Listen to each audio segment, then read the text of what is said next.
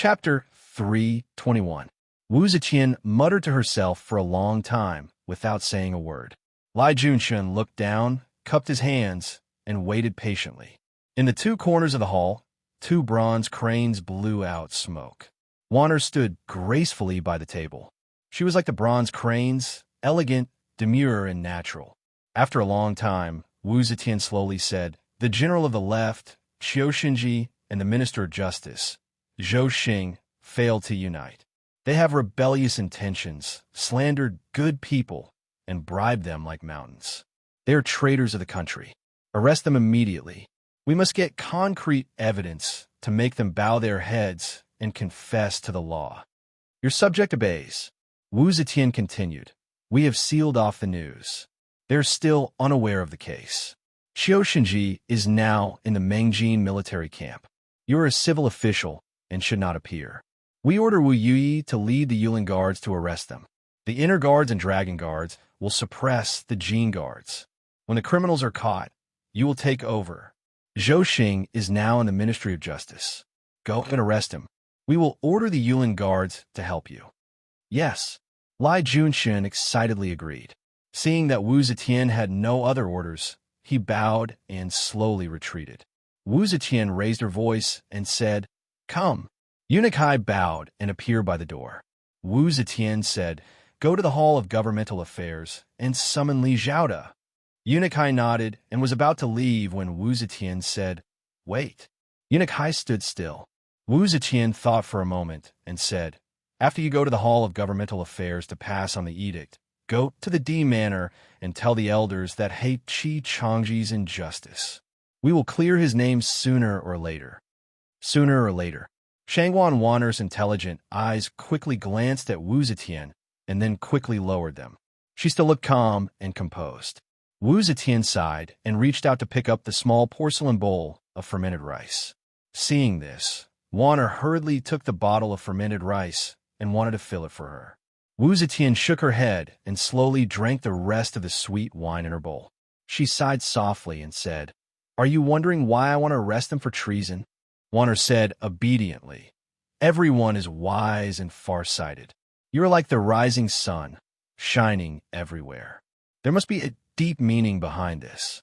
One doesn't understand the reason behind it, so I don't dare to assume your Majesty's intention." Wu Zetian sighed and said in a low voice, "We intend to use 2 years to recover Anxi, and this is precisely the time when we need to use the 100,000 mighty soldiers of the Western regions. How can we let the world know that our most trusted great general has framed the illustrious Blacktooth Changji of the Western regions? How can I let the world know that my most trusted general gave the secret military secrets to foreign enemies and led the bandits to invade the pass? How can we let the soldiers know that the generals of the court are scheming against their commander-in-chief and stabbing them in the back?" Wu Zetian smiled bitterly and said, "2 months ago, Qiu Shunji had just been bestowed the imperial surname because of his loyalty and diligence in his work. Today, we will arrest him for treason. This is his disloyalty, and it is also because we did not understand people well. But it is only because we did not understand people well. At the very least, the hearts of the soldiers of the 3 armies will not turn cold and lose their trust in the imperial court. Remember, before the 4 garrisons of Anxi are recovered, the truth of Blacktooth Changji's case must be sealed.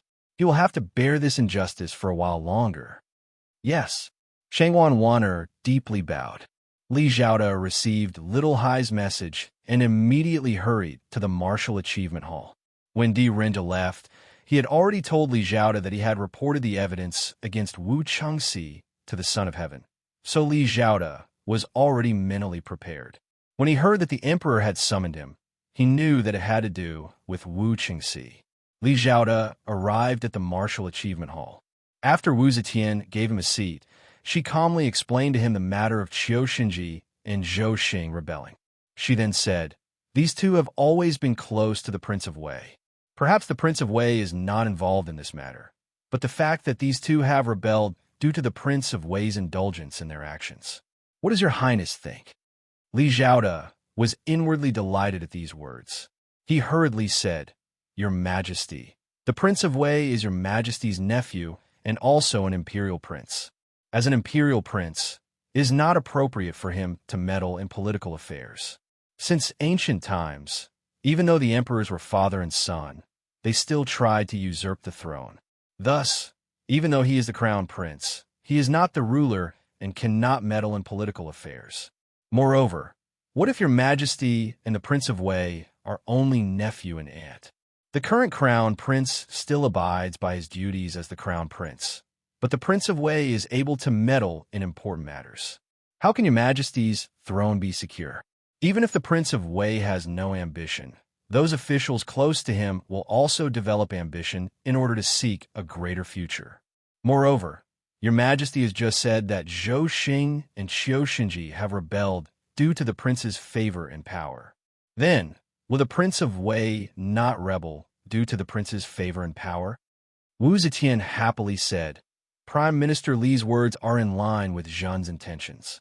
How about this? You can submit a memorial stating the pros and cons of the prince's meddling in politics. Zhen will make a decision. Li Zhao bowed and said, This subject obeys. Receiving the edict, Yang Fan immediately rushed to the censorate to see Lai Junxian. He had long heard of Lai Junxian's great name, but the difference in status between the two was great. Yang Fan had only recently been promoted to Lang General and had not had the opportunity to meet him. Yang Fan brought his men and rushed to the censorate. The people from the censorate's Yamen reported in. When Lai Junxian heard that the Yulin guards had arrived, he immediately summoned him in. At this moment, Lai Junxian was sitting upright behind his desk, slowly stroking his beard and thinking about Zhou Xing's matter. After repeatedly speculating on Wu Zetian's words, he already understood that the emperor had the intention to kill Qiu Xinji and Zhou Xing.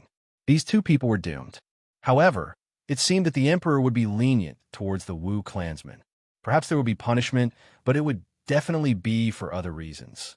He would not allow the Wu clansmen to be branded as rebels.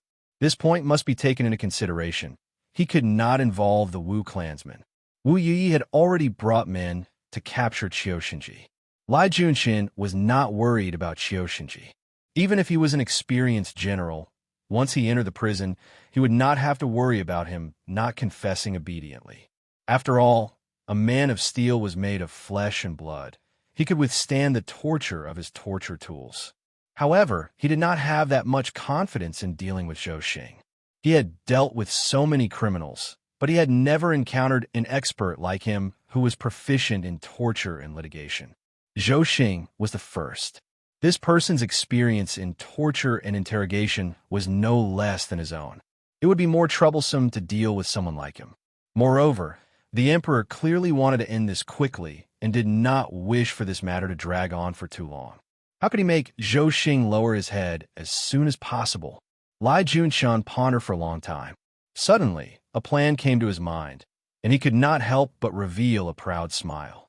Not only did he think of a way to deal with Zhou Xing, he even thought of a way to use this case to implicate Yang Fan, whom he had always wanted to get rid of. Yang Fan was only a Lang general. In such a shocking case, he could only be considered a small fry. Killing him would not even cause a ripple. Even though Princess Taiping, King Liang, Shui Huai, and the others were on friendly terms with him, it was likely that they would not dare to get involved in a rebellion. In addition, he had to implicate this person through Zhou Xing and Qiu Xinji.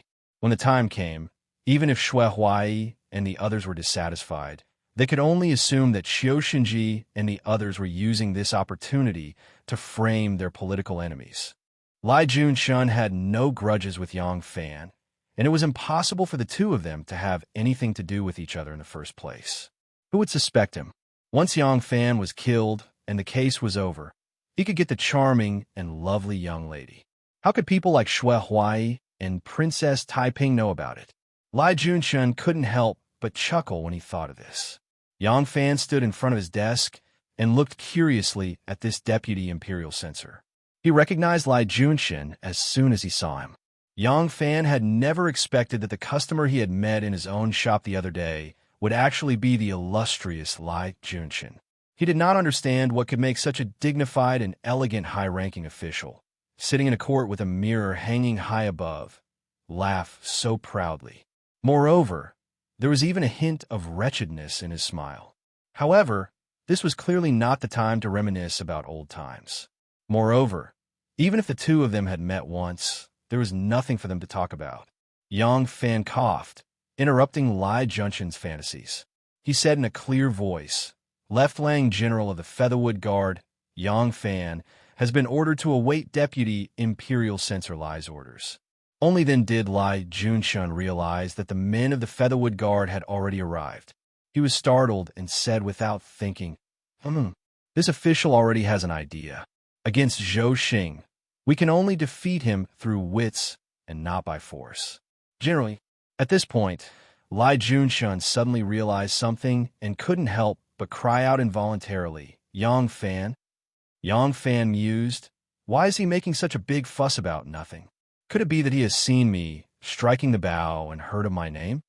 Yang Fan thought for a moment. Then he bowed and said, It is indeed this lowly general. Lai Junshun composed himself and quickly regained his composure. He said, Lang General Yang, this official has just thought about it. Zhou Xing is a crafty and cunning person. It is admittedly easy to capture him, but to make him confess is as difficult as ascending to the heavens. Therefore, this official has come up with a plan that can defeat him through wits and without the use of force. Therefore, I'm afraid there is no need for you to make a move. Yang Fan said, His Majesty has ordered this general to obey the Deputy Imperial Censor's arrangements. The Deputy Imperial Censor does not need to use force, and this general will naturally obey. However, this general has come under Imperial orders to ensure that nothing unexpected happens during the capture of Zhou Xing.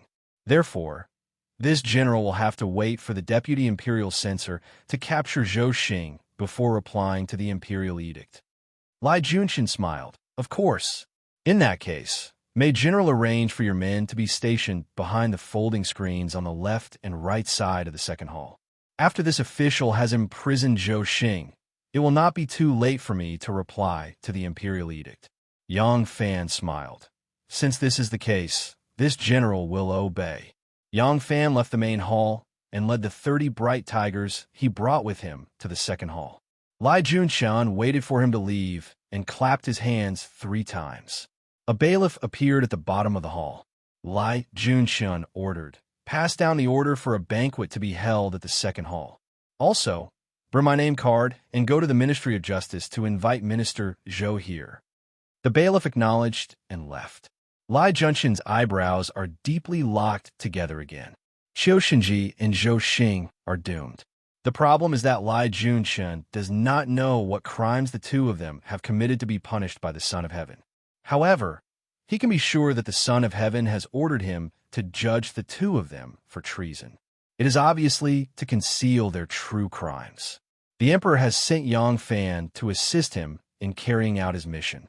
It is obvious that he does not believe that Yang Fan is an accomplice of the two of them. Moreover, he does not know what crimes the two of them have committed. Under such circumstances, to rashly implicate Yang Fan is truly risky. If the Son of Heaven asks, his answer is full of loopholes, and he will end up making a fool of himself. Thinking of this, Lai Junshan sighed with deep regret. He has no choice but to give up this great opportunity to kill his husband and steal his wife and continue to patiently search for a better opportunity.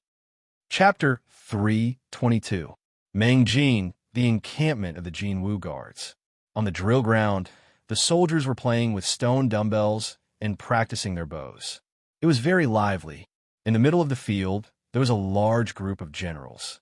In the middle of the crowd, there was a man wearing arrow sleeves who was practicing his spear. This man was burly, and his hair was slightly white. He was already in his 50s, but his body was still strong and strong. He advanced and retreated as steady as a rock and moved like a cunning rabbit.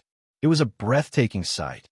That great spear in this person's hand, thrust horizontally, cut downwards, flick upwards, stab in the middle, block outwards, and grab inwards. All of these movements were vigorous and powerful. It was just one person and one spear, but within a radius of 5 zhang. It seemed as if nothing else could be contained. As the saying goes, charging and breaking through enemy lines is like breathing deeply. Beheading generals and troops is like a golden rooster nodding its head. Blocking horses and shooting arrows is like a dazzling spear flower. The spectating generals were all experts in this field. Seeing this old general using the spear, each time he reached the most exquisite point, they all shouted out in unison, "Cheers!" This man used block, take lift, push, shake, and entangle. The spear in his hand was like a wheel, and the tip of the spear was like snow. Suddenly, his body was like a mountain, and with the spear in his hand, he had the aura of one man holding the pass against 10,000 enemies. This man was the great general of the Jinwu Guards, Shinji. Thunderous cheers erupted from all around. Shinji threw the spear to one of his soldiers, and another soldier immediately passed him a towel. Shinji wiped the sweat on his face and said to the spectating generals, "Whether his fists, legs, or weapons, there's a fixed stance when practicing, but there is no fixed stance when using it. The stance is the way to die. If you keep it in your heart, you will not be able to move freely. If you meet an expert, you will suffer greatly," Lieutenant General Zhang Shuyang said. Great general is right. Although this logic is clear, how many people can have such attainments like great general? Shinji laughed. If you used half of your flattery skills, you would also be able to have this old man's spear skills. The generals all laughed when they heard this. Zhang Shuyang was Shinji's confidant and did not feel embarrassed when he was ridiculed. Instead, he was pleased with himself as if he was proud of it. At this time, a man came running from afar. Because horses were not allowed in the camp, this man ran like the wind. Under the scorching sun, he was sweating profusely. Grand General, the Dragon Martial Guard's Great General Li Sun, and the Inner Guard's Great General Wu Yuji are training their troops and passing by the campsite of our Jinwu Guards. The Forbidden Army was the main force protecting the imperial capital. In order to maintain the strength of this force, not only did the imperial court take turns mobilizing them to participate in the border battles, but it was also common for them to train the troops and practice military tactics. Thus, Shinji did not find it strange at all. These two generals were loyal to the Wu clan, and Wu Yuji was a member of the Wu clan. They were very familiar with each other. Since they passed by, Shinji couldn't ignore them. Hearing this, he quickly said, "Li Sun and Wu Yuji are here? Wait for this old man to meet them." Shinji hurried to the gate. His subordinates had already brought the horses over. Shinji leaped onto the horse and led a dozen of his subordinates to gallop away. In the distance, he could see the Dragon Rider Guard cavalry and the Inner Guard infantry forming a long line, hurrying along the official road. Shinji saw the Li and Wu flags side by side and immediately urged his horse to welcome them. When he got closer, he saw Li Sun and Wu Yuji side by side. They were riding on their war horses, leisurely chatting as they walked. Seeing Shinji rushing over, the advancing troops immediately opened up a path. Wu Yuji and Li Sun also reined in their war horses. Shinji slowed down his horse to welcome them and laughed. "Since the two of you are passing by this Chio's territory, why didn't you send someone to inform me?" This Chio could have prepared a banquet to entertain the two generals. Li Sun and Wu Yuji were both dressed in military attire. Wu Yuji was younger than Li Sun by more than 10 years. He was young and strong, and should be in his prime. However, he had been drinking too much recently. Although he was dressed in a heroic military attire, he still looked listless. When Wu Yuji saw Shinji arrive, he lazily pulled the saddle and dismounted from his horse. In the end, he seemed to be unable to bear the heavy armor and staggered when he landed. Shinji despised him in his heart, but he still had a friendly smile on his face. He leaped up and landed from his horse. Li Sun was full of smiles as he chatted with him and said, "I have military affairs to attend to. I'm just passing by your territory. How would I dare to trouble great General Chio? If you want a drink, it's better to wait." As he spoke, he also got down from his horse. However, his movements were slow and a beat slower than Shinji. Shinji got down from his horse and stood still. The dozen or so soldiers behind him also got down from their horses. Li Sun suddenly straightened his body and sat back on his horse. His face sank as he shouted, "Take down Qiu Shinji for this marshal!" Swoosh! The internal guards on the left and right who were marching with spears seemed to have been prepared. With Li Sun's command, their advancing figures stopped abruptly. They straightened their spears and thrust forward, shouting in unison, "Kill!" A forest of spears surrounded Qiu Shinji and his dozen or so soldiers standing in the middle of the road. The Longwu guards on horseback also moved in response to the command. They all drew their bows and looked down from above, aiming at Qiu Shinji's vital points.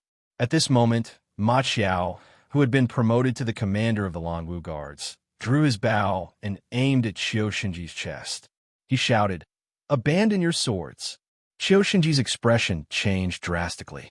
He said in shock, "Generals, are you joking?" Wu Yuji, who looked like he had drunk too much, yawned weakly and took out a yellow silk scroll from his sleeve. He slowly unrolled it and said, "Sinner Qiu Shinji kneels to receive the imperial edict." At this moment, hundreds of cavalrymen swept towards the camp of the Jinwu guards like a gust of wind. The Jinwu guards on the watchtower shouted from afar, "Halt! Who dares to trespass the camp?" One of the cavalrymen galloped in front. He raised a dazzling golden command talisman and shouted, "The great general of the Yulin Guards is patrolling under the imperial edict. Quickly summon all generals above the rank of brigade commander to the main camp to welcome him." This command talisman was a token passed down from ancient times. The Tang dynasty taboo name of Li Hu, the ancestor of the Li clan. So the tiger talisman was no longer called the tiger talisman, but the fish talisman. Its shape was no longer that of a fierce tiger, but its function was the same. When the winged cavalry arrived at the gate, one of the soldiers guarding the gate welcomed them.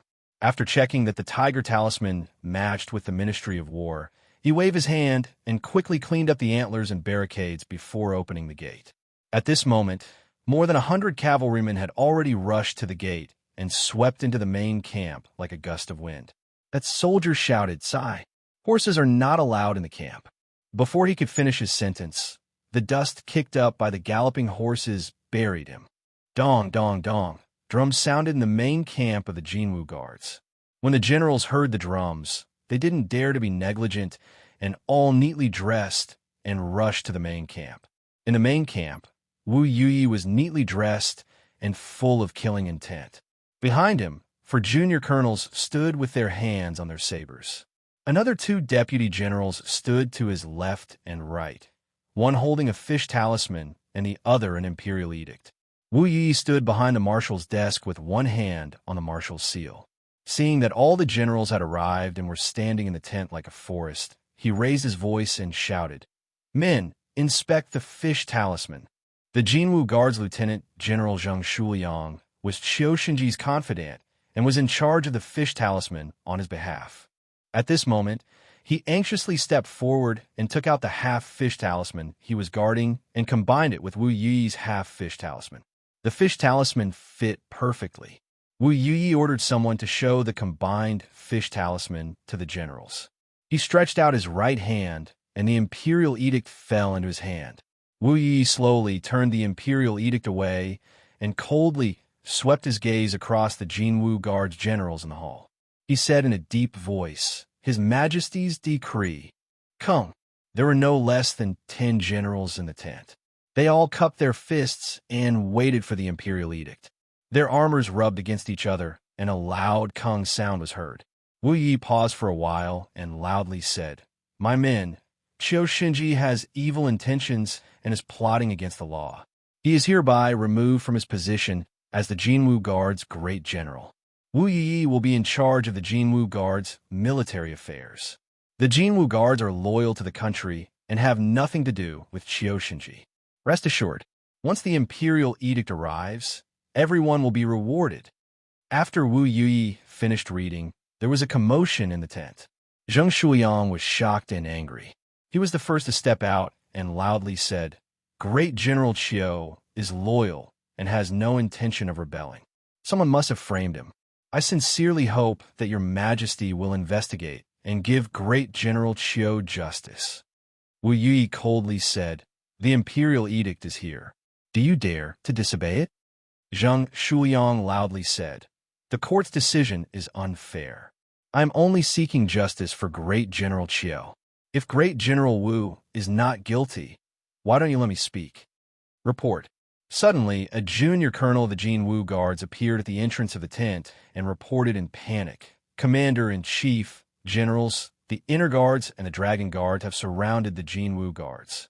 General Qiu is tied up and is being held in front of the formation." As soon as these words were said, the tent was instantly filled with silence. It was so quiet that one could hear a pin drop on the ground. Wu Yi grinned and pointed at Zhang Shuliang. "Zhang Shuliang is Qiu Xinji's accomplice. He disobeyed the imperial edict and is plotting treason. Take him down." As soon as Wu Yi's voice fell, 2 of the 100 riders rushed towards Zhang Shuliang, grabbing his arms and twisting them behind his back. Then they kicked his knees, forcing him to kneel on the ground. Zhang Shuliang's face turned pale, and he lowered his head sadly. After a moment of silence, all the generals knelt on one knee and cupped their fists. "We obey the imperial edict and are willing to follow great General Wu's orders." Wu Yi opened his palm and grabbed the marshal's seal in his hand. He let out a proud laugh. At this time, Zhou Xing had just stepped into the censorate and was personally led into the second hall by Lai Junxin. Although Zhou Xing and Lai Junxin were both Wu Zetian's favorite officials and both worked as guards, they had never interacted much with each other. Lai Junxin came from a rough background, and an official like Zhou Xing looked down on him. Moreover, there was a competitive relationship between the two. However, as members of the judiciary, no matter how fiercely they fought in private, they still had to maintain a cordial relationship on the surface. Moreover, Lai Junxin rarely took the initiative to invite him, and Zhou Xing was rather curious. Zhou Xing saw that Lai Junxin was very polite and attentive towards him, and guessed that the latter must have a favor to ask of him. His expression became even more reserved and arrogant. After taking a seat, looking at the table full of delicacies, Zhou Xing teased, Middle Minister Lai's courtesy today is beyond my expectations. I wonder what Middle Minister Lai is up to?" Smiling, Lai Junxin poured him a cup of wine and said, "Those who are polite must have a favor to ask of me. Today, I invited you, Minister Zhou, because there is a difficult matter and I sincerely want to ask for your advice." Come, have a cup of wine and listen to me slowly." Chapter 323. Zhou Xing raised his cup and took a small sip. Stroking his beard, he said, "Oh, with Deputy Premier Lai's methods, you also have a problem that you need my guidance on?" Lai Junxin chuckled. "Everyone has their strengths and weaknesses. Brother Zhou should know that I am in charge of the Imperial Envoy Station and the Emperor's eyes and ears. Whenever I come across unruly people, I like to torture them. But today, little brother has encountered a difficult matter, a difficult person, and I can't do as I please. For a time, I can't help but feel helpless." Zhou Xing has always despised Lai Junxin's methods. He even heard that Lai Junxin and his henchman, Wan Guojun, wrote the weaving scripture together and used it to interrogate people. Lai Junxin regarded the scripture as a treasure and kept it a secret. When Zhou Xing heard about it, he only laughed it off and never took it to heart. Today, when he heard that Lai Junxin had come across a tough opponent and his crude methods were useless, he couldn't help but laugh. "Deputy Premier, I don't want to lecture you, but your interrogation methods such as 100 meridians fix, sudden roar, dead pig sorrow, seeking family destruction, and telling the truth may sound horrifying, but they are not elegant at all. Once you come across a powerful person, you won't be able to use them. Tell me, what problem do you have now?" Lai Junxin was unfazed by his arrogant attitude and replied, "It's like this. I have taken over a case. This criminal has a high position and has always been trusted by the Emperor for many years. I am worried that your Majesty might not be able to let him go. What if your Majesty becomes impulsive and wants to interrogate him personally? If I turn him into a bloody mess and make him unrecognizable, your Majesty will inevitably look bad." Zhou Xing smiled knowingly. Since this person is trusted by the emperor, once the emperor sees him in a terrible state, he might feel compassion and show mercy. Moreover, this person is of high status and will definitely have henchmen. When the time comes, he might use this as evidence to accuse you of torturing him and forcing him to give false testimony. That's right, Lai Junshin repeatedly said. Xiao Di also has this concern. This person is weak. If he were to be subjected to torture and died in prison, it would be difficult to explain to His Majesty. At the same time, His Majesty hoped that this case could be resolved as soon as possible to avoid complications. Time also did not allow his younger brother to slowly manipulate him. This was difficult. Without torture, how would he be willing to confess? If I were to use torture, I would have to worry about all sorts of things. How would Brother Zhou teach me? Zhou Xing laughed heartily. Based on my many years of experience as a judge of the penitentiary, some punishments may be able to turn a person into a bloody mess, but no matter how intense the pain, it is only temporary. If there is someone with a strong will, they can grit their teeth and endure the pain. Over the years, I have seen a few people with a strong will who can endure such torture. The beauty of punishment does not lie in whether it is bloody or not, but in whether the pain you inflict on the offender is continuous and whether it is gradually increasing. However, there is pain that can be sustained and prolonged, and no one can resist it as long as they are made of flesh and blood. Lai Junshin hurriedly poured him another cup of wine and humbly said, "Please enlighten me, Brother Zhou." Zhou Xing explained, "For example, add an iron hoop to a person's head, and in the middle of the hoop, there is a wooden wedge to tighten the skull. As long as the wedge is not pulled out, the splitting headache will continue to exist. If you add another wedge, it will be impossible for the person to die. If you wedge 3 wooden wedges, even if he is a golden immortal, he will confess obediently. Moreover, you will not be able to see any serious injuries on his body." Lai Junshin blinked his eyes and praised repeatedly. "Wonderful, wonderful. This method sounds elegant and refined, but I did not expect it to have such miraculous effects." Zhou Xing proudly said, "That's nothing. I have another method that is both simple and effective. You only need to take a big urn and place the criminal in it. Then, use a charcoal fire to burn the bottom of the urn. The heat will increase gradually.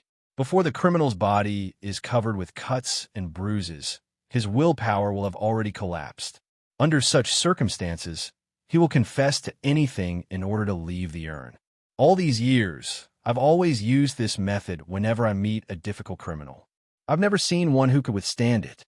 Lai Junshin applauded and laughed. I have been enlightened. I have been enlightened." Zhou Xing proudly said, "This is nothing. I may not have the weaving scripture like you, but my methods of punishing people are nothing to me." Lai Junshin laughed even more happily and clapped his hands vigorously. "Impressive, impressive. Little brother is more and more impressed with Brother Zhou. Come, come, come, Brother Zhou, please have a toast." Zhou Xing raised his cup, clinked it with Lai Junshin's, and drank the wine with a smile. Lai Junshin raised his voice.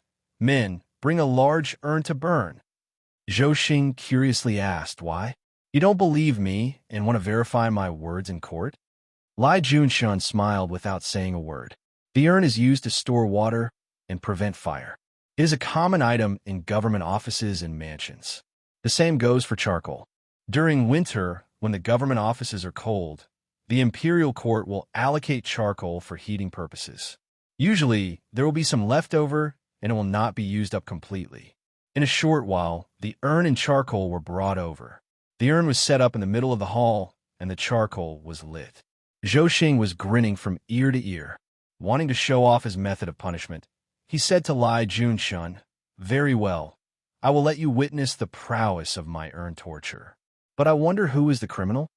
Lai Junshin's expression turned solemn as he solemnly told Zhou Xing, "Today, there's an internal matter, accusing brother of treason. Brother, please enter the urn." Zhou Xing was stunned. What kind of joke is Lieutenant Lai playing? Lai Junshin's expression is solemn and does not look like he is joking. Zhou Xing's expression slowly changed. Behind the curtain, Yang Fan heard everything clearly. He can't help but lightly exhale and let go of Lai Junshin's sword. Ever since Xiangyang, there is one more person who has committed suicide. At the foot of Mount Xiaohua, Tin Ano led the horse and stopped on a small path between the mountains. She said to Xiang Rulin, "Even if you accompany a gentleman for 1,000 miles, you still have to say goodbye. I will be on my way now. Elder sister, you don't have to send me off." Xiang Rulin stopped and said to Tin Ano, "Anu, the injury on your leg is only 80% healed. I really don't know why you are in such a hurry to go to Luoyang. Forget it. Elder sister will not stop you. Just be careful on the road." Tin Ano smiled. How could she tell Xiang Rulin that she is going to Luoyang to find a man? During the time she was recuperating in the Guo residence, Tin Ano and Xiang Rulin got along well. Their feelings for each other were mutual, and they have already become sworn sisters. Tin Ano wanted to leave after her leg injury was mostly healed. Xiang Rulin could not persuade her and could only let her go. Tin Ano said, "Elder sister, don't worry. Little sister's injury is no longer a problem. Moreover, elder sister has given me a fine horse. With a horse as a means of transportation, it will be even better. When little sister reaches Luoyang, this injury will be completely healed. In the future, little sister will visit elder sister again." At this point, Tin Ano suddenly felt a little shy. She has been recuperating in the Guo residence for so long that young master must have thought that she is dead. This time, when she goes to Luoyang, as long as she changes her identity and doesn't have to show her face in public, she can live together with Erlang forever. Thinking about it, how could she not be elated? Guo Xiaofan scratched his head and said in a silly voice, "Cousin, there are many bad people in this world who seem to have good intentions. The bigger the city, the more bad people there are. You are so beautiful, so you must be careful. Don't be deceived by them. If someone bullies you, come back and tell me. I will help you vent your anger." His sister-in-law had long told him that Anu is not his cousin, but Guo Xiaofan never changed the way he addressed her. Now that Anu has recognized his sister-in-law as her adopted sister, she has really become his real cousin. Xiang Rulin rolled her eyes at him and said angrily, "You are an honest person. Those words were taught to you by your family. They are afraid that you will be deceived. Is your cousin as dumb as you?" When Guo Xiaofan heard his sister-in-law say that he is dumb, he pouted unhappily. But under the accumulated power, he did not dare to refute. Tin Ano pursed her lips and smiled. "Brother Han, don't worry. Little sister will be very careful. If someone really bullies me, little sister will definitely come back and complain to second brother. Second brother will uphold justice for me." When Guo Xiaofan heard this, he grinned again and said happily, "Cousin, don't worry. If anyone dares to bully you, second brother will shoot him dead with one arrow." Xiang Rulin did not want to listen to his crazy words, so she only said to Tin Ano, "It is getting late. Little sister, let's go, lest we miss the lodging. You are a girl. Even if you are skilled in martial arts, you must be extra careful when you go out." Tin Ano nodded and turned over to mount the horse. She cupped her hands towards Xiang Rulin and Guo Xiaofan and said loudly, "Sister, second brother, little sister will go now." She rode away and gradually disappeared at the foot of the mountain. Han Erling was alone with his sister-in-law and suddenly felt very uncomfortable. When he saw that Tin Ano's figure had disappeared, he immediately found an excuse to slip away. Xiang Rulin alone led the old steward and the 4 family members back. The old steward said in a low voice, "We have already sent someone to follow Miss Anu. According to Madam's orders, our people will only escort her to Luoyang. I really did not expect Miss Anu to be young Master John's person." Xiang Rulin smiled and said, "I also did not expect this girl to have such deep feelings for Yang Fan. With her skills, she does not need anyone to take care of her, but she is injured now. Moreover, Shunmu values Yang Fan very much, so we cannot let anything happen to her. But," Xiang Rulin slightly frowned and said, "Shenmu's message was vague and only told me not to interfere. From his words, it seems that Yang Fan is already married. This entanglement between a man and a woman is not something we can help with. I can only hope that this girl will not be trapped by love and do something stupid. The Imperial Censorate's Thai prison was located in Legion Gate. Its official name was the Censorate's Courtyard, and it was presided over by the Imperial Messenger Bureau. The prison guards were hired by the Imperial Censorate itself, but the prison guards were all old or disabled Imperial guards. Zhou Xing sat in his cell in a daze. In front of him was a table. The scribe put down his brush and picked up the confession. After blowing on the ink stains that had yet to dry, he handed it to Zhou Xing. Zhou Xing raised his hand and dipped it in the cinnabar before leaving a deep fingerprint on the confession. Zhou Xing watched as the scribe left, and the cell door locked with a kacha sound. His lifeless eyes shifted slightly and fixed on a torture rack outside the cell. Dejectedly, he said, "Brother Chiu, what do they want you to confess? Just confess. There's no need to suffer so much physical pain." Chiu Shinji was firmly tied to the rack. His weed-like eyebrows stood erect, and his two eyeballs bulged out horribly. He wore a copper hoop on his head, and at this moment, the second wooden wedge had already been inserted into it. He grimaced in pain, and his face was so ferocious that even his molars were clearly exposed. It was unknown whether the idea of Sun Wukong wearing the golden hoop curse and journey to the west originated from this punishment created by Zhou Xing. But at this moment, Chiu Shinji really looked like an ape in pain. This ape was still bitterly holding on and refused to confess. One of the prison guards looked at him coldly and picked up the third wooden wedge. He sneered and inserted the tip into the hoop and picked up a wooden hammer. Bang! Bang! Bang! The wooden wedge had only been inserted 3 inches when Chiu Shinji, whose eyes were bloodshot and face was twisted like a ghost, collapsed. He screamed in a voice that sounded like he was wailing, "I confess. I confess. Give me the confession. I will sign it, and I will confess everything. I confess." In the Censorate's courtyard, humans could turn into beasts and gods could turn into ghosts.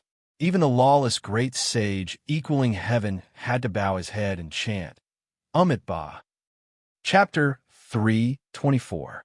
The Imperial Court dealt with the case of Chiu Shinji's rebellion quickly, as usual. This kind of quick verdict and judgment, without careful, detailed investigation and review, and the simple and quick way of dealing with major cases of rebellion, were formed by the 4 cruel officials' persistent efforts. Now, they were caught in their own trap, and they themselves became the victims. Chiu Shinji was convicted of rebellion and sentenced to death. As an accomplice, Zhou Xing was sentenced to exile to Lingnan. Today was the day of Chiu Shinji's execution, supervised by Wu Sanxi. Now that Sun Zhangxian and Wei Fangji had died in prison, the power of the prime minister's faction was greatly weakened. Wu Qingxi was completely defeated, and his important henchmen were almost wiped out. In this fierce battle, Wu Sanxi, who had been watching from the sidelines, became the one who benefited the most. Everyone in the court was smart. Even if there were differences in political wisdom and strategy, with the help of advisors, the difference would not be too big.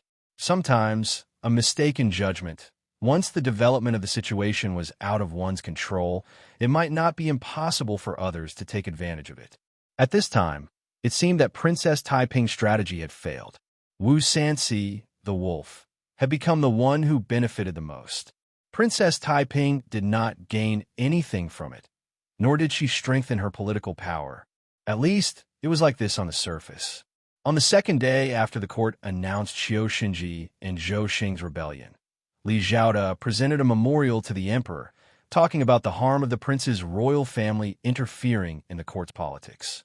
The emperor deeply agreed and immediately removed Wu Qingxi from the position of prime minister and promoted Li Zhaoda to be the head of the prime ministers. Although Wu Qingxi himself escaped unscathed, he lost his position as prime minister, and a few of his important henchmen were also cut off. Immediately, Wu Zetian announced to the world, Zhou Xing, as the autumn minister, was in charge of the country's prison. He repeatedly framed the court officials, saying that they were rebelling. The country has its own laws, and even I cannot violate them, so I can only act according to the law. We have also once suspected that Zhou Xingju was lying, and once ordered a close official to personally go to the prison to interrogate the officials who committed the crime. However, they were afraid of punishment, and all of them personally wrote confessions, admitting to their crimes. Therefore, we have never suspected the actions of Zhou Xing and the other evil officials. Zhan has been ruling the world. My eyes and ears depend on civil and military officials. The ministers are either afraid of his power or afraid of being implicated or trying to curry favor with him. All of them have succeeded, so that they have framed Zhen as the lord of adultery, making Zhen grieved and hateful. Today, the traitors have been executed, and I hope that the officials will expose their crimes and redress the injustice to me. As soon as this imperial edict was issued, memorials to expose Zhou Xing's and Qiu Xinji's crimes appeared one after another. The officials, eunuchs, and gentry who had been framed by them rushed to spread the news. But Prime Minister Wei Fangji, Xin Zhangqian, Ouyang Tong, and a group of high-ranking officials were all dead. In Wu Zetian's eyes, these people were not very reliable and were not on the same side as the Wu family. However, when she first ascended to the throne, she could not promote too many people who were only loyal to her but did not have the talent to become prime ministers. She had to use them to stabilize the political situation. Now that the political situation was gradually stabilized, these people were finally purged. Zhou Xing, Qiu Xinji, and the others were supposed to help her remove the obstacles to her governance. Now, for the sake of human rights, these minions had formed a clique and committed acts that were detrimental to her rule, which was why they were eliminated. But even in death, their last bit of value had been squeezed out. Wu Zetian easily got rid of herself and pushed all the crimes onto these cruel officials. Zhou Xing and Qiu Xinji, the two watchdogs, became the scapegoats. It was hard to say whether Wu Sanxi or Wu Zetian benefited the most from this political struggle. In front of the Tai Gate, the abandoned market was crowded with people. The roads leading to this place had long been packed with people from all directions. Many of the officials and gentry who had been persecuted by Zhou Xing and Qiu Xinji came out with their families and set up incense tables around the execution ground. Some of them burned incense and prayed, weeping bitterly as they offered sacrifices to their loved ones. Some of them were so grateful to the Son of Heaven that their families' injustice had finally been cleared. They kept kowtowing in the direction of the palace. The executioner Wu Sanxi sat high up on the execution platform. In the distance, the prison carriage, escorted by the Yuling guards, was slowly approaching. Wu Sanxi tilted his head and whispered to a trusted aide, "Has Zhou Xing already left?" The man replied, "Yes. Zhou Xing's prison carriage has just left Luoyang. As your highness instructed, I have already sent people to follow him." Under the charge of rebellion, what was really concealed was the various illegal acts that Qiu Xinji, Zhou Xing, and the others had done in order to fight for power and the position of crown prince, as well as the harm these acts had done to the great Zhou. Qiu Xinji was the vanguard of these evil deeds, and Zhou Xing might have been the mastermind. But in Wu Zetian's heart, the evil he had done was obviously not as much as Qiu Xinji. Therefore, towards this lackey who had done so much for her, Wu Zetian felt a trace of compassion. She did not sentence him to death, but exiled him. Wu Sanxi stroked his beard and smiled coldly. He said in a low voice, "If a snake is not killed, there will be endless troubles in the future. Sages never fear death. Today, Zhou Xing is sentenced to exile instead of abandoning the city. It seems that you are still reluctant to let him die. If you don't let him die, he will always be a scourge. When he leaves Luoyang, find a suitable place and send him to see Qiu Xinji." "Yes, I will arrange it properly." Wu Sanxi waved his hand and said, "Go." When the man left, Wu Sanxi stretched his head and looked in the direction of the execution carriage, looking a little impatient. Qiu Xinji had been in the army for many years and had many subordinates. Today, Qiu Xinji was executed. Just in case, the imperial army had all entered a state of alert. The 9 cities were all under the control of the emperor's most trusted northern imperial army. Even the people who escorted the prisoners to the execution ground and the security around the execution ground were not the officials of Luoyang Prefecture, Ministry of Justice, or Supreme Judiciary, but the Yulin Guards. Yang Fan rode on a horse, leading the Yulin Guards to escort Qiu Shinji's prison carriage and slowly drove to the execution ground. Qiu Shinji, dressed in the clothes of a condemned prisoner, stood on the prison carriage with a big shackle on his neck. The prison carriage rumbled, and Qiu Shinji's face was gray. The people on both sides threw rotten eggs at his head and face, but he didn't seem to feel it all. A wooden ball was stuffed in his mouth, which made his mouth wide open. His cheeks looked a little weird. He couldn't even swallow with his mouth closed, so saliva flowed down from the corners of his mouth from time to time, like a stroke patient. The rotten egg hit his forehead, and the liquid flowed down into his mouth, and then flowed out together with his saliva. His embarrassing situation was really indescribable. The practice of silencing prisoners began in the 4th year of Tugong, that is, 4 years ago. That year, when Hao Xiangxian, the emissary of the crown prince, was executed, Hao Xiangxian cursed loudly and made a vehement speech on the execution ground, listing the sins of Wu Zetian and even mentioning her adultery with Xue Huai, which made Wu Zetian embarrassed. From then on, the execution of prisoners had to stuff a wooden ball in their mouth so that they couldn't say a word. Qiu Shinji knew more secrets about Wu Zetian, including the fact that Wu Zetian ordered him to execute the crown prince, Li Xian, which was known to everyone, but could never be proved. Of course, this person couldn't be called to say anything. Yang Fan didn't stop the people from venting their anger. He just pulled the reins of his horse and stayed away from Qiu Shinji, so that he wouldn't be caught in the crossfire. No one noticed the surging emotions behind the calm face of this young general of the Yulin Guard. The tragic scene of the Peach Blossom Village appeared in his mind. His parents, his sister, his fellow villagers. The great changes in his childhood had changed his life. He had traveled thousands of miles from Southeast Asia to come here, and this was his last enemy. Today, Qiu Shinji was going to be executed. He was going to be executed because of the evidence he provided. He was going to die in his hands. His last enemy was finally going to die. The heavy burden that had been pressing on his heart since childhood could finally be lifted. Looking at the incense burner tables on both sides of the road, set up by the families who had been persecuted by Qiu Shinji, Yang Fan couldn't help but want to shed tears. Now he wanted to loudly announce to his relatives who had been wronged, "Father, mother, sister, your great hatred has finally been avenged." Yang Fan raised his face and let the tears in his eyes quietly disappear.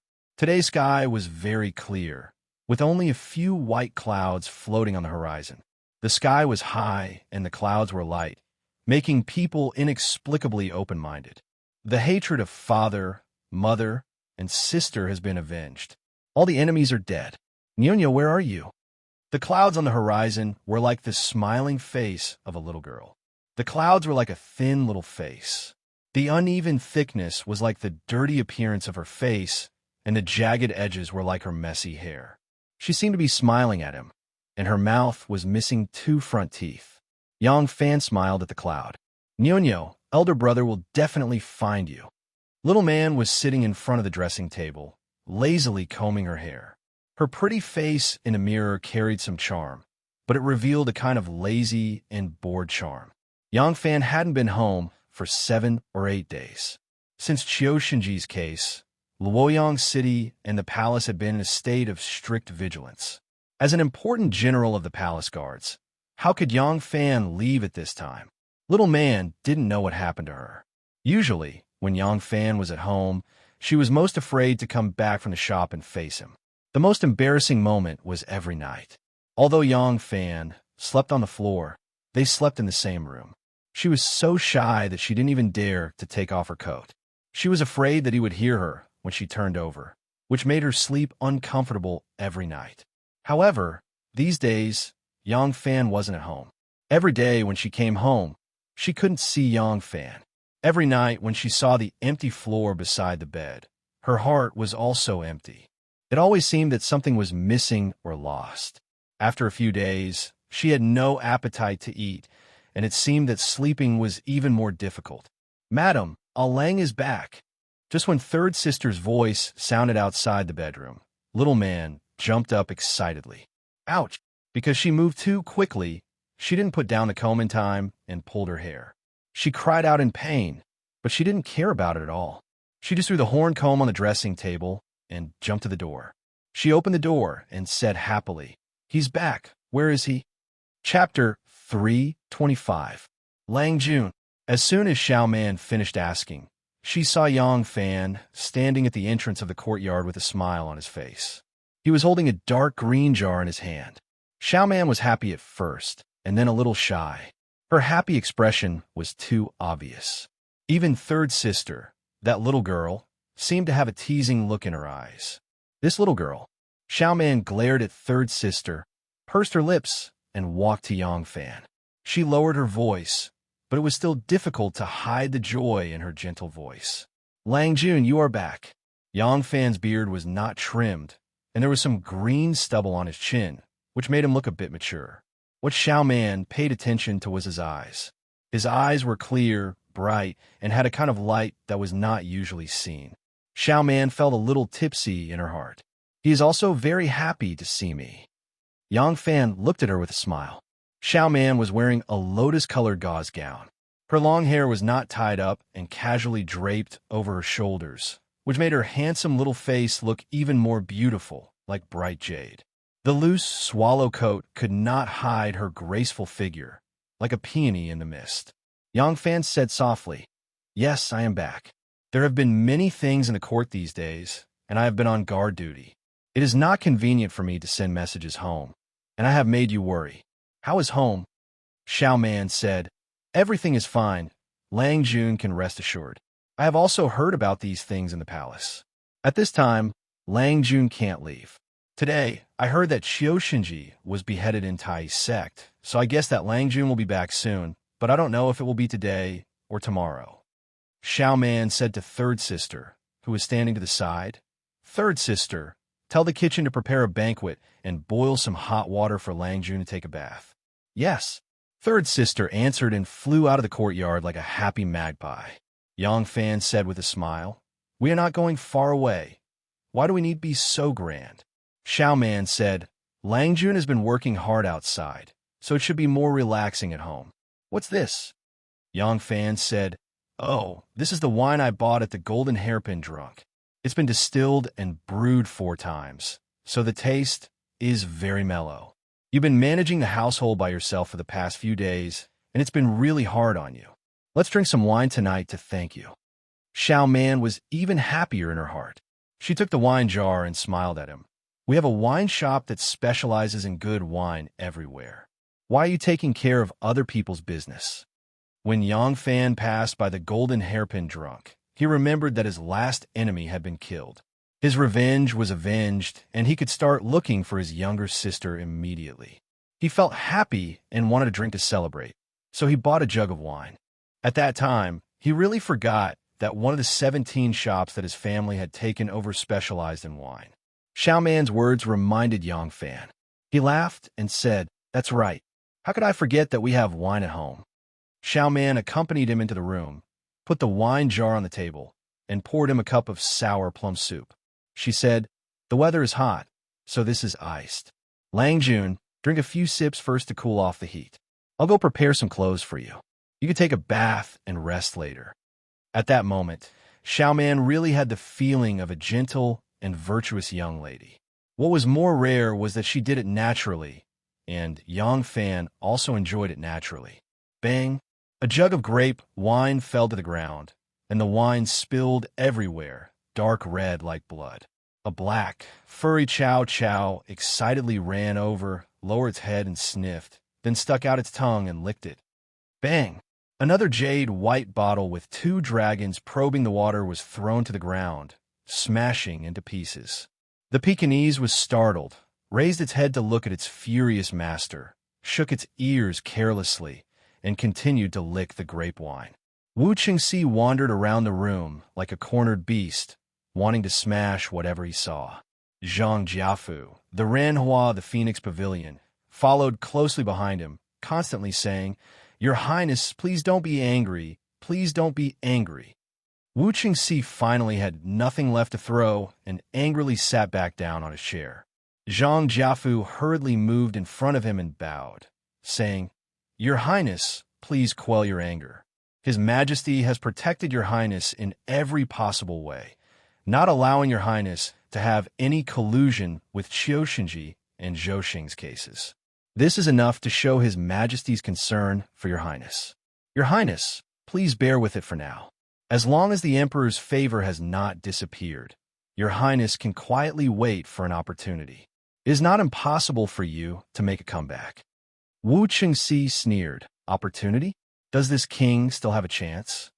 Zhang Jiafu said, "As long as His Majesty wishes to pass on his empire to the descendants of the Wu clan, the only ones qualified to inherit it are your Highness and King Liang.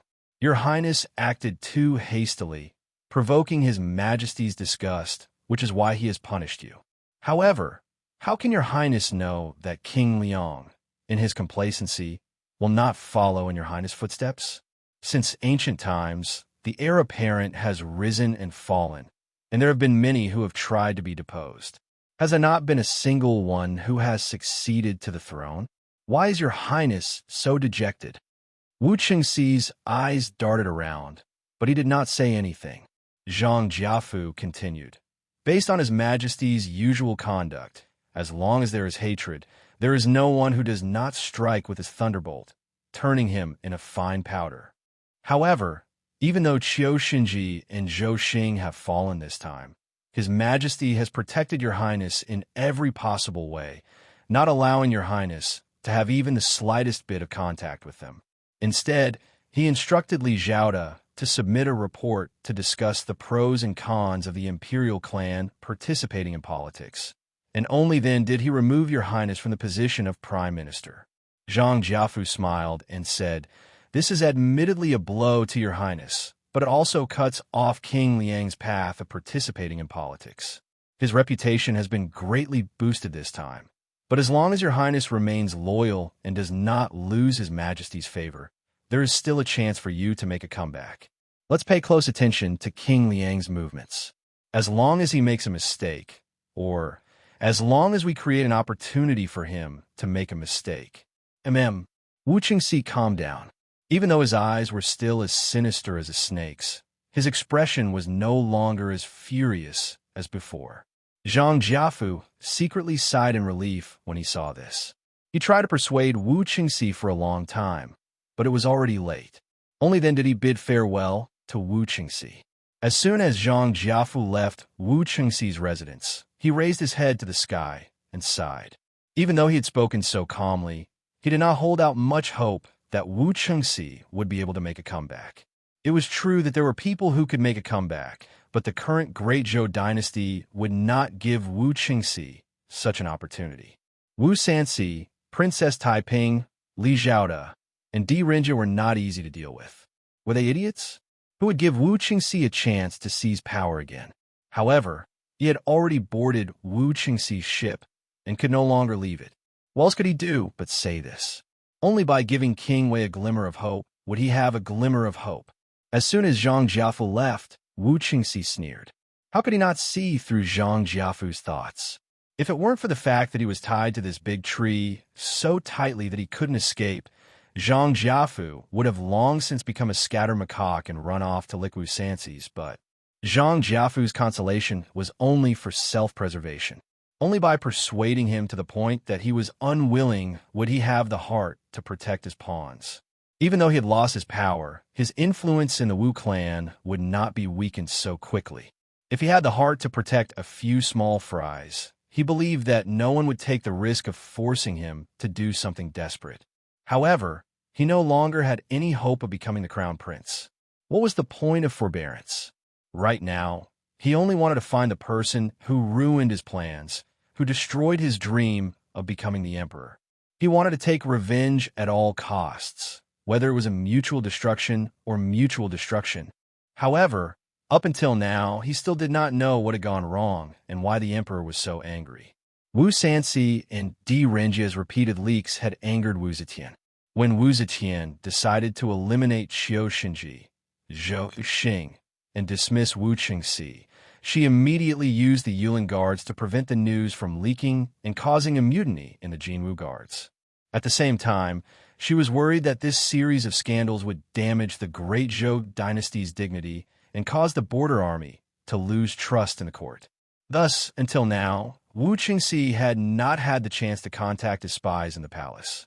No matter what, if I find out who you are, I will make sure you die. Wu Qingxi's eyes were bloodshot.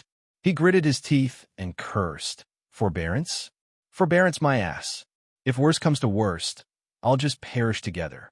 This hatred is absolutely irreconcilable. I won't turn back even if I run into a wall. The Pekingese licked up the wine on the floor and turned around in satisfaction. It staggered towards the door. It tried hard for a long time, but it still could not climb over the threshold that it could normally easily cross. The Pekingese turned around a few times in puzzlement and suddenly hit its head on the door frame. The shop owner in the opposite alley has died of illness. His wife is not good at running a business, so she wants to sell the shop and go back to her hometown. I saw that this was a rare opportunity. Lang Jun was trapped in the palace and could not come out, so I had no way to discuss it with you.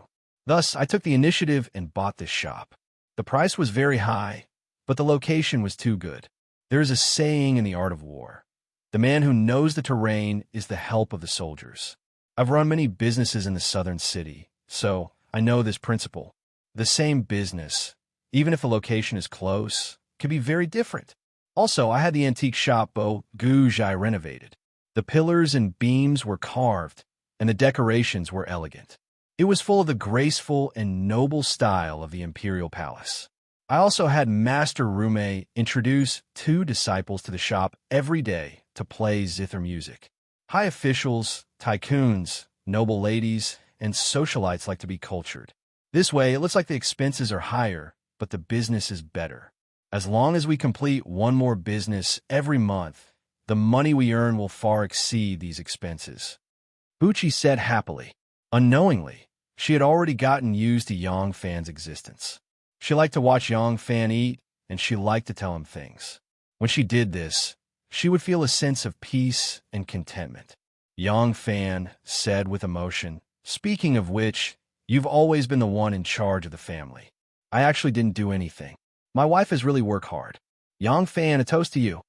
Today was the first time Yang Fan didn't need anyone to persuade him to drink to his heart's content. At this time, his handsome face was flushed. Buchi was also particularly happy today. After drinking cup after cup of rich grape wine, 2 peach blossoms appeared on her cheeks. Seeing Yang Fan toast to her, Buchi hurriedly raised her cup as well. The 2 clinked from afar and drank the wine in their cups. Yang Fan filled his cup again, then suddenly stood up and walked unsteadily toward the courtyard. Buchi followed behind him in surprise. Yang Fan walked step by step into the courtyard and stared blankly at the bright full moon in the sky. Suddenly, he knelt down. Buchi said in surprise, "Lang Jun, you are," Yang Fan said word by word. "I want to pay tribute to my parents' spirits in heaven." Buchi looked at him in surprise and said, "Lang Jun, wait." She hurriedly returned to her room and took out a cup of wine. She walked to Yang Fan's side, lifted her skirt, and knelt down gracefully. She said softly, "Your servant and Lang Jun will pay tribute to father-in-law and mother-in-law together." Chapter 326. Ayi, Anyang, Ajia. Yang Fan looked up the night sky and softly called for his family. The bright moon in the sky was as bright as a jade plate. In the dark shadow, he seemed to see the face of his strict father and mother, and the beautiful appearance of his sister. Yang Fan slowly closed his eyes as tears quietly flowed to the side of his cheeks. Although it was something that happened many years ago, whenever he thought of the charred corpses of his parents and the tragic scene of his sister being beheaded, Yang Fan's heart still felt like it was being cut by a knife. He choked with sobs and said, "Ayi, Anyang, Ajia, our family's great enemies have all been beheaded. You can rest in peace in heaven." With tears in his eyes, he gently poured a cup of wine on the ground. Xiao Man couldn't help but be secretly surprised when she heard his words. She knew that Yang Fan's parents died when he was young, but she always thought that the death of Yang Fan's parents was caused by a natural disaster. However, at this moment, from Yang Fan's words, it seemed that there was more to it. Seeing that Yang Fan was pouring wine to mourn, Xiao Man quickly followed his example and gently poured the wine in the cup in front of her. As the wine slowly poured on the ground, Xiao Man's mind flashed, and her body couldn't help but tremble. She involuntarily cried out, "Lang Jun, could it be that Qiu Shinji is Long Jun's great enemy?" Yang Fan was silent for a moment, then gently nodded and said, "Yes, my family all died in the hands of Qiu Shinji." Xiao Man saw the glistening tears in his eyes and obediently closed her mouth. She only thought in her heart, Qiu Shinji killed people like flies. Just in Boizhou of Hunan province, he killed more than 1,000 families. I don't know where Long Jun's hometown is.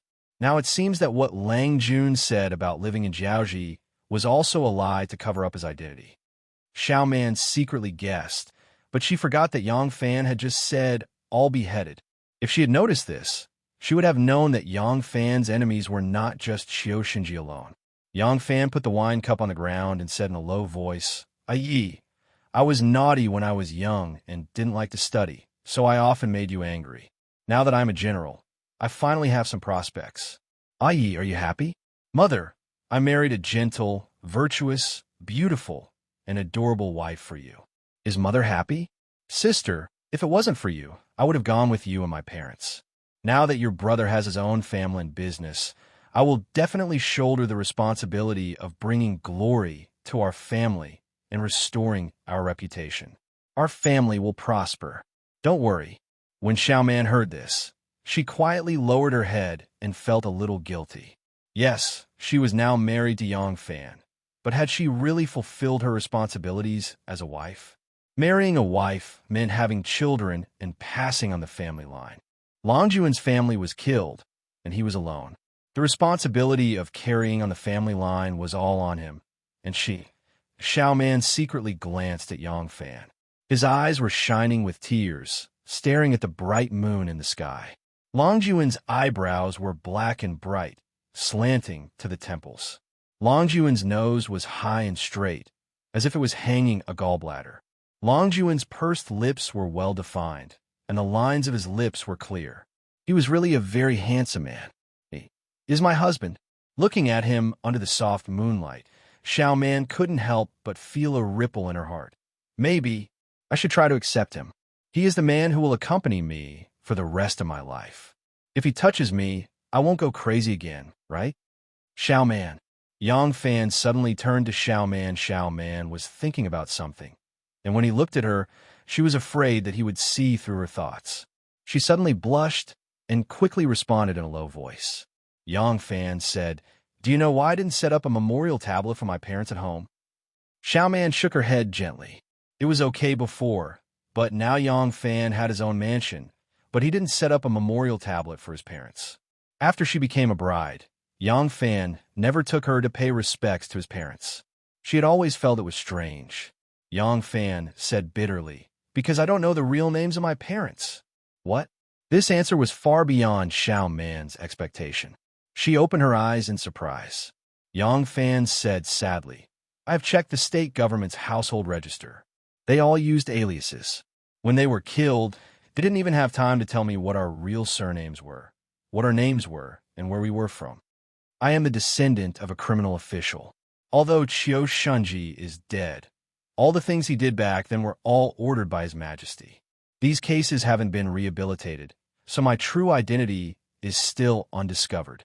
When I first came to Luoyang, I only wanted to take revenge. At that time, I only wanted to take revenge with my own strength. I never thought that I would be able to mingle in the officialdom. Now that I am an official and my enemies are all dead, I think I should be able to do more for my family."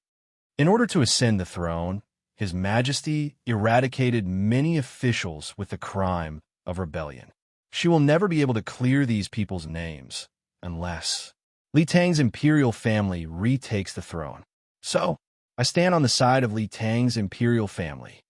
Yang Fan stared at Xiao Man and said in a low voice, "The life of an official is extremely dangerous. You have seen these days how many officials of the imperial court were incomparably glorious one moment, and then imprisoned the next moment. I have always been thinking whether or not I should tell you these secrets.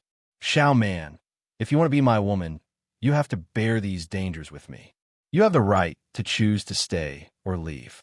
If you are willing to leave, I can give you all our property, but I don't want it. If you're willing to follow me, leave or stay, I will listen to you. Lang Jun, Xiao Man's eyes were a little moist. Her voice was very low, but her tone was firm and unquestionable. Xiao Man is Long Jun's official wife. Once I enter your door, I am yours. The oath of the Green Hut is still ringing in my ears. Xiao Man has not forgotten. I will never leave or abandon you for the rest of my life. Yang Fan was moved and gently held her small hand. Under the bright moon, the oath of the Green Hut seemed to be ringing in their ears. Hold your hand and die with your son. Hold your hand and sleep with your son. Hold your hand and be happy with your son. Hold your hand and grow old with your son. There was only one small inn in Changgu town. Because it was only a few dozen miles away from Luoyang, very few people would stay here unless they missed a place to stay. There was only one inn, and it mainly relied on selling wine to make money when guests came and went to rest. The bright moon had already hung above the treetops, so it was unlikely that any guests would come at this time. The innkeeper yawned lazily and was about to go to the back of the house to rest when there was a sudden rush of horse hooves in the distance. Immediately, he saw a fast horse rushing to the door. The innkeeper's spirit was lifted, and he quickly ordered a young waiter, "Hurry up, go, and welcome the guests." The horse stopped in front of the inn, and a person jumped off the horse. His movements were extremely agile. This person was wearing a green riding suit and had a beautiful handlebar mustache. He was an elegant young man. "Take the horse and feed it. Use the best bean fodder. Send the saddle to my lodging." The person gave the order and walked into the inn while shaking his horsewhip. He said in a clear voice, "Innkeeper, arrange a good guest room for me and 2 tables of good banquets for me." The innkeeper was surprised, and he said, "This guest, you mean 2 tables of banquets?" The young man smiled and said, "Yes, 1 table is fine, but there is no need for too many dishes. Send it to my room. The other table should be more sumptuous, and it will be placed in this living room. In a while, my 6 brothers will come, and you can even prepare a room for them in advance." When the innkeeper heard that there was business coming, he couldn't help but smile and quickly agreed. He ordered the kitchen to prepare wine and dishes, and personally led the young man to the guest room. Not long after, there was a chaotic sound of horse hooves outside the inn. Sure enough, there were 6 fast horses galloping over. These 6 people were all strong men in their 20s or 30s, and their mounts were also extraordinary. At a glance, it was obvious that they were long-distance horses with extraordinary endurance. There were sabers hanging on the front of the saddle, and they carried saddlebags on the back. Like the young man who had arrived earlier, they were all long-distance travelers. The innkeeper had already been warned by the young man, and when he saw the 6 people arriving, he immediately went up to greet them. Among the 6 people, a middle-aged man with a square face and big ears looked at the horse that was being fed in the corridor and said to the innkeeper, "Innkeeper, prepare a few superior rooms for us, and also some food for us." The innkeeper rubbed his hands and said with a smile, "Dear guests, the 6 superior rooms have been prepared for you, and the food has also been prepared. Please come in quickly." The middle-aged man pointed at him with his horsewhip and said with a smile, "Innkeeper, you really know how to do business, and your polite words are so intimate. If I didn't know better, I would have thought that you were a fortune teller." The innkeeper smiled and said, "How could this old man have that kind of ability? Didn't you have a friend who arrived a step earlier?" He was the one who told this old man, and this table of dishes was also ordered by him. He also said that he was indebted to you for escorting him all the way from the foot of Mount Shaohua, and that he was very grateful. This table of dishes is a token of his appreciation. When the 6 knights heard this, they couldn't help but look at each other with a wry smile, and one of them muttered to himself, "So, our tracks have long been discovered by her." In the room, the young man with the handlebar mustache gently tore off the 2 tufts of mustache on his face, and mischievously made a face at himself in the mirror. Only then did he get up and walk to the basin, and gently washed away the disguise on his face, gradually revealing a beautiful face that was both happy and angry. It turned out that this young man with the handlebar mustache was actually Tin Ano in disguise. She opened the saddle, took out a set of light clothes, and put it on, then returned to the table and sat down. There were already a few light dishes on the table, and there was also a pot of good wine. Tin Ano poured a cup, raised it in her hand, and smiled sweetly. Her heart was very, very small, so she had never asked anyone to live in it. Once she asked someone to live in it, her heart would be filled to the brim, and there would be no room for anyone else. Ever since she opened her heart and poured all her affection on Yang Fan, this girl who had closed herself off for many years could no longer extricate herself. If you love someone too deeply, your heart will be intoxicated. Tomorrow, she would be able to see him again. Thinking of this, before Anu drank, she was already intoxicated with happiness. Chapter 3:27. Today, Yang Fan had gotten his revenge and fulfilled his wish. Naturally, he was incomparably happy. He had fulfilled his responsibility to the deceased. From now on, he would live for himself and for the living. The days to come would be even more meaningful to him. He wanted to build a career, bring glory to his family, and not disappoint Warner's infatuation. He also wanted to find his younger sister who had been separated from him when he was young. There was a feeling of sweetness after bitterness. That night, Yang Fan was dead drunk. Growing up to this age, this was the first time Yang Fan had let down his guard and let himself get drunk. Xiao Man struggled to carry Yang Fan and staggered into the bedroom. She never knew that a person could be so heavy when drunk. Let him sleep on the bed tonight. I'll just make the bed on the floor, Xiao Man thought as she carried Yang Fan to the bed. She bent down and was just about to gently place him on the bed when Yang Fan fell head first. Xiao Man cried out. Being dragged by him, she lost her footing and fell into his arms. Xiao Man was ashamed and embarrassed. She wanted to break free, but one of her arms was firmly pressed under Yang Fan's body. She couldn't pull it out at all. Xiao Man struggled with all her might. Yang Fan seemed to be very uncomfortable. He suddenly turned over, lifted his thigh, and put on Xiao Man's waist, firmly holding her. Xiao Man was scared stiff. Her whole body was as stiff as a bow, and she didn't dare to move. She looked nervously at Yang Fan. Yang Fan's cheeks were red, and he was snoring loudly. A sweet snore rang out in an instant. Xiao Man didn't know whether to laugh or cry. She tried hard to pull her arm away, but she still couldn't. Xiao Man rolled her eyes and pushed hard against Yang Fan's thigh again. His thighs were so thick and powerful. It took Xiao Man a lot of effort to loosen his thighs that were stuck on her waist. Xiao Man was delighted and continued to increase her strength. Seeing that Yang Fan was about to fall asleep on his back, Yang Fan suddenly grunted with dissatisfaction and turned his body over with force. Pa! That thigh was once again clamped on her waist. His knee was pressed against the back of her waist, and a big hand slapped hard on her buttocks. All previous efforts were wasted. This time, the two of them were even closer. Xiao Man was lying in a very warm position in Yang Fan's arms. Her only free arm was also held by Yang Fan. Xiao Man was ashamed and angry, but she couldn't break free. I didn't hit him. After struggling for a while, Buqi, who was unable to get rid of Yang Fan, stopped gasping for breath. Suddenly, she was surprised to find that she did not go crazy just now. No one knew better than her what was wrong with her. Wu Huing, that sickly invalid, was not her first victim. She was brought to Chang and when she was a child and served Miss Gongsun for only about a year and a half. Later, she caught the eye of her master and became one of the candidates for the Empress Dowager's close female guards.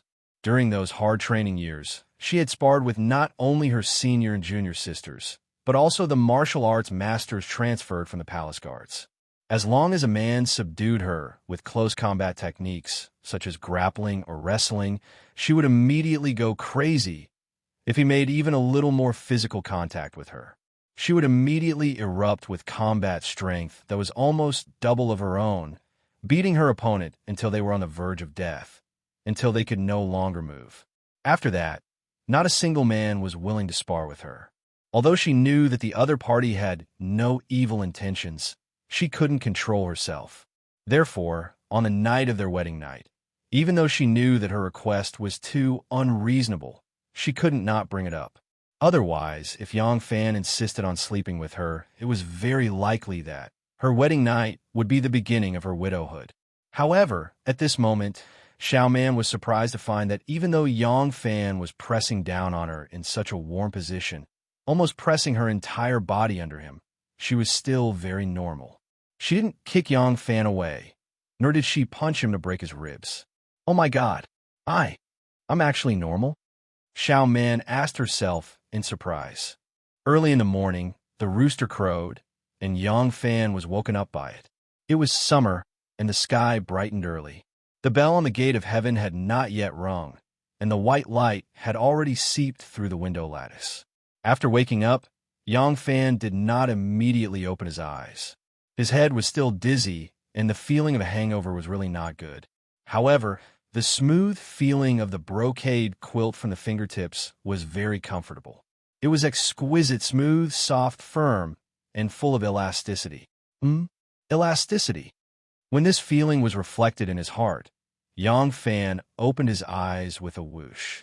What came into view was a head of glossy black hair.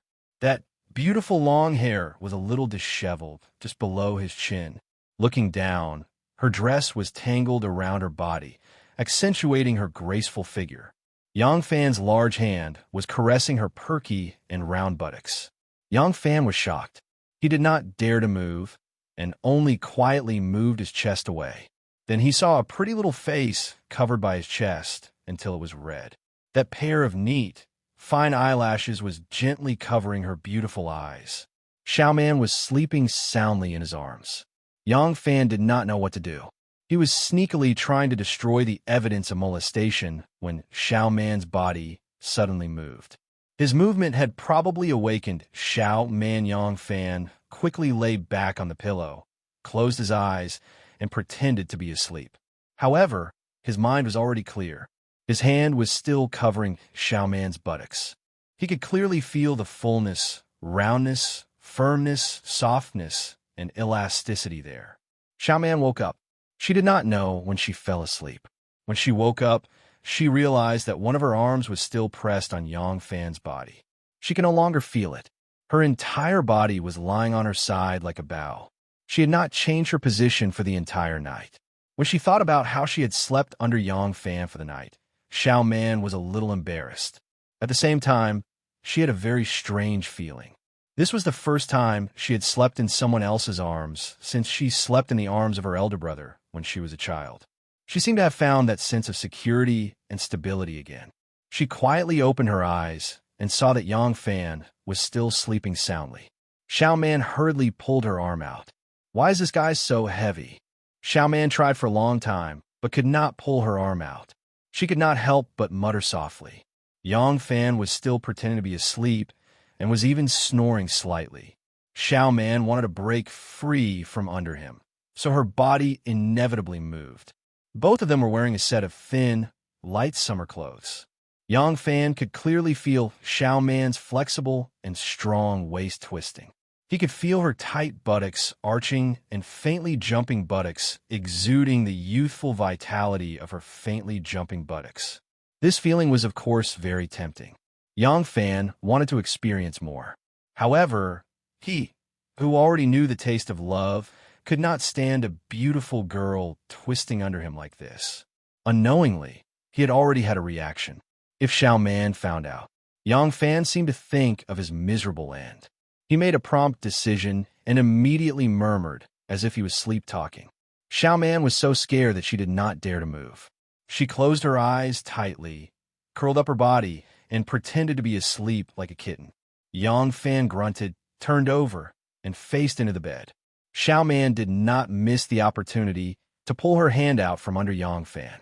The two of them cooperated seamlessly. Xiao Man tiptoed to the ground and let out a long sigh of relief.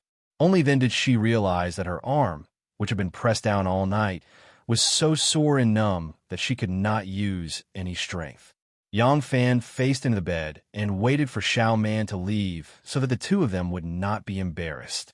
However, he waited for a long time and did not hear the sound of the door opening. Yang Fan was secretly wondering if he should wake up at this time. Suddenly, he felt the bed sink. Xiao Man seemed to have quietly climbed onto the bed again. What is she doing? Yang Fan wondered curiously while snoring. He felt Xiao Man's breath brushing against his ear. Yang Fan quietly opened his eyes a little and saw Xiao Man quietly reach over him and grab a set of bedding placed in the bed. Then, she slipped away like a thief. Soon, Yang Fan heard a rustling sound coming from the floor. Yang Fan, who understood, could not help but reveal an expression that did not know whether to laugh or cry. Xiao Man laid out the bedding and looked at Yang Fan, who was still sleeping. She playfully stuck out her tongue and lay down with her clothes on. She gently pulled the thin quilt to cover her body. Xiao Man suddenly missed his embrace. Dang! Dang! Dang! The bell and drum on the heavenly gate rang together. Yang Fan and Xiao Man woke up at the same time. The two of them smiled at each other and said, "Morning." Both of their smiles seemed to carry a hint of complacency. Recently, there had been a lot of things happening in the court. Wu Ziqian had changed the rule of a court meeting every other day. Now that the political situation had stabilized, the rule of a court meeting every other day had been restored. Yang Fan's left Featherwood Guard had been swapped with the right Featherwood Guard since yesterday evening. He would have at least half a month of rest. Yang Fan was a soldier. Of course, it was impossible for him to stay at home every day. However, this period had been really tough. It was easy for him to take a few days off. His immediate superior was Yi Huli. How could he not make it convenient for him? After breakfast, Yang Fan left home to look for Zhao Yu. When he first met Zhao Yu, it was because he was Zhao Yu's informant. Although he later found out that Zhao Yu was Shun Mu's informant in Luoyang, his public identity was still that of spy.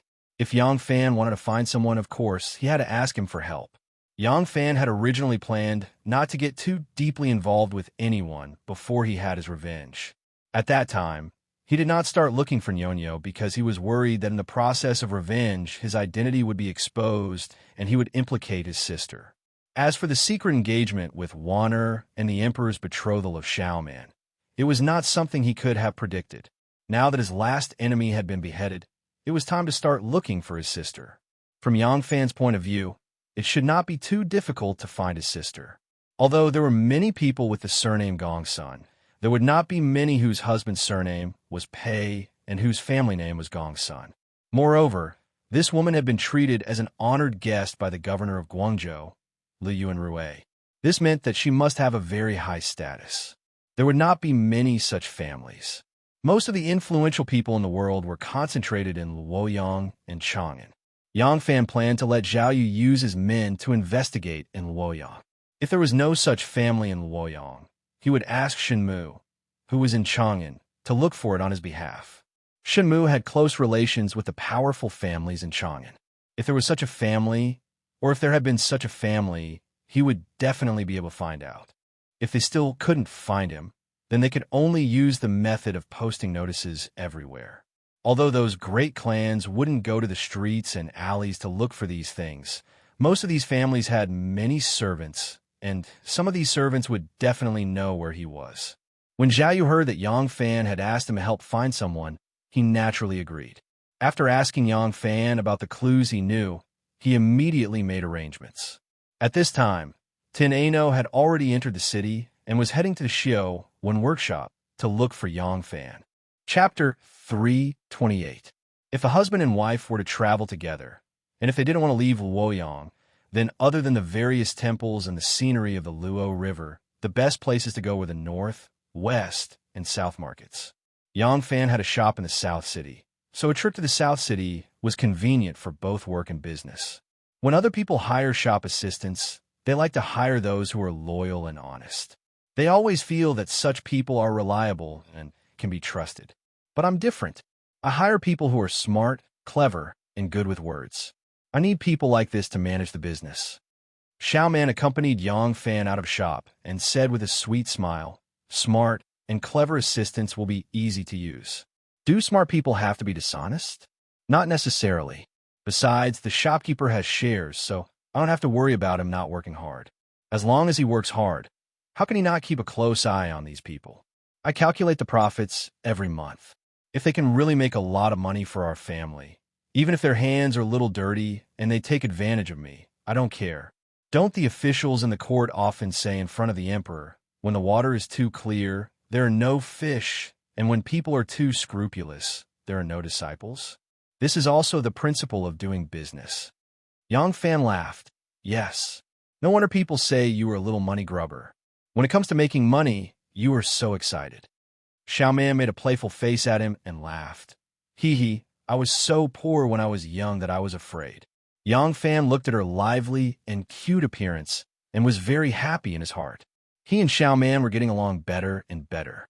This kind of situation, compared to the awkward situation they were in when they first got married, could not be mentioned in the same breath. Those days were a kind of torture for both of them. Lang Jun, look, that is the shop I just bought. That shop was originally in the silk business. Our family already has a silk shop, but the location is not as good as this one. I plan to renovate this place and move our family silk shop here and open a gold bank in its original location. As Xiao Man spoke, she walked side by side with Yang Fan into the shop that had yet to be renovated. Not far away, Tin Ano leaned powerlessly against the red pillar at the entrance of Bogu Zhai. 2 streams of tears rolled down his cheeks. She excitedly rushed to the show and workshop and inquired about Yang Fan's whereabouts. Unexpectedly, what she heard was not only the good news of Yang Fan's promotion to Lang General, but also the news of the emperor's bestowal of marriage and Yang Fan's marriage. At that moment, Anu felt as if she had been struck by lightning. She didn't even know how she left the cultivation workshop. Anu was in a daze, but she still remembered the address of Yang Fan's new residence. Unknowingly, she had arrived at the fortune house in the Yang mansion. Anu saw the scene of Yang Fan and his bride affectionately leaving the house and going to the southern city together. She followed them all the way, watching them go in and out together, loving, and her heart was completely broken. Unlike other women who had experienced a change in love, Tin Ano's painful experience of being abandoned by her family at a young age made her not dare to trust anyone again, and she didn't want to give her heart to anyone again. Until she met Yang Fan and was unknowingly attracted to him. It wasn't until she was on the brink of life and death that she was moved by Yang Fan's act of using his blood to save her. Her heart had been sealed in ice for many years. Once she opened her heart and fell in love with someone, that feeling was the most sincere, the most passionate, and the most difficult for her to control. So correspondingly, when she was hurt, that pain was also the most unbearable for her. The summer was scorching and the weather was extremely hot. Anu leaned against the red pillar, but her body was shivering. Her heart seemed to be immersed in an ice house, and there was no trace of warmth left. From the top of Mount Hua, she threw herself off the cliff with the determination to die, and then escaped from death, giving up everything in the past. Her only belief in survival, her only pursuit of happiness, all came from the man she had fallen in love with. If she had frozen her feelings in the past, not letting herself fall in love with anyone, not trusting anyone completely, although there was no happiness, there was also no pain. Now, her heart was being cut open by the wind blades and frost swords, wreaking havoc and tormenting her. It was so painful, so painful. Behind her was Bogu Zhai.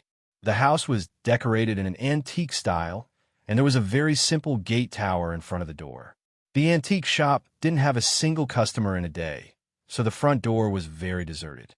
Inside the shop, there was a disciple hired from great master Rume, who was playing the zither. Anu was proficient in music, and she could tell that it was Parting the Swallow. Parting the Swallow? How could it match her current mood? That melancholy music accompanied her heart, dripping blood with every sound. Yang Fan and Xiao Man came out of the shop that hadn't finished renovating, talking and laughing as they walked over. Tin Ano hurriedly turned around and quickly walked away. Clear tears gathered in her eyes like pearls. Anu's heart was bleeding, but she refused to let the tears fall. You said you love me. Is that true? I want to hear you say it. Yes, I love you. Yang Fan, I love Anu. Then it's fine. Death, what's so great about it? The words were still ringing in her ears, but when she thought back, every word was like a knife. Tin Ano left Nan City as if she was fleeing. The 2 lines of tears that she had been holding back for a long time finally wetted her clothes when she stepped out of the Nan City Square. If you love someone too deeply, your heart will be intoxicated. If you are hurt too deeply, your heart will be broken. Anu's heart was already in pieces. Wu Chengxi raised his drunken eyes and looked coldly at his confidant standing in front of him. He asked in a low voice, "What did Eunuch Jing say?" The confidant said, "Eunuch Jing said that on that day, Di Renjia entered the palace to make a secret report. Then the emperor sealed off the 9 cities and summoned Li Zhaoda urgently. After a discussion with Li Zhaoda, he summoned Wu Yuyi and Lai Junshan to arrest Qiu Shinji and Zhou Xing." Wu Chengxi's eyes narrowed slightly, and he said coldly, "Di Renjia, Li Zhaoda." His eyes widened, and he asked sternly, "Did Eunuch Jing say what secret memorials they submitted to the Son of Heaven to anger the Son of Heaven?" The confidant said, "Eunuch Jing didn't tell me about this. He told me that when Di Renjia reported to the emperor, he asked the emperor to dismiss everyone. Even Shangguan Daiji temporarily left Wu Cheng Hall, so no one knows what he reported to the emperor." Wu Chengxi gritted his teeth and sneered, "I knew it.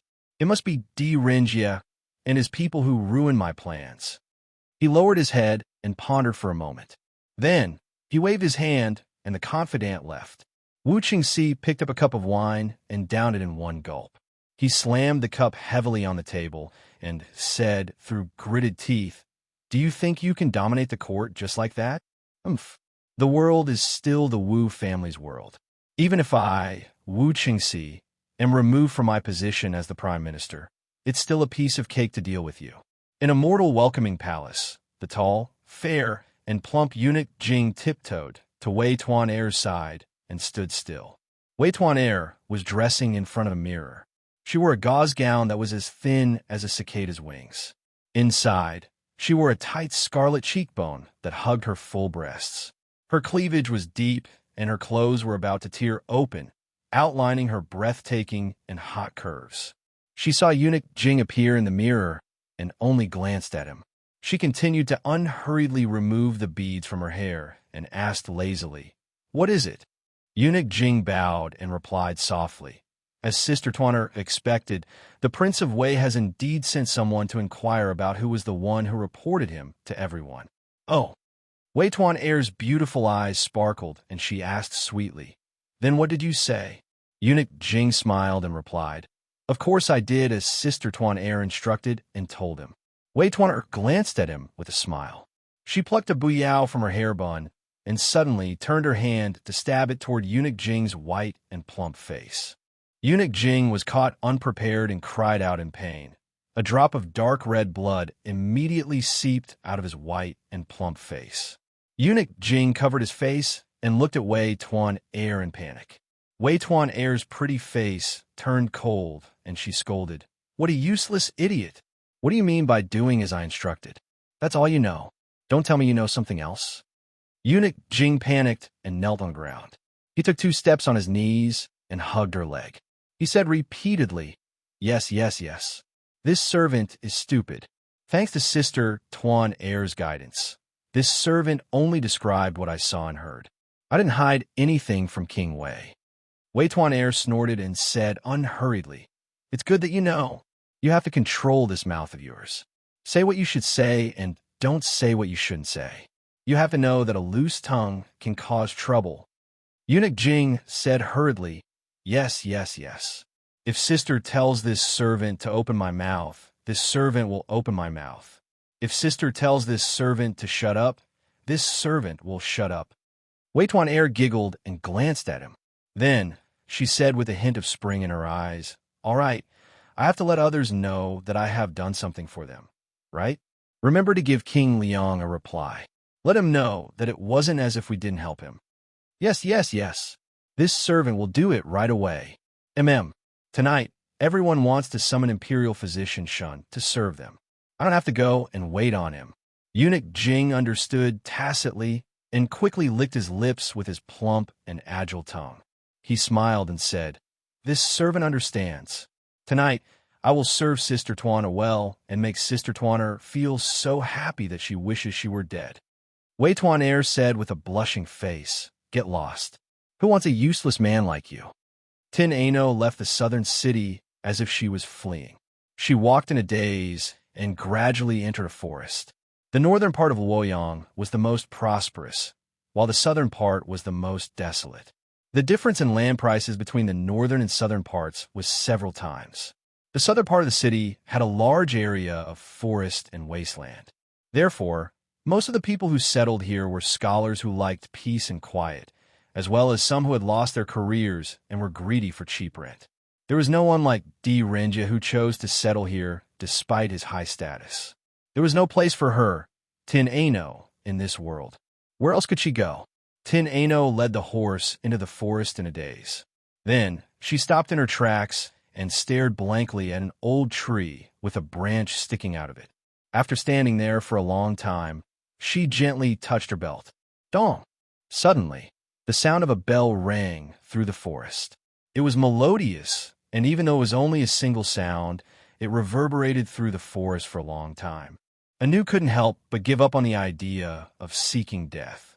She followed the sound.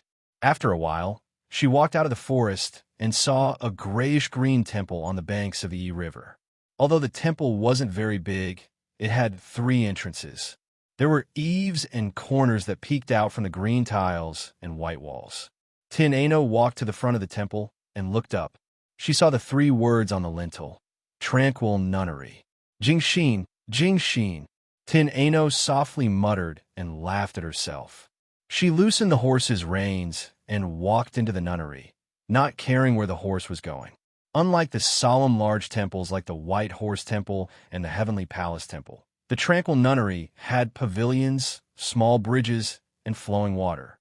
Even the 7-story pagoda, which wasn't too tall, had soft and smooth lines.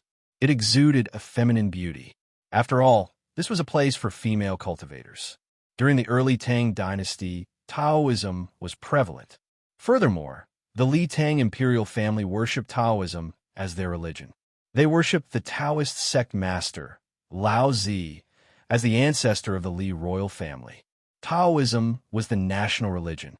Therefore, there were many Taoist temples and many people who entered Taoism. Because the imperial court strongly supported Taoism, women who entered Taoism didn't have to worry about starvation. Therefore, many poor women became Taoist priests.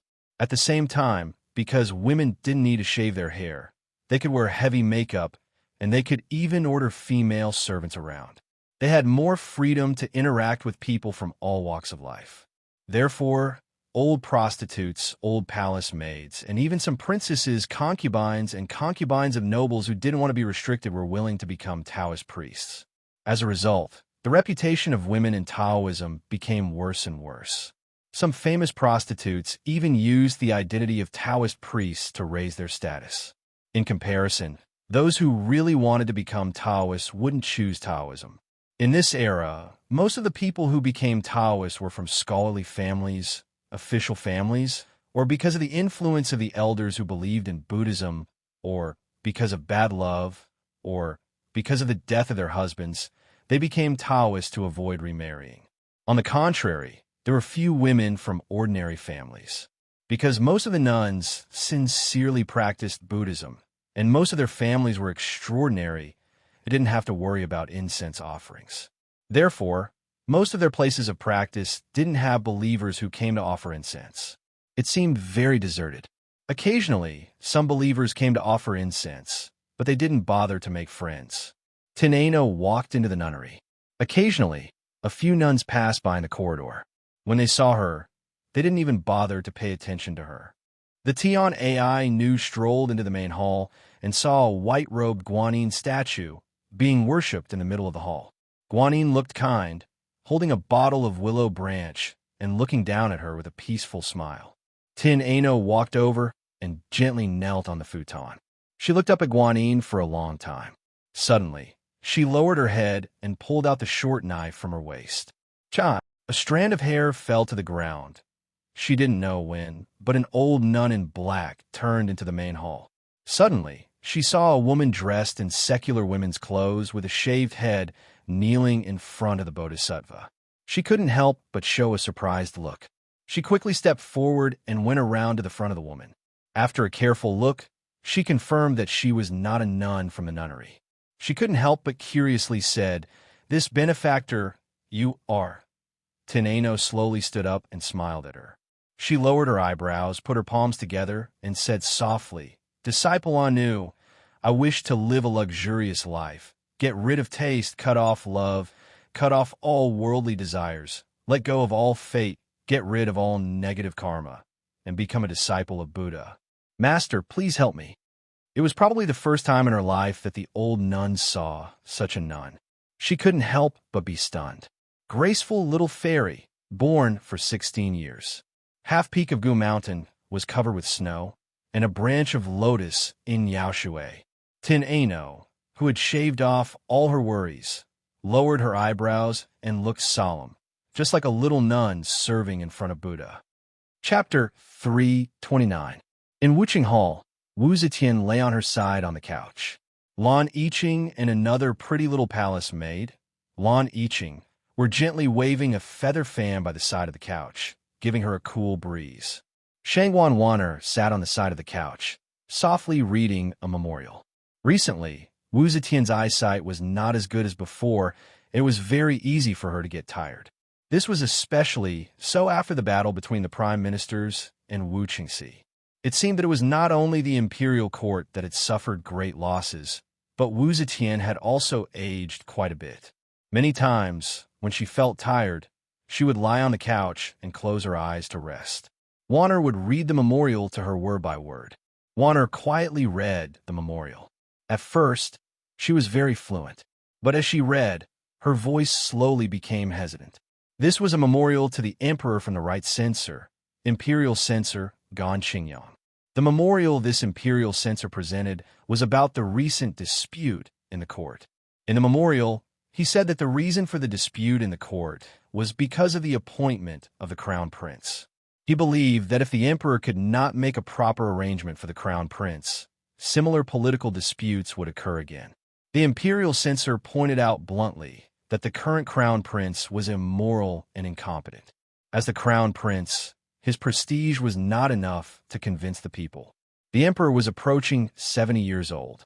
For the stability of the country, a suitable candidate for the crown prince should be chosen as soon as possible to avoid unrest in the court and suspicion among the officials.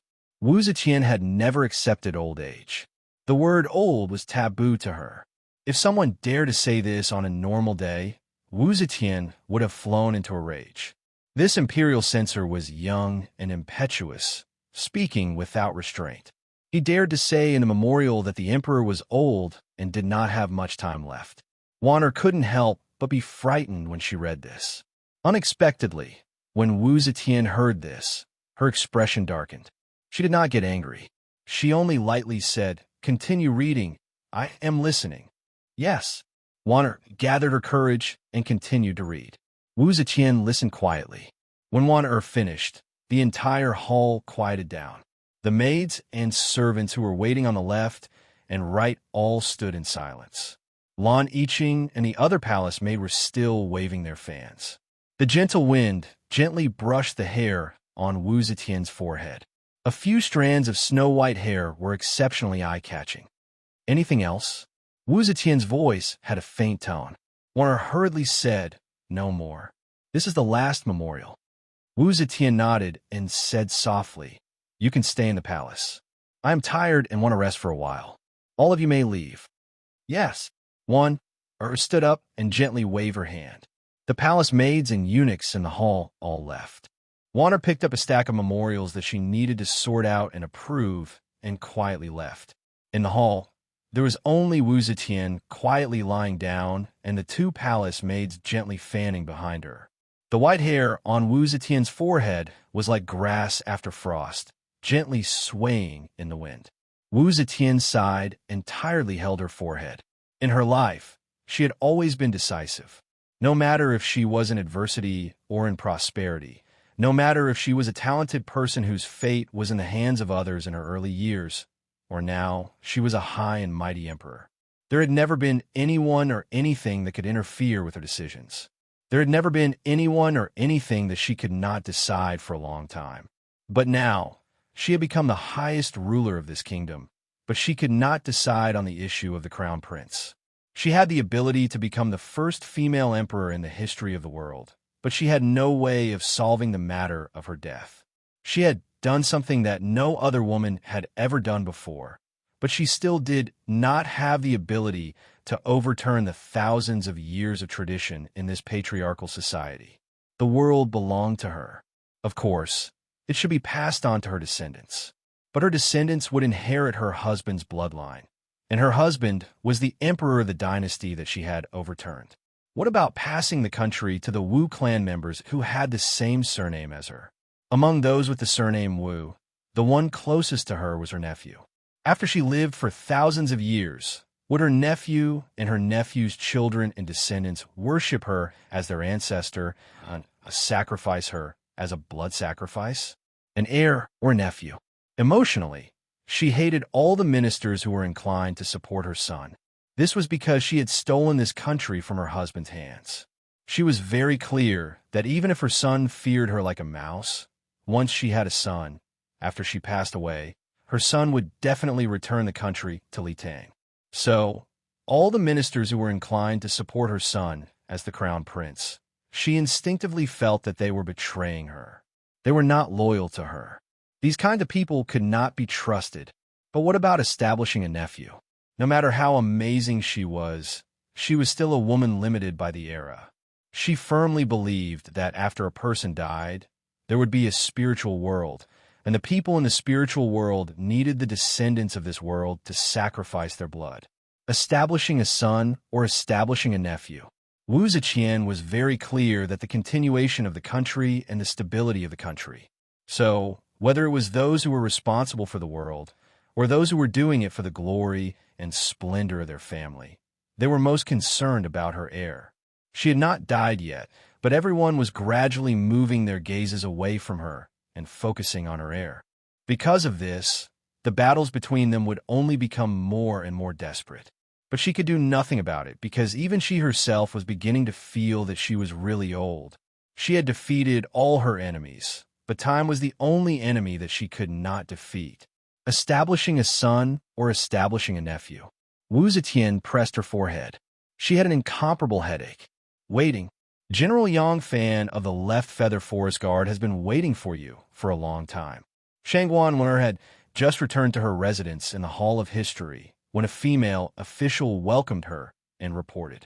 This female official was called Fu Qingqing, and she was also Wan'er's confidant. Recently, Wu Zetian's energy was not as good as before, and the burden on Wan'er's shoulders was even heavier. Every day, there were large amounts of government affairs that needed to be dealt with, so Wan'er transferred a few confident female officials to her side to help her deal with government affairs. The Hall of History had opened up a few rooms for these female officials and her to deal with government affairs. Her original residence was divided by a screen into a study and a bedroom, a place for her to rest and meet with guests. Oh, Shangguan Wan'er's heart was filled with joy, but she pretended to be calm on the surface. I called him over. There are some matters regarding the defense of the palace that need to be told to him. These memorials have already been approved by everyone. Take them, organize them, and then send them to the Hall of Governmental Affairs. Yes, Fu Qingqing replied and took a stack of memorials from Shangguan Wan'er's hands. Shangguan Wan'er took the remaining memorials and walked gracefully to her residence. The door opened and Shangguan Wan'er flashed in. She glanced at the desk, but when she did not see Yang Fan's figure, she couldn't help but be startled. Immediately after, a large hand suddenly reached out from behind her, wrapped around her slender waist, and pulled her into his embrace. At the same time, the door was tightly shut. Young master. Ah, Shangguan Wan'er happily raised her eyes. She had just clearly seen Yang Fan's handsome face when he kissed her on the mouth. Wan'er moaned and closed her beautiful eyes. She gently wrapped her arms around his neck, her lilac tongue docilely meeting his. A pile of memorials describing the state affairs of the Marquis of Xiong scattered on the floor. There was no time to care about them.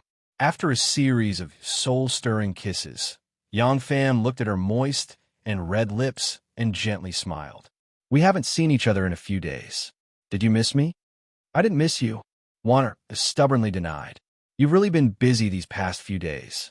White Horse Temple, the Liang household, golden hairpin drunkenness, calling friends, and being so lively. When have you ever thought of me? Do you want me to think of you? Yang Fan laughed. Oh my, Warner knows my whereabouts very well.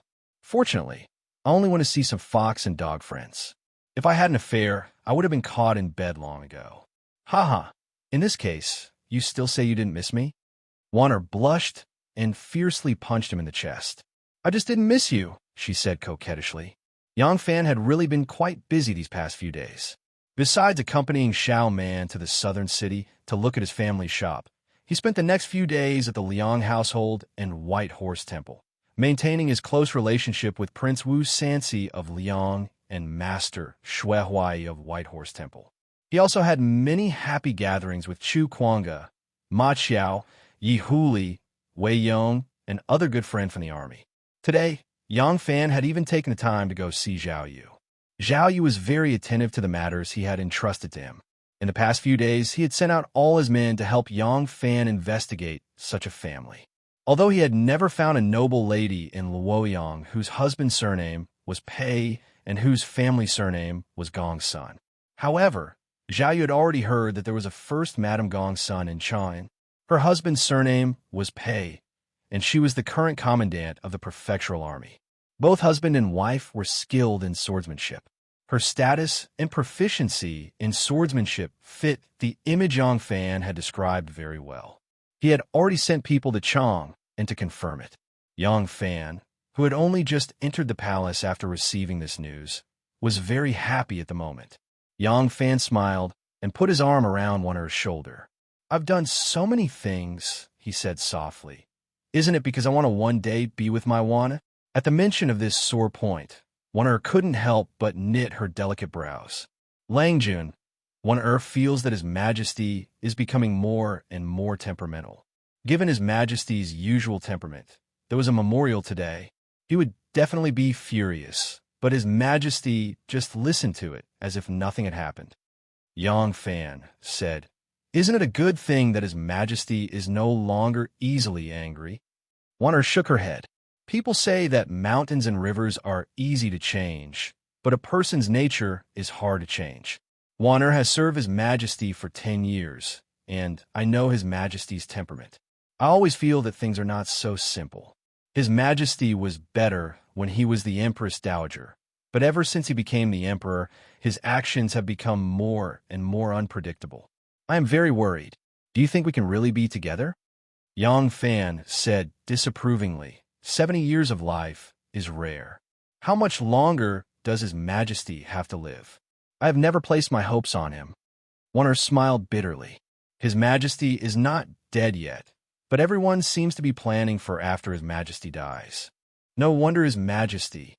Langjun, do you think that after the new emperor ascends the throne, we will definitely be together? Yang Fan said, That is why I am working hard to fight for more connections and more power. Even if my wanderer is the moon in the sky, as long as I have enough power, I can pluck you down. Don't you think so? Chapter 330.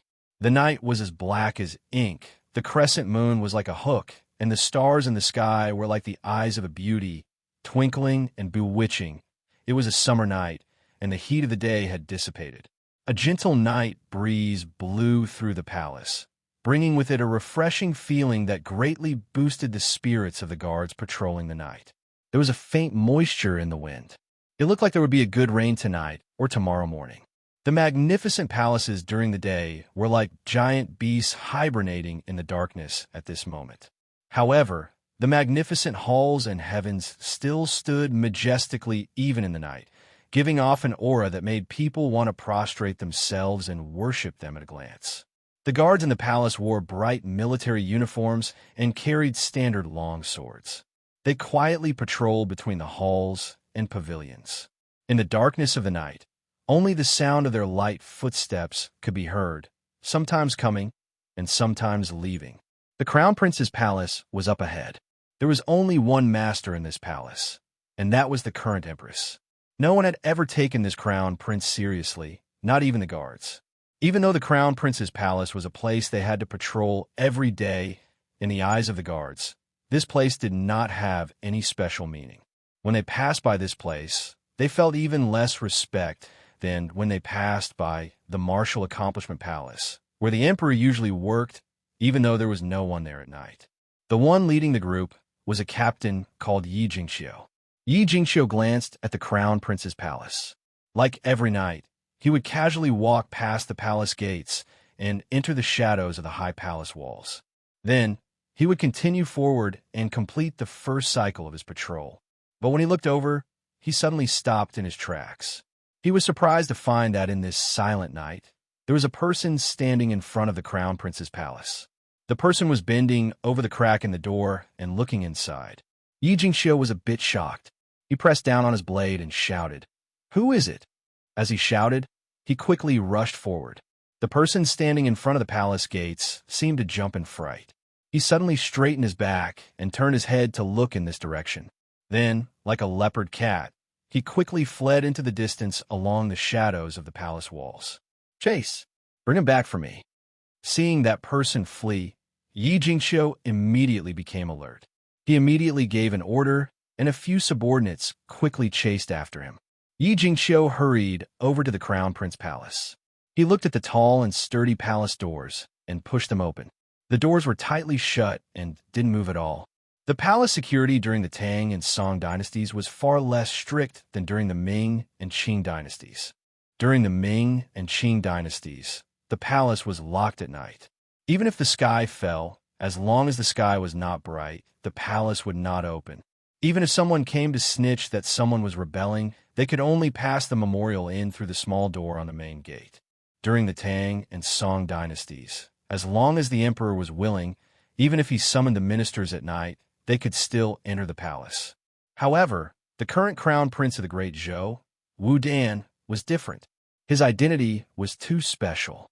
He knew very well that his position as crown prince was created by his mother to appease the people. There were too many people in the Wu clan who desired his position as crown prince, so he was usually very cautious. During the day, without the emperor's orders, he would not take a step out of the crown prince palace. At night, the palace doors would be tightly closed. There was no way for servants to come and go. This was what Yi Jingxiu felt suspicious about. There were 2 palace lanterns hanging on the 2 sides of the crown prince palace. Although the light was not very bright, it was still enough to see the ground. Yi Jingxiu rushed to the palace doors and pushed them. The palace doors did not budge. He looked up and down and suddenly found that there seemed to be something stuffed under the door. Yi Jingxiu's heart jumped. He quickly bent down and grabbed the thing. It was actually a letter. Yi Jingxiu looked at it under the light. There was nothing written on the surface of the letter. At this time, someone inside the palace yawned and lazily asked, "Who is it? Why are you knocking on the door in the middle of the night?"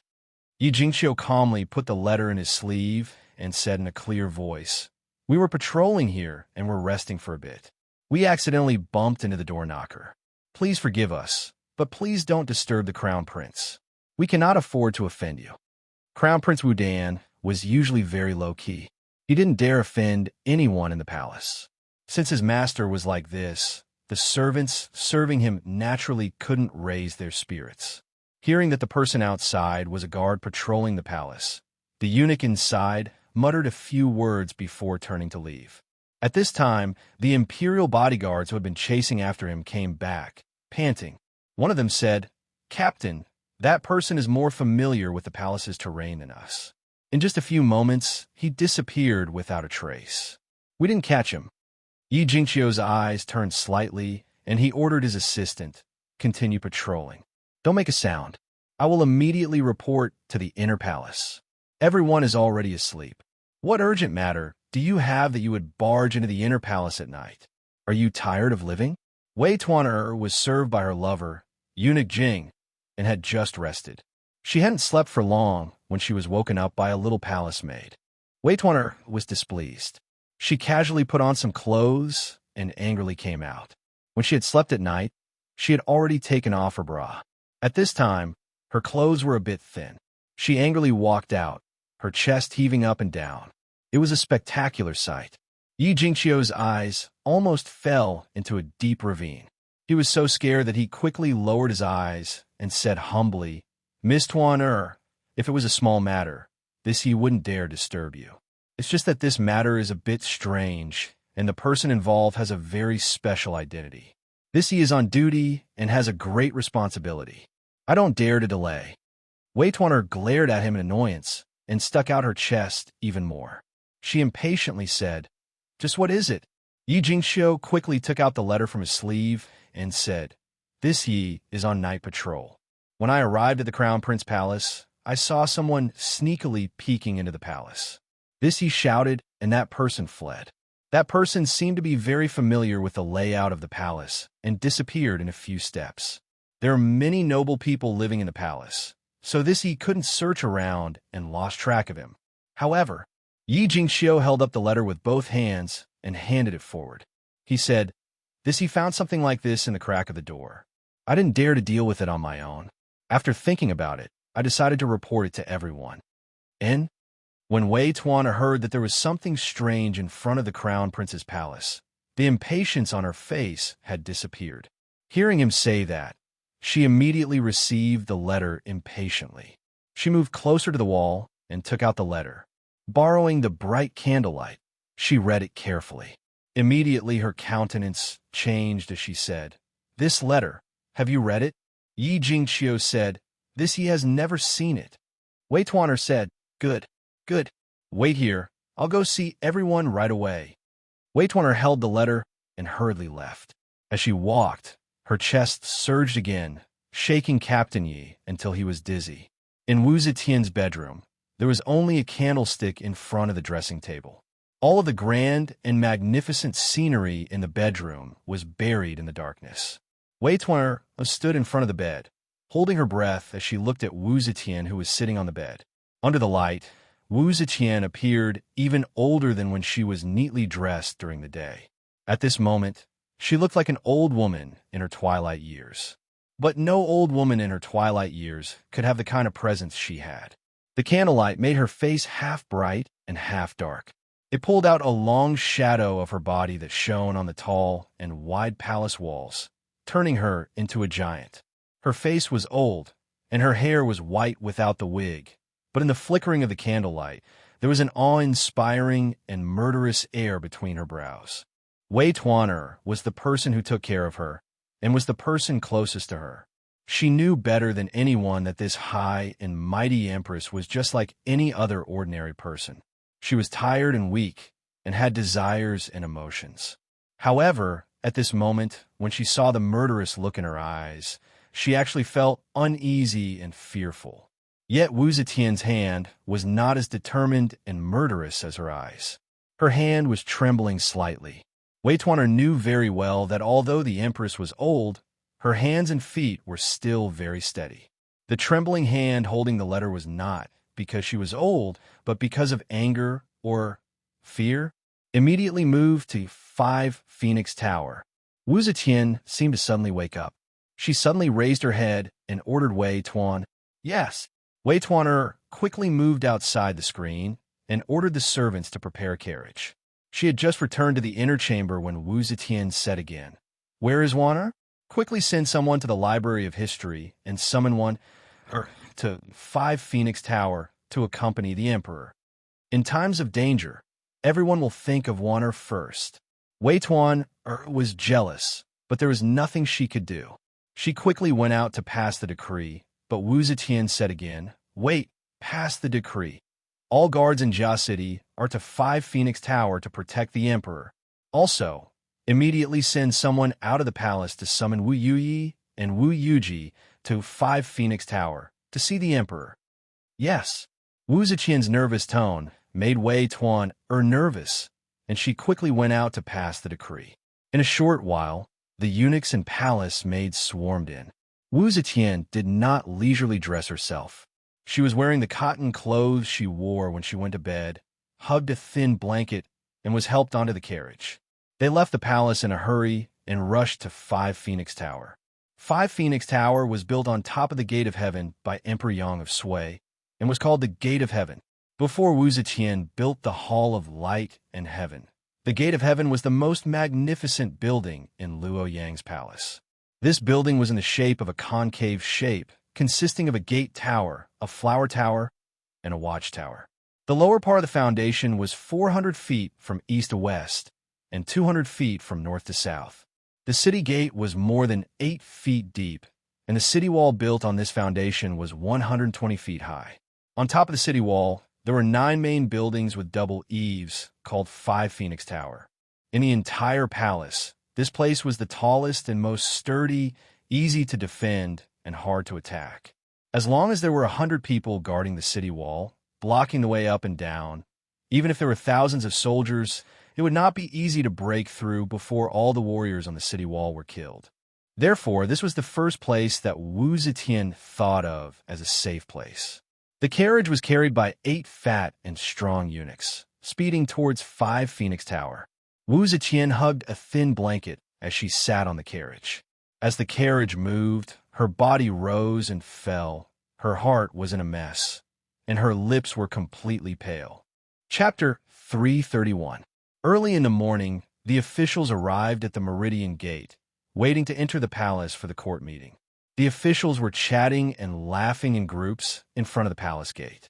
No one noticed that the security at the top of the city wall was tighter than usual. In Wufeng Tavern, Wu Zetian was dressed neatly and regained the majesty of an emperor. She looked down from above at the civil and military officials gathered in front of the Meridian Gate. Even though her vision was blurry and she could only see vermilion and could not see the faces of those people clearly, she still looked at them very seriously. "Warner, did you see clearly that Di Renjie is here?" "Yes, everyone. Di Renjie is here. He is standing with Pei Xingbin and Ren Jigu, chatting and laughing." Pei Xingbin and Ren Jigu were the prime ministers who were added after Wei Fangji, Su Liangxi, and Sun Zhongxian died in prison or died of illness. Although Warner was a close official of the emperor, she had always been very respectful to the prime ministers. Other than in public, she would call the prime ministers by their names according to some special etiquette requirements. She had always addressed them respectfully as certain prime ministers. Today, she was standing at the top of the 5 Phoenixes restaurant and whispering to Wu Zetian, but she called them by their names. "Yes, Pei Xingbin and Ren Jigu are here too." Wu Zetian sighed in relief and muttered to herself, "It seems that the news has not been leaked." Warner comforted her. That person failed to deliver the letter. Even though he managed to hide his tracks, the palace is heavily guarded. It will be difficult for him to escape. These people must not know that the matter has been exposed. Yes, Warner is right. A relaxed smile appeared on Wu Zetian's face.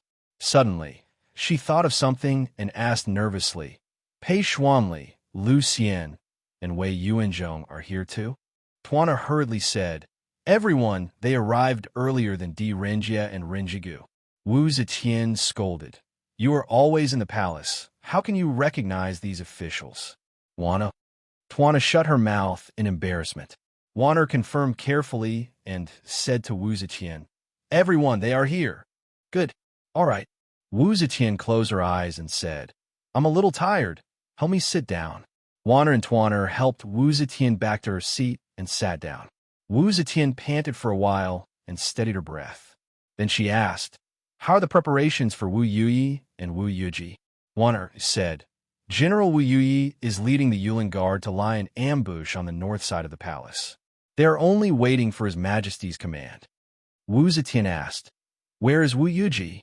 Just as she said this, a military officer dressed in the commander's uniform of the internal guards rushed up to the heavenly gate.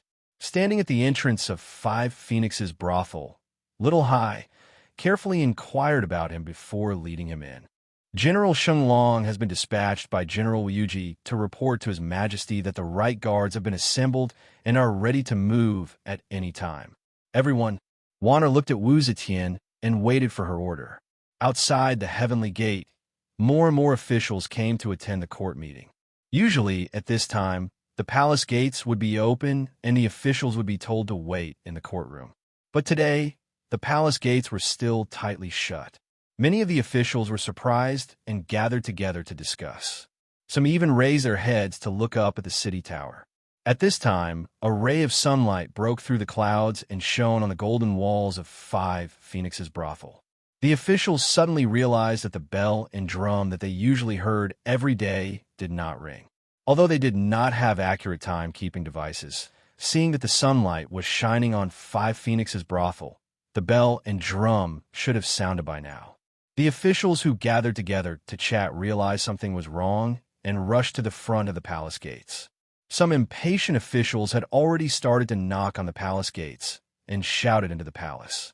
Commander of the left guards, Sheng Long, was still kneeling on one knee, holding his sword with his head lowered. Wu Zetian subconsciously rubbed the armrest of the dragon chair. Wanner asked again, "Everyone." Wu Zetian's body trembled slightly, and she said in a low voice, "Let's begin." Wanner breathed a sigh of relief and waved her hand at the palace gates. Little Hai immediately waved his horsetail whisk, and 2 little servants rushed to the bell and drum tower. The eunuch of the drum and bell department shouted, "Sound the scenic cloud bell." Dang! Dang! Dang! The 8 little eunuchs worked together to lift up the big log that was ringing the bell and rammed it against the huge bronze bell that was hanging in the bell tower. Sound the heavenly drum. Dang! Dang! Dang! Dang! Dang! Dang! Dang! 8 fat and strong eunuchs also hit a row of drums in the drum tower at the same time. The 8 of them moved as one. Every hit brought a kind of rhythmic beauty. The servants in charge of beating the drums and bells in Luoyang City had been waiting for a long time. The moment the bells and drums on top of the heaven gate and beside the 5 Phoenixes pavilion rang, the bells and drums in the city echoed in unison. For a moment, the sound of bells and drums echoed throughout the city. Dang! Dang! Dang! Dong! Dong! Dong! Dong! Dong! The officials in front of the Meridian Gate had their doubts dispelled. They straightened their clothes and lined up neatly, ready to enter the palace when the Meridian Gate opened. Dang! Dang! Dang! Dang! Dang! Dang! Dang! Dang! Dang! On the north side of the palace, the Yulin royal guards who were lying in ambush in Yunbi City, Yaoi City, and the warehouse came out in full force. Dang! Dang! Dang! Dang! Dang! Dang! Dang! Dang! Dang! The right sentinels lying in ambush in Shangyang Palace were armed with spears and halberds, their blades reflecting the sun. The right sentinel General Wu Yuji was fully armed as he mounted his horse, drew his sword and swung it forward. Countless soldiers and horses surged out of Shangyang Palace like a tidal wave. Sitting on the throne, Wu Zetian's face twitched as she listened to the continuous beating of the drums and bells. She clenched the secret letter until it was crumpled into a ball. Suddenly, she threw it on the ground. This secret letter was presented to the Crown Prince.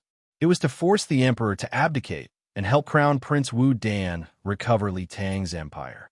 There were many people in the letter. There were 3 prime ministers, Di Renjia, Pei Xingbin, and Ren Jigu. There were also Minister of Right Pei Xuanli, Left Minister Lu Xian, and Vice Minister Wei Yuanzhong. Whether she believed it or not, she had to take precautions immediately. And she believed it. Wei Fangji was dead, Su Liangxi was dead, Sun Zhangqian was dead. How could these prime ministers not feel sad? To protect themselves, to avoid following in the footsteps of Wei Fangji, Su Liangxi, and Sun Zhangqian, it was not impossible for them to take the risk. Moreover, Di Renjia, Wei Yuanzhong, and Ren Jigu had always been loyal to Li Tang. Wu Zetian was an empress, the likes of which had never been seen before. She was wise and domineering, but behind her strength was a strong lack of confidence. The reason was still the same. She was a woman. A woman had never been the ruler of the court. Would the court really accept her? Would these men really be willing to grovel at her feet? Di Renjia was not one of the officials she had persuaded to enter the palace. He was also not one of the officials who sent congratulations to her after she ascended the throne. Was he really loyal to her? Ren Jigu was San Zhangqian's assistant when she was the Minister of War. The two of them had always been on good terms. Did he not have any thoughts about Xin Zhangqian's tragic death in prison? And Wei Yuanzhong? He had been involved in the CO Qiangjin case. Zhou Xing had once said that Wei Yuanzhong was an accomplice of the rebels. Although Zhou Xing had done some treasonous things for his own benefit, he was still very capable. Could it be that what he had said back then was true? Wu Zetian had been a talented person. Step by step, she had ascended to the position of empress. She had been obstructed by the officials of the court in every way. In the process of her ascension to the throne, she had encountered the fierce counterattack of Li Tang's royal family and the civil and military officials. Those princes of the royal family, those officials who prided themselves on being loyal to Li Tang, and those like Su Jingye made her feel like a bird startled by the mere twang of a bow. Behind the fact that she was far more powerful and domineering than those male emperors, hidden was a fear and lack of confidence that was far stronger and more sensitive than those male emperors. When CO Qiangjin defected, Gong Sai and Zhang Siming, whom she had personally promoted and regarded as her trusted aides, had actually secretly helped her. In addition, she had encountered an assassination attempt in the palace. It was very clear that there were Imperial Army generals secretly cooperating with her. All of these made her more and more sensitive. She, who had always been known for her shrewdness and wisdom, was often used by those groundless rumors of rebellion. This was a strong reflection of her mentality. Especially in the past 2 years, her health had been deteriorating and her old age could no longer be concealed. This kind of fear was even more obvious. She was very clear that there were many officials who were like vultures waiting for their prey to die, waiting to peck at her corpse. She knew that those surviving members of Li Tang's royal family, including her 2 biological sons, were also waiting for her to return to heaven. Those sons of the Wu family who relied on her for glory and wealth were also impatiently calculating the time of her death. They were scheming to seize even more power and even her throne. She was afraid of the arrival of death. She was afraid of losing power. She was afraid of the betrayal of her officials. She was afraid that everything she had obtained would be abandoned in an instant. She wanted to firmly hold on to everything. Only by slaughtering, only by shedding blood and dying, could she let everyone remember that she was still the ruler of this empire. She felt fear, and she wanted others to feel more fear than she did. Because she was Wu Zhao, she was the unprecedented empress of this generation. In front of the Meridian Gate, the civil and military officials watched as the 3 prime ministers and many officials were arrested one by one. The Sina Cloud Bell and the Wen Tian drum rang 800 times. This was a long process. The civil and military officials watched dumbfoundedly as Prime Minister Di, Prime Minister Pei, Prime Minister Ren, and Deputy Minister Wei were taken away one by one. They watched the dust fly in the distance as thousands of soldiers and horses suddenly emerged from Shanyang Palace and charged into the distance. Lai Junxin was also tongue-tied. This was the first time he had seen such a dramatic scene. He had just killed 3 prime ministers, and in just a few days, he has arrested another 3 prime ministers. How generous! His Majesty is still the best. Lai Junxin thought in admiration. At this moment, the Meridian Gate opened slightly. Eunuch Xiaohai walked out and looked at the crowd. He raised his voice and said, "His Majesty has a decree. Imperial Censor Lai Junxin is summoned to 5 Phoenix Pavilion. This official obeys the decree." Lai Junxin's spirit was lifted. He immediately knew that business had come knocking on his door. He quickly answered and squeezed out of the crowd. Yang Fan, who was guarding the Meridian Gate, waited for Xiaohai to bring Lai Junxin in. Then, he immediately ordered his men to close the Meridian Gate and put up a huge stone slab. This earth-shattering change had him at a loss. He still did not know what was going on. Yang Fan thought with a heavy heart, "I have to find a chance to ask one what is going on." Lai Junxin saw the worry on Yang Fan's face, and he suddenly thought, "This matter seems to be very serious. If I can get him in as well." That enchanting young lady of the Yang family, Lai Junxin's heart warmed. His legs that were stepping on the city wall suddenly gained some strength. Chapter 332. Lai Junshin hurried to Five Phoenixes brothel and saw Wu Zetian. Lai Junshan saw that Wu Zetian was calm and unruffled, as if she was completely unaware of the sudden arrest of the three prime ministers outside the Meridian Gate. That kind of calmness made Lai Junshan feel a sense of submission and awe from the bottom of his heart. That's right, this high and mighty old lady was a female emperor.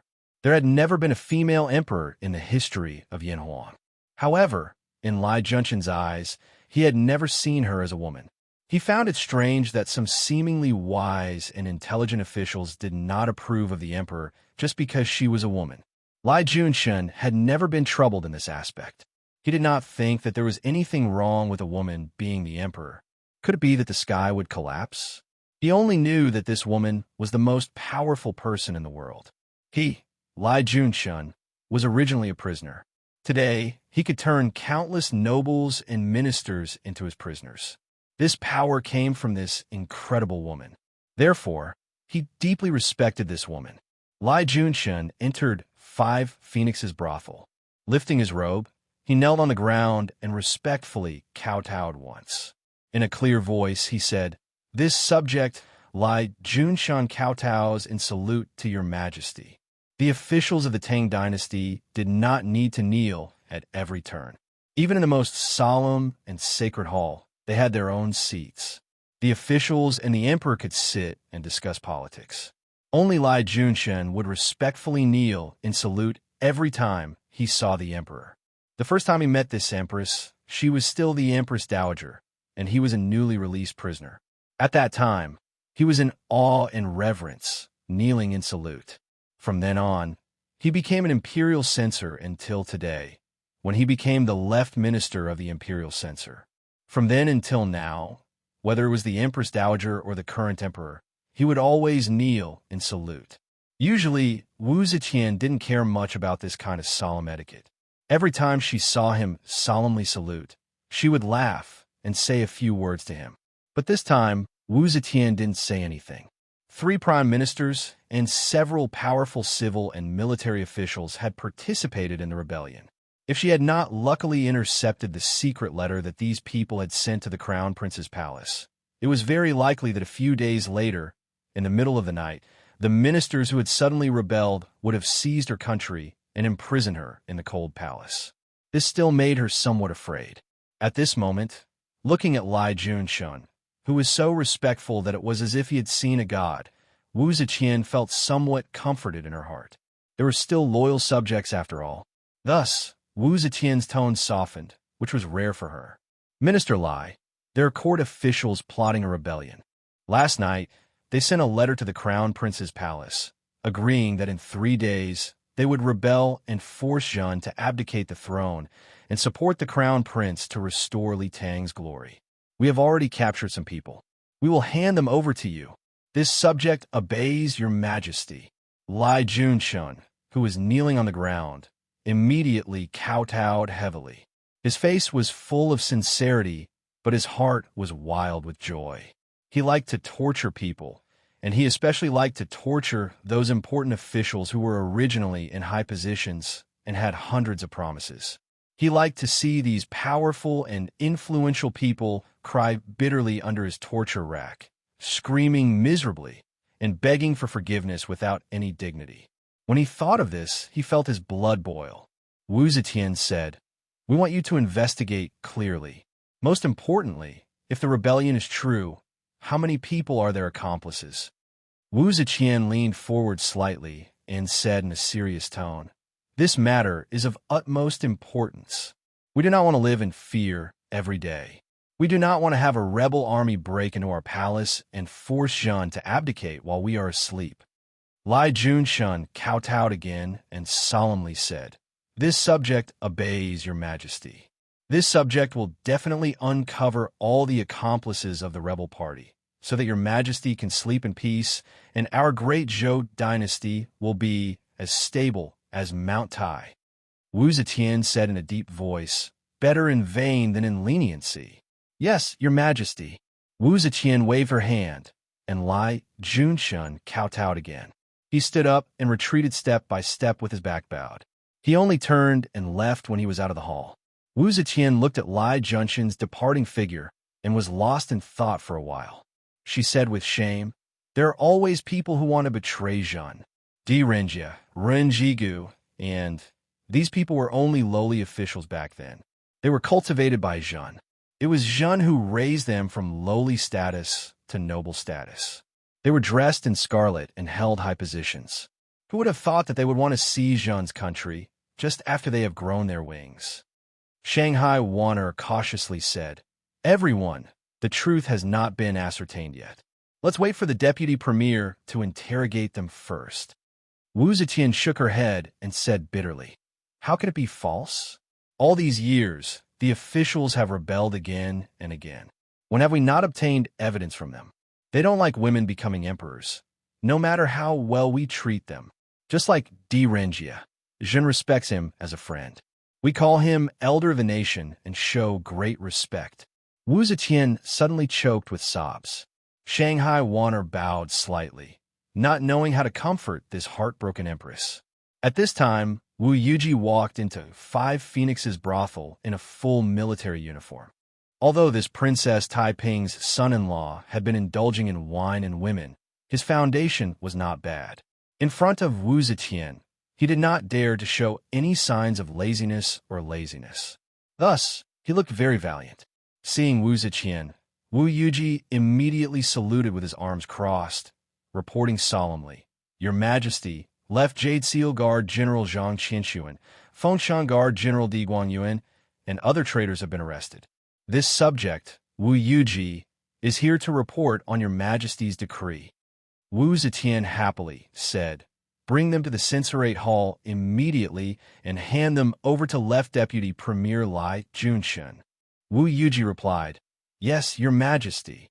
Hearing that the traitor's accomplices have been arrested, Wu Zetian's expression relaxed a lot. She extended her hand to Shanghai Warner, saying, "Warner, accompany Zhen back to Martial Achievement Hall." "Yes, Your Majesty." Shanghai Warner quickly stepped forward and supported Wu Zetian's arm. She felt that the Empress's arm was especially weak today. Walking down from Five Phoenixes brothel, Shanghai Warner saw Yang Fan dressed neatly with a sword strapped to his ribs. Yang Fan also saw her. Their eyes met, and Shangwan Warner shook her head imperceptibly in the face of Yang Fan's questioning look. She glanced at the Empress, and then gave Yang Fan a look. Yang Fan understood tacitly, and knew that this was not the time to ask, so he nodded and quietly retreated to the side. When Lai Junshan returned to the censorate hall, he heard that the officials arrested at the Meridian Gate had arrived. He excitedly ordered the court to begin. He could not wait any longer. After Di Renjia, Pei Xingbin, Ren Jigu, and the others were arrested, they already knew their crimes. They were still trying to guess who framed them. Was it the cornered Wu Chengxi or Wu Sanxi, the last hope to become a crown prince? When they were brought to the censorate hall, they immediately knew that the situation was not good.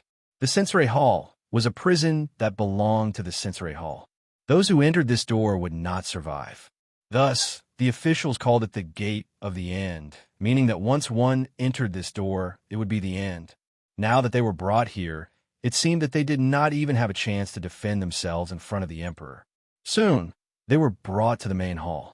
Lai Junshan looked at them eagerly. It was as if he was a wanderer who had been away from his hometown for many years and saw his blood brothers, or a pauper who had been single for 8 lifetimes and suddenly married a beautiful wife. Seeing his eager and greedy eyes, the officials felt a chill in their hearts. They had fallen into the hands of this madman and lost their power. Lai Junshan sat behind the trial platform and saw the officials being brought to the main hall. He smiled proudly and ordered, "Guards, verify their identities." Magistrate Wang Desho brought along 2 officials with him and asked for the names of each person. He then turned around and reporting to the middle minister, 6 people have been brought here and verified. Assistant Minister Ji, Assistant Minister of Land Affairs, Di Renjia, Assistant Minister of Land Affairs, Ren Jigu, Pei Xingbin, Minister of Agriculture, Pei Xuanli, Left Minister Lu Xian, and Middle Minister Wei Yuanzhou. Lai Junshun slammed the gavel on the table and shouted, "Come, strip them of their clothes and make them kneel in front of the court for trial." Wait. The middle minister of the imperial censor, Wei Yuanzhong, could not bear it any longer and shouted, "Lai Junshun, according to the rules of our court, the officials cannot be stripped of their clothes before the verdict is decided. You dare to break the rules of our court." Lai Junshun was the left minister of the imperial censor, while Wei Yuanzhong was the right minister of the imperial censor.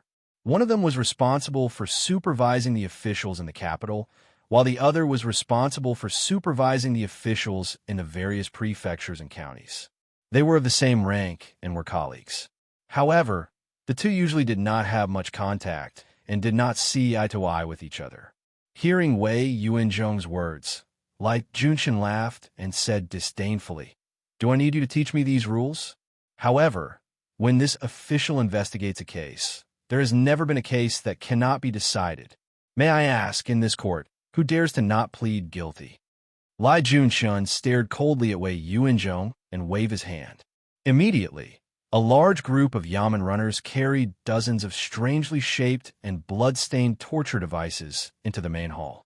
Lai Junshun slowly stood up from his seat and shouted sternly, "By imperial edict, I am here to investigate the treason case. The evidence of your crimes is conclusive and irrefutable. Confess obediently, and you will be spared physical pain.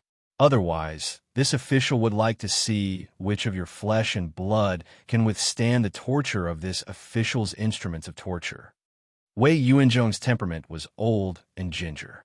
He could not tolerate such threats. His beard and hair flew up in anger, and he shouted loudly, "This old man is innocent and not guilty of confessing. Lai Junshun, you scoundrel, are you trying to force a confession out of me?" Lai Junshun laughed sinisterly. "Whether guilty or not will only be known after the trial. Guards, wait." Ren suddenly took a step forward and stopped Lai Junshun from giving the order. He slowly turned around and stared meaningfully at the other 6 people who were escorted into the main hall. He then turned back to Lai Junshun and said, "The Great Zhou Revolution brought about a new era. The old officials of the Tang dynasty were willing to be executed." Lai Junshun blinked and said in shock, "Renji, you confess?"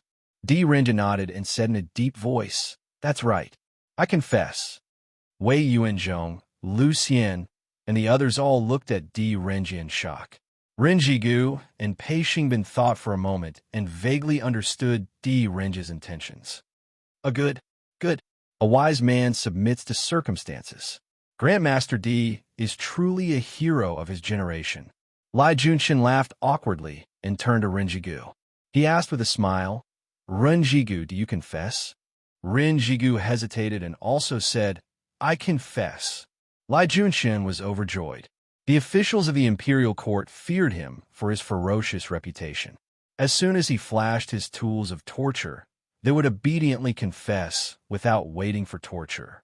But this was the first time he had seen even the prime minister so frightened that he obediently allowed himself to be manipulated without waiting for torture.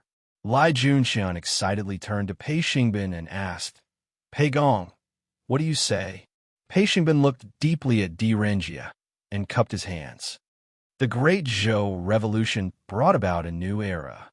The old officials of the Tang dynasty were willing to be executed." Lai Junshun laughed and said, "Good. It's good that you all confess. Since the 3 prime ministers have confessed, then I will not go too far. Ahem, have their confessions been recorded?" The scribe who had been scribbling at the table hurriedly wrote down the last few words and looked up at Lai Junshun. "Yes, your humble servant has noted it down." Lai Junshun said, "Good. Have them sign it. Take them back to the prison and interrogate them later." The officials signed and were taken to the prison. Imperial censor Ho Siji was Lai Junshun's confidant. Seeing the officials being taken away, he asked in confusion, "Deputy Prime Minister, it's rare for them to confess so readily.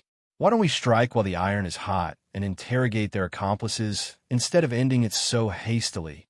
Lai Junshun smiled darkly and said, "Idiot, do you think that old fox Renji is so easy to deal with? He is willing to confess because he knows that my methods of torture are powerful and doesn't want to suffer for no reason. Moreover, he probably hopes that I will see him confess and relax my supervision so that he can find an opportunity to save himself. I will not give him this opportunity. It is enough with this handwritten first trial record. Hosiji said, "There is more to D. Renjia's confession than meets the eye." He said something like, "The Great Zhou Revolution, the reform of the world, the old Tang officials are willing to be executed." This is clearly saying that the Great Zhou Revolution was established and the Tang officials were wiped out, implying that D. Renjia was wronged for no reason. Then, he said something like rebellion was true. With His Majesty's shrewdness, won't he be suspicious? Lai Junshin laughed and patted his shoulder. "Not bad, old ho. You are very shrewd. This old fox is probably planning this. How can I let him do as he wishes? Erase this sentence from the confession and leave only the sentence. The reverse is the truth." Hosiji said, the reverse is the truth? How did they rebel, and how did they plan to force the emperor to abdicate? When and where the plan was made? Who participated in it? If we don't explain these things clearly and get a detailed confession, I'm afraid we won't be able to explain it to His Majesty. Lai Junshan said, "D. Renjia, Renjigu, and Pei Xingbin are all prime ministers. Their positions of power are too high, so we can't easily use heavy punishment. If we don't use heavy punishment, based on their experience in the bureaucracy for most of their lives, I'm afraid we won't be able to make them submit easily. If we push them too hard and they retract their statements, I won't even be able to say that I'm telling the truth. Let's first put these difficult bones aside and start with Wei Zhigu, Pei Xuanli, and Lu Xian." Hosiji said happily, "You are wise. I understand."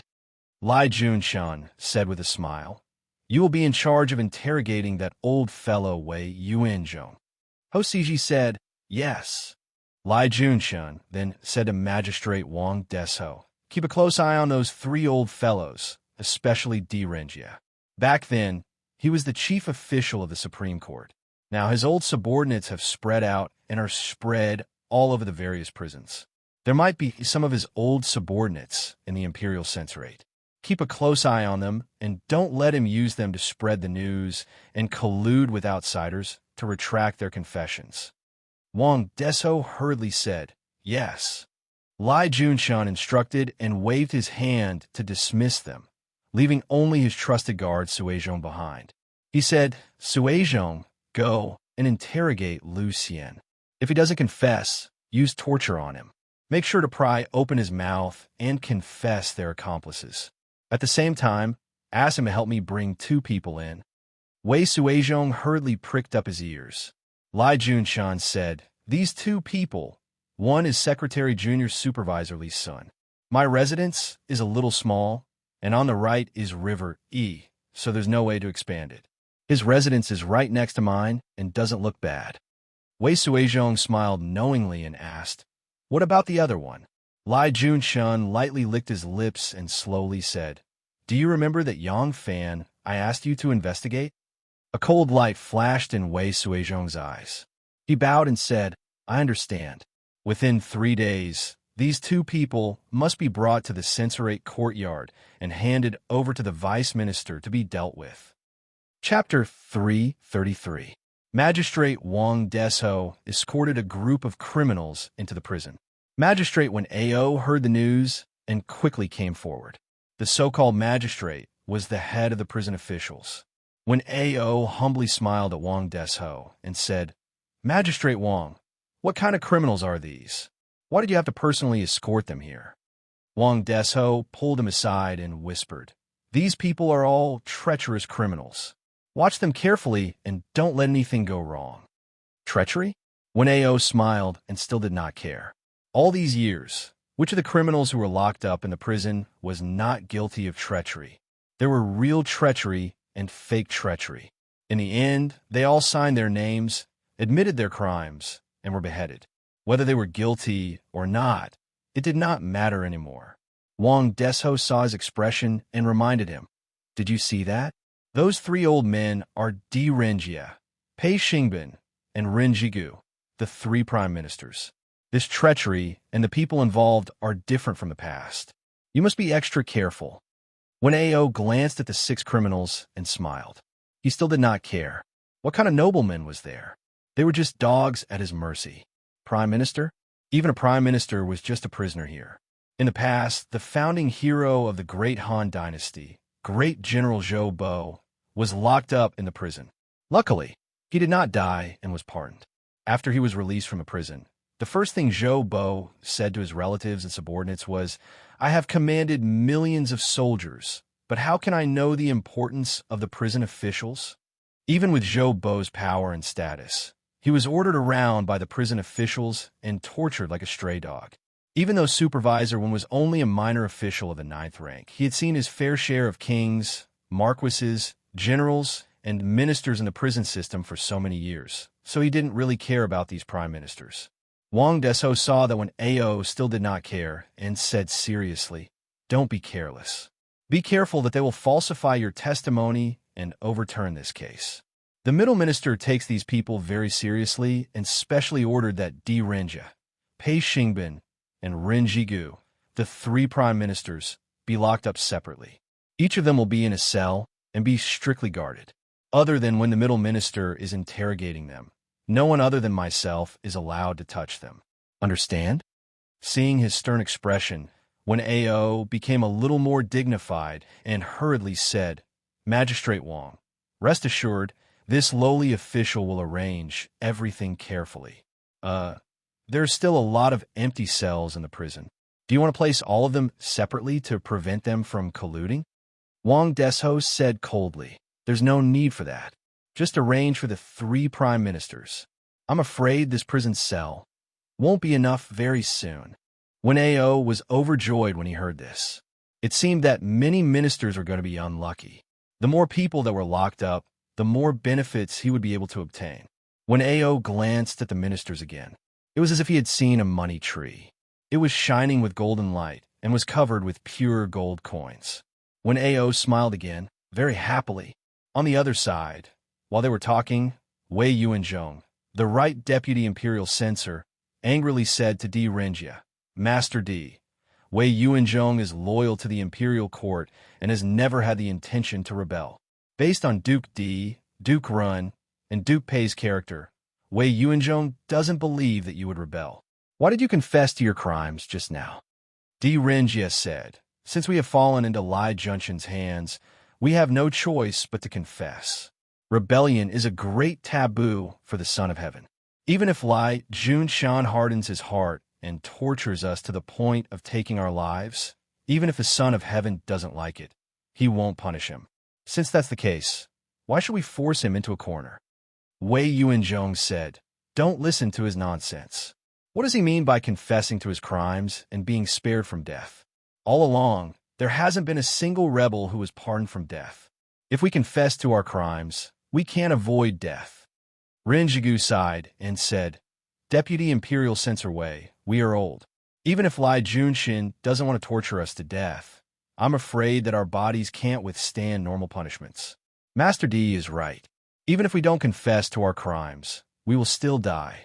The only way is to confess to our crimes and preserve our lives temporarily. Then we might have a chance to live." Pei Xingbin said dispiritedly, "I also understand what Master D means. If we want to escape, we will have to go to heaven and complain to His Majesty about our grievances. However, now that we are in prison, how can we have a chance to go to heaven and complain to His Majesty?"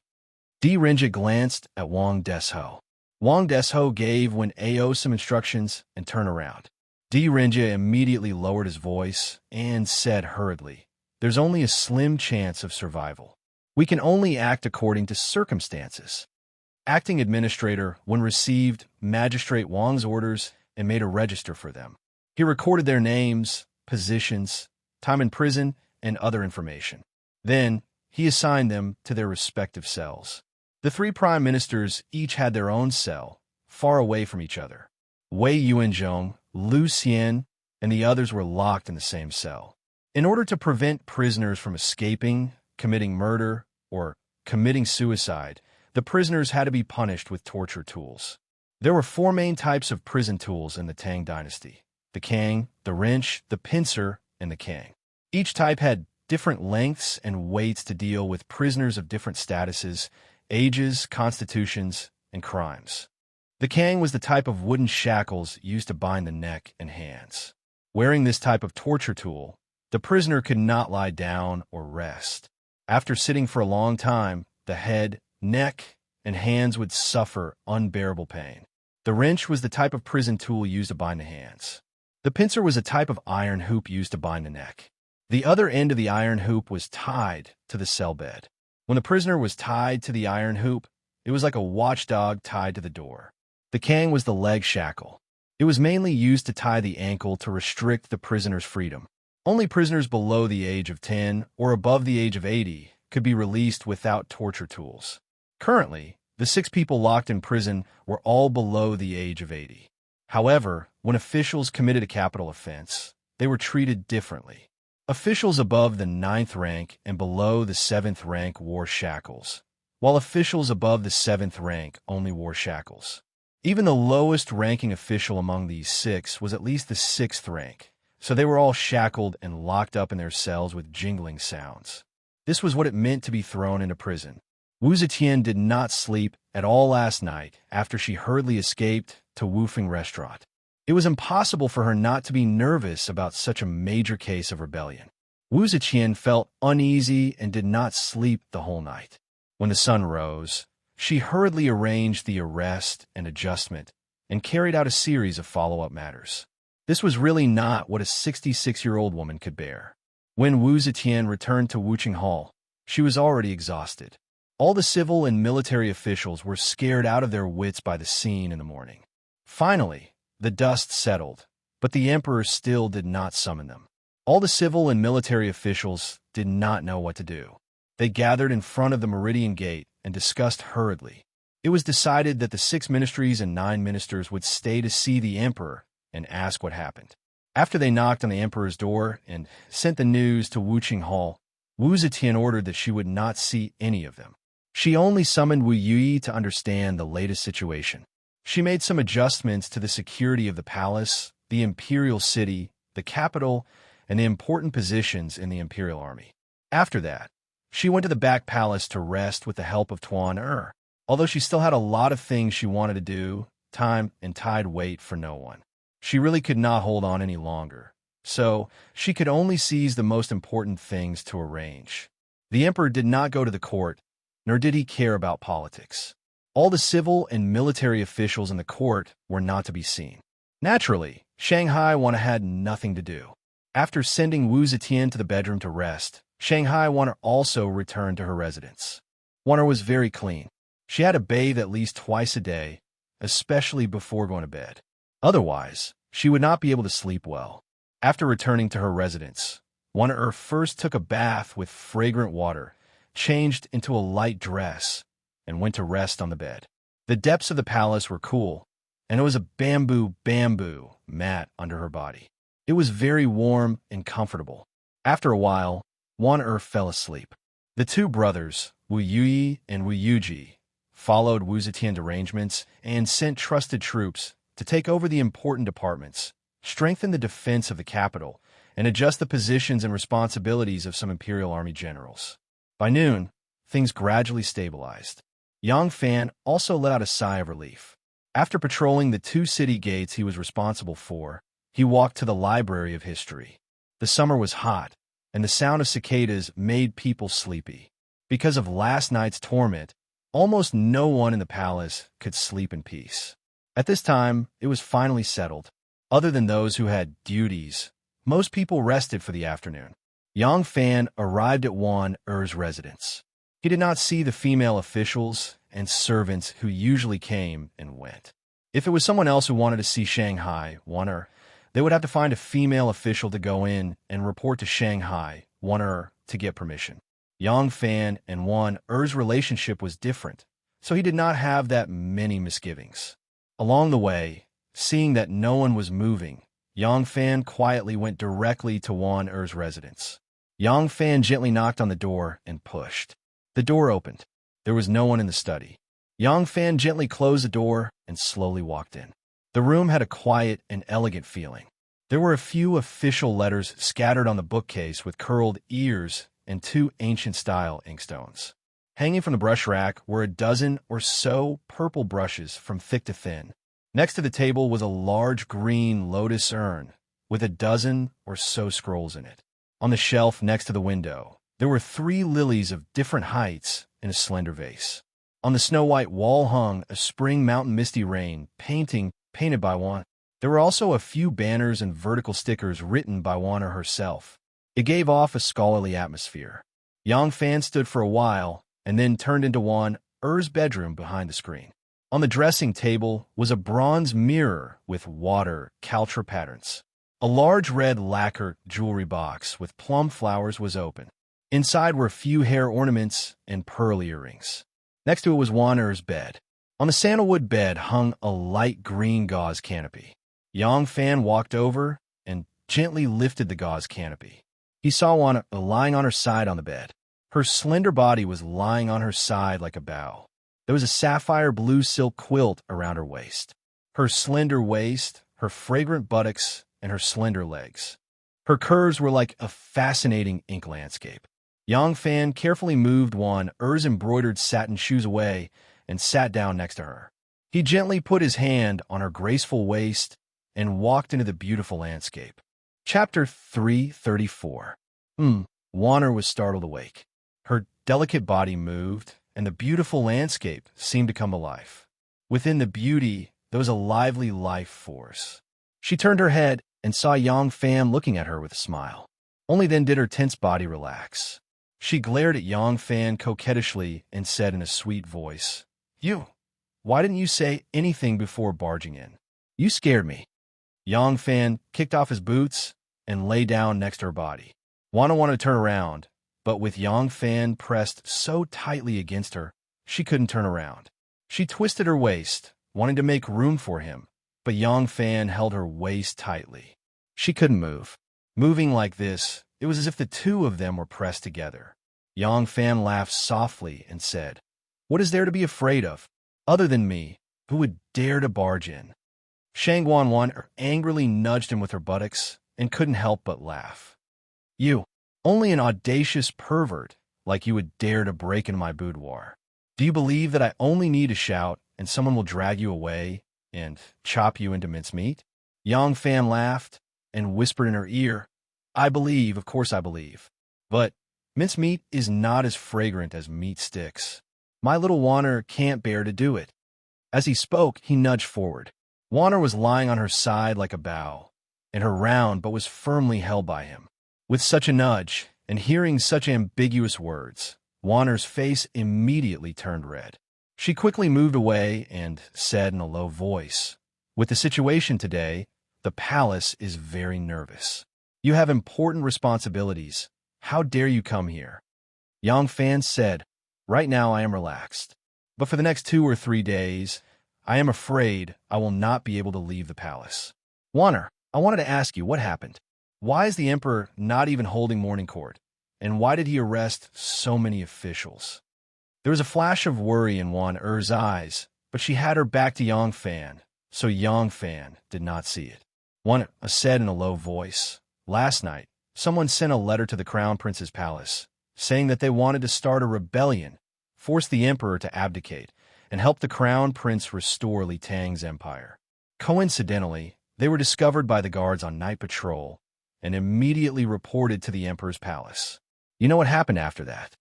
Yang Fan's heart sank when he heard this. This was really the case of the tree longing for peace, but the wind doesn't know it. He had just used a scheme and went through many twists and turns to calm the situation down, but he didn't expect the storm to rise again in the blink of an eye. If the previous rebellion was still groundless, then this time the evidence was irrefutable. He was afraid that this storm would be even more serious than the previous one. To be honest, Yang Fan wasn't sure if Di Renjia and the others were really going to start a mutiny. It was a possibility, and the motive was reasonable. But such a big thing couldn't be told in advance. Not to mention that he seemed to belong to Wu Sanxi's camp now. Even in the past, he was just a junior that Di Renjia liked and admired. He couldn't be considered an ally in the political arena. Yang Fan was silent for a moment, then asked in a low voice, "So Master D and the prime ministers are the masterminds?" Warner said, "According to the letter, that should be the case." In order to encourage the crown prince, the letter deliberately mentioned their names. Yang Fan thought for a moment, then said, "Just based on this letter?" Warner said, "Just based on this letter, isn't it enough? Do we have to wait for them to really start a rebellion, send their troops to the palace, and see that the situation is already over before the emperor will believe that they are really planning a rebellion?" Wan Er's rhetorical question was a little more forceful. Yang Fan was thinking about how to deal with this complicated political situation, so he didn't notice it. He just followed his own train of thought and said, "Say, could it be because the prime ministers fought with the king of Wei, which caused the king of Wei to lose his position? Out of hatred, the king of Wei deliberately framed them. Sending in a letter is something that can be easily done." Warner shrugged and turned around. She said seriously, "What you said is naturally not impossible. But if the prime ministers are dissatisfied with the emperor's expansion of the prison system and want to help the crown prince restore Li Tang's empire, then there is a good reason. As for the truth, we still need to interrogate them to know. I don't care about these things. I just want to know, what do you think, Lang Jun?" Yang Fan was startled and immediately raised his guard. He pretended to be calm and asked, "Why do you say that, Wan Er?" Wan Er gently leaned into his arms and hugged him tightly. She said with some worry, "Lang Jun, just do what you were supposed to do. Don't get involved in these state affairs. In today's world, even if it's the royal family, the nobles, or the prime ministers, once they are involved, they can easily lose their lives. I have been by the emperor's side all these years, and I don't know how many important officials have lost their heads with my own eyes. Lang Jun, why do you need to be so meddlesome?" Yang Fan was secretly shocked and thought, "Not good. Warner is exceptionally intelligent. Could it be that she has noticed something?" Yang Fan hurriedly said in an indifferent tone, smiling calmly, "Everyone is curious. I was just casually asking. Why would I get involved? This is a game that only the prime ministers and the generals can play. I'm just a small Lang Jun. Even if I want to get involved, I don't have the right. Don't let your imagination run wild." Warner looked at him deeply and said, "If Lang Jun really thinks this way, then I can rest assured. This kind of thing, even the most powerful prime minister and the generals with a lot of troops in their hands, wouldn't they be reduced to ashes with a snap of their fingers? Prime Minister Wei, Prime Minister Tsen, and Qiu Shinji are examples of this. Lang Jun, rebellion has always been a taboo for the emperor. Once involved, it is better to kill the wrong person than to let them go. Since ancient times, all the emperors have been like this. Today, as a woman, she has become the emperor. This is an unprecedented feat, and the resistance she has to face is far greater than the previous emperors. Naturally, she is even more concerned about this. You see, now there are 3 prime ministers and so many civil and military officials involved in the rebellion. In such a critical moment, the emperor can only rely on the Wu family's sons and nephews. But even under such circumstances, the emperor did not summon Wu Qingxi to take charge of the situation. He did not even send Wu Sanxi to do anything. Why is this? The emperor is already wary of the Wu brothers' ambitions. The emperor is already so cautious of his own sons and nephews. If others are involved, will they be easily spared? Whether it is the prime ministers or the Wu princes, it is best for Lang Jun to keep some distance. The Son of Heaven is still here. Lang Jun only needs to be loyal to the Son of Heaven. You can advance and retreat as you please. Isn't that good? Why take the risk? Yang Fan hurriedly said, I know. Wan Er, you don't have to worry. I won't be involved in these things." Wan Er wanted to say something, but stopped. In the end, she just quietly made a sound of agreement and gently buried her head in his chest. Yang Fan moved between the various powers and was indeed a bit of a win-win situation. Now, everyone felt that he was closer to Wu Sanxi and maintained a good relationship with Xue Huai and Princess Taiping. Only Wan Er noticed something strange. Yang Fan was not wary of Wan, so in front of others, he could be very careful to hide his political leanings. But in front of Wan Er, although he would not deliberately say anything, his words and actions when he was not on guard, would inevitably reveal something. As the saying goes, nothing can be hidden from the person who sleeps with you. A woman's intuition is very scary. It is even more difficult to hide from a woman who cares about you and pays special attention to your every move. Moreover, Warner has served the Empress for 10 years. She has seen a lot of intrigue and deception in the political circle. How could she not find some clues? Although Warner was above tens of thousands of people, she did not have any political ambitions. She knew that with her identity, all power could only come from the Emperor. If she did not have the Emperor to rely on, she was like a daughter without anyone to rely on. Any storm could topple her. Therefore, she has always been very careful. The power she built was from the perspective of self-protection. She never thought of calling the wind and summoning the rain or covering the sky with one hand. She could stay by Wu Zetian's side for so many years and always be trusted and put in an important position because she always had an accurate position for herself. When Wu Zetian's favorite daughter, Princess Taiping, showed the slightest bit of enthusiasm for politics, she was immediately warned not to meddle in politics. If Warner had any strange thoughts, she would not be alive today. But now Warner had him. She had her man. In the past, she was like a daughter. Her only support was the big tree of power, and the source of all power was Wu Zetian. Now, in her heart, the biggest support was her man, Yang Fan. Even though his power and status and the power he possessed were still very weak, this was a kind of support that made her feel the most stable and safest support. She was someone by the Emperor's side, the female prime minister by the Empress's side. The power she controlled was no less than the prime ministers in the Hall of Governmental Affairs, but she rarely shared everything she controlled with Yang Fan.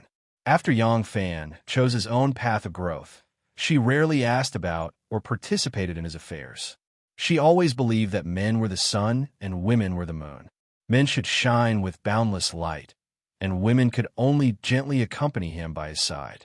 Thus, she had always cleverly avoided asking about Yang Fan's matters. She knew that for a man with a personality, even the most beautiful and lovable woman, if she interfered too much with him, she would only make him annoyed. Her man just so happened to be an unruly wild horse. At the beginning, she had helped Yang Fan analyze the two paths of growth.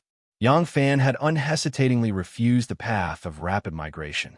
Warner then knew his personality. She knew that her husband would not allow himself to be controlled by a woman, even if it was in the name of love. He was an unruly wild horse, and this wildness was what attracted her.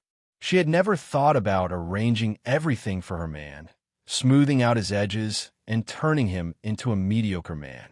Her man was still too weak.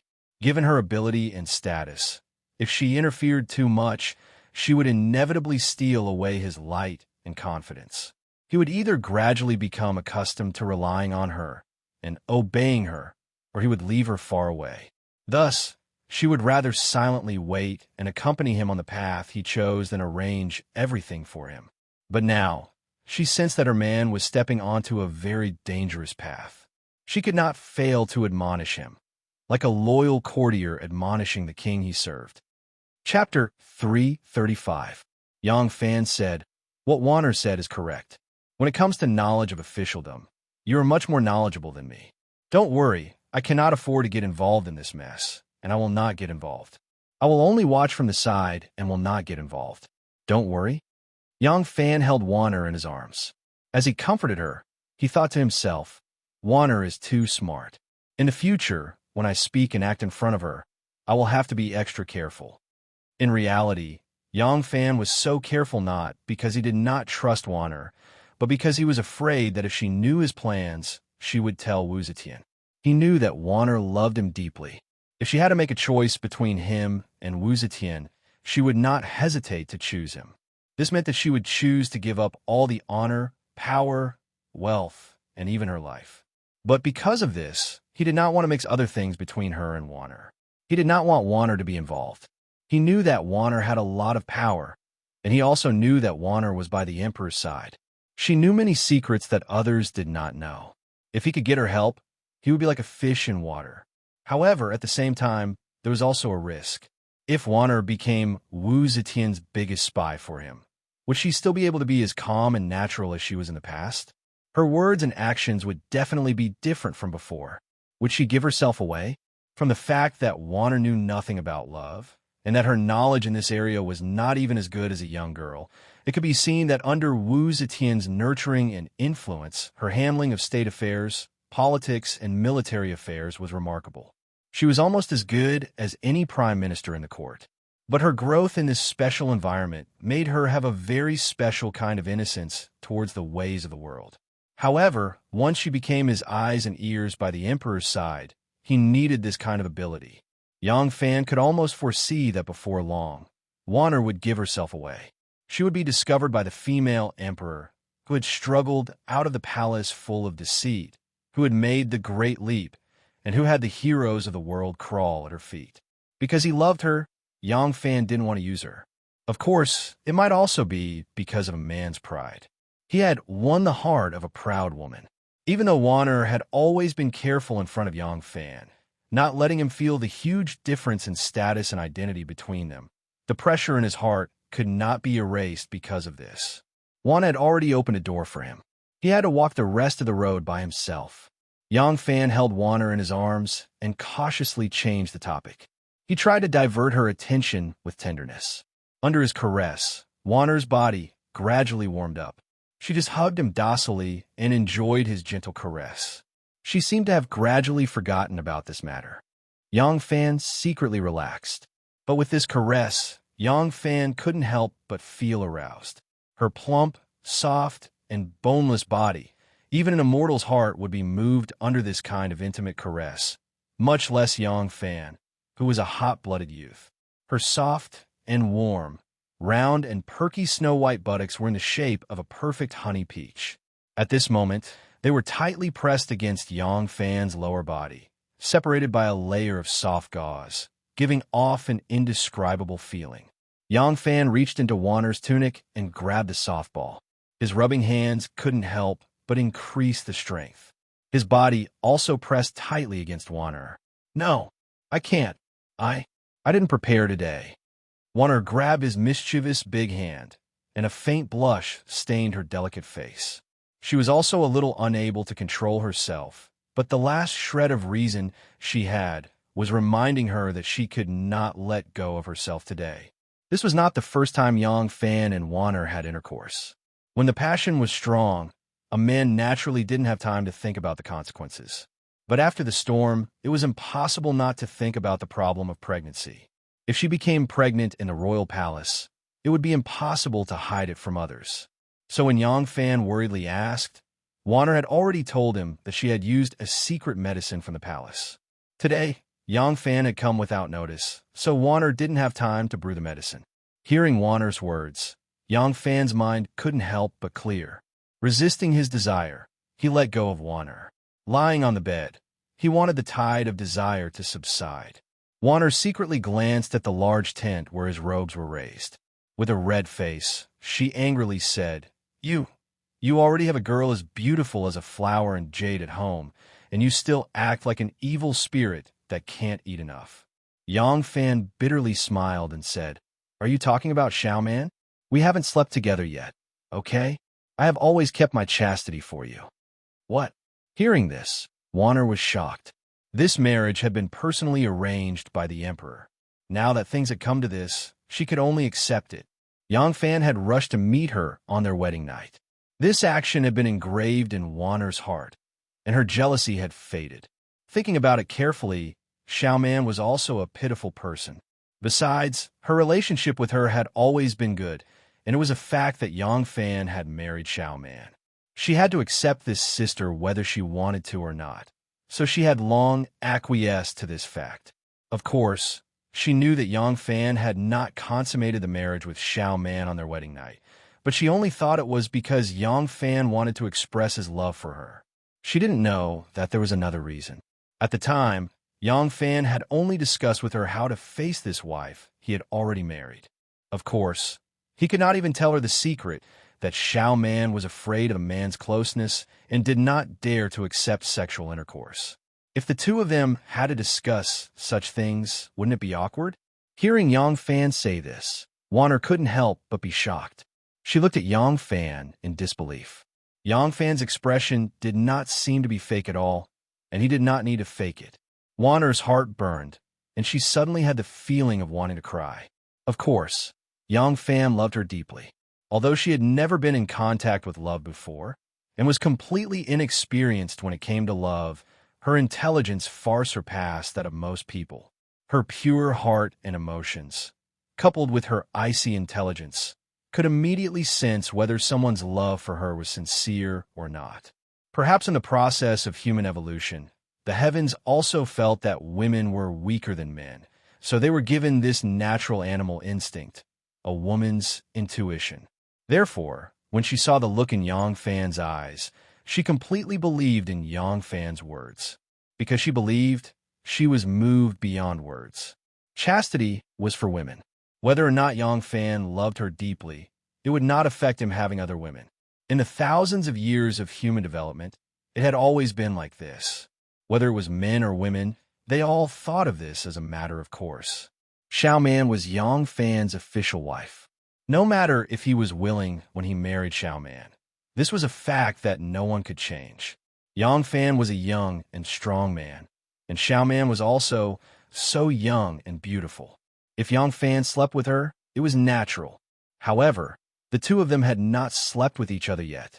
Naturally, Wanner would not think that Xiaoman had a strange habit. The only reason she could think of was Wanner stared at her man. The more she looked, the more she loved him. At this moment, she was willing to do anything for Yang Fan. Wanner suddenly threw herself into Yang Fan's arms and said emotionally, "Langjun, Wanner already knows your heart.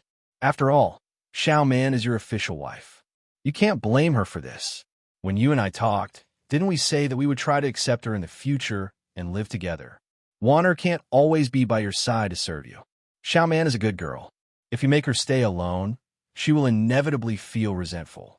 Besides, if you marry her but don't become a real husband and wife with her, won't you let her down for the rest of her life? Langjun, accept her. Wanner doesn't blame you. Wanner knows the feeling of longing. It's not good."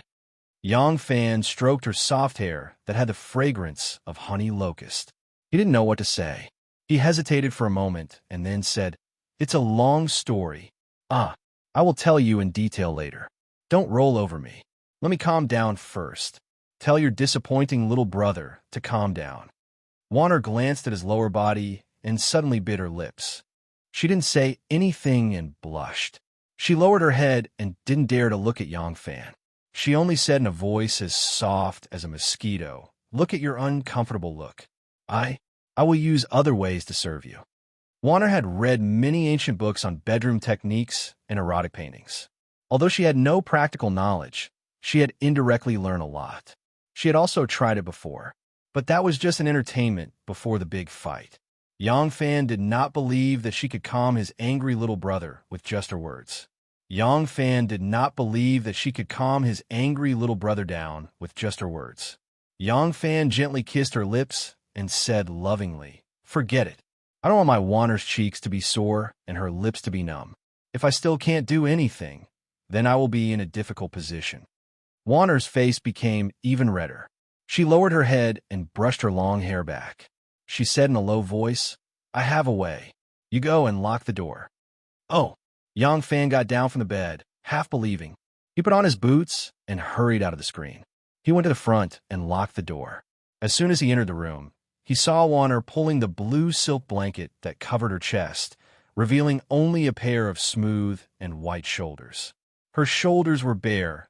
It was clear that she had taken advantage of this time to remove her clothes. Yang Fan looked at her charming and cute appearance and was even more tempted. He couldn't help but get closer and asked, "What should I do now? What is this smell?" Yang Fan suddenly smelled a delicate and elegant sweet fragrance. Just a sniff of that fragrant and refreshing fragrance was enough to make one feel relaxed and happy. Wanner's face became even redder, like a cooked shrimp. She pulled the quilt up even more, covering her nose. Only a pair of shy and timid eyes could be seen. Under the quilt, she said in a low voice, "Silly husband, why don't you get on the bed?" On the dressing table, there's a jar of top-quality honey and a bottle of orange essential oil. In a while, At this point, Warner couldn't go on. Her body slid down, and she pulled the quilt up, hiding her entire head. Her shy look was indescribably moving. Oh! Yang Fan turned his head and saw that there was an open orange jar on the dressing table. Yang Fan knew that Warner had a habit of drinking a cup of honey water before going to bed. He picked it up and saw that there was only half a jar of sticky, flowing, and appetizing honey left. Next to it was a thin white bottle. The cork had already been removed. When he brought it closer, the sweet smell that made one feel relaxed and happy was even stronger. What he had smelled earlier was this bottle of orange essential oil. Yang Fan looked at the honey and then looked at the essential oil. He suddenly understood and was overjoyed. He had never tasted something like this before. For a beautiful woman like Warner, he didn't dare to make such a request. But when he was in the marketplace, he had heard the man show off. Yang Fan was surprised and happy. He moved to the bed and burrowed his head under the quilt. He said happily, "Good Warner, you really are a good woman who knows what's good for you." From under the quilt came Warner's soft voice. "Bad man, it's only when you get something good that you say sweet words." Yang Fan laughed and said, "Of course not. I haven't used the honey yet." Warner was embarrassed and angry. She said, "Bad man, if you make fun of me again, I won't give it to you." Before she finished her sentence, a charming and enchanting moan came from under the quilt. It was unknown which vital part of her body was attacked by Yang Fan. Soon, the quilt under the quilt twisted like two snakes. The sapphire blue quilt twisted into all kinds of shapes. After an unknown amount of time, the quilt was finally lifted by Yang Fan, revealing two different beautiful bodies. One was masculine, the other feminine. Warner was sweating profusely. Her hair was messy, and her lips were wet. She looked even more charming. A strange charm came from the depths of her bones. She was indeed a woman who was extremely charming on the inside. Warner was panting and lying on the bed. Her black hair was scattered on her smooth and white back, hanging down to her round and plump buttocks. Her delicate and round body was half covered and half exposed. Yang Fan propped himself up with his elbow and reached for the essential oil and honey on the dressing table. The lines of his fit and beautiful body appeared even more obvious. His robust and powerful body was as sturdy as a wild leopard, full of strength. His muscles were tough, yet flexible, fierce and brave and masculine. Looking at her man's strong and healthy body, Warner's beautiful eyes were so wet that water was about to drip out. Suddenly, the delicate and elegant sweet smell of citrus became stronger and filled the whole room. "Ah, lighter. Ah, bad man. Lighter. Ah." The voice was delicate and timid, and the alley was narrow and quiet. The front of the hall was crooked, and no one could enter.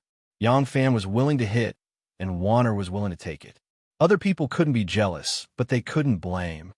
In the torture chamber, Wei Suizhong sat with his legs crossed, picked up a mouthful of food, and took a sip of wine. Then, he glanced coldly at the person being tortured and asked lightly, "Are you going to confess or not?"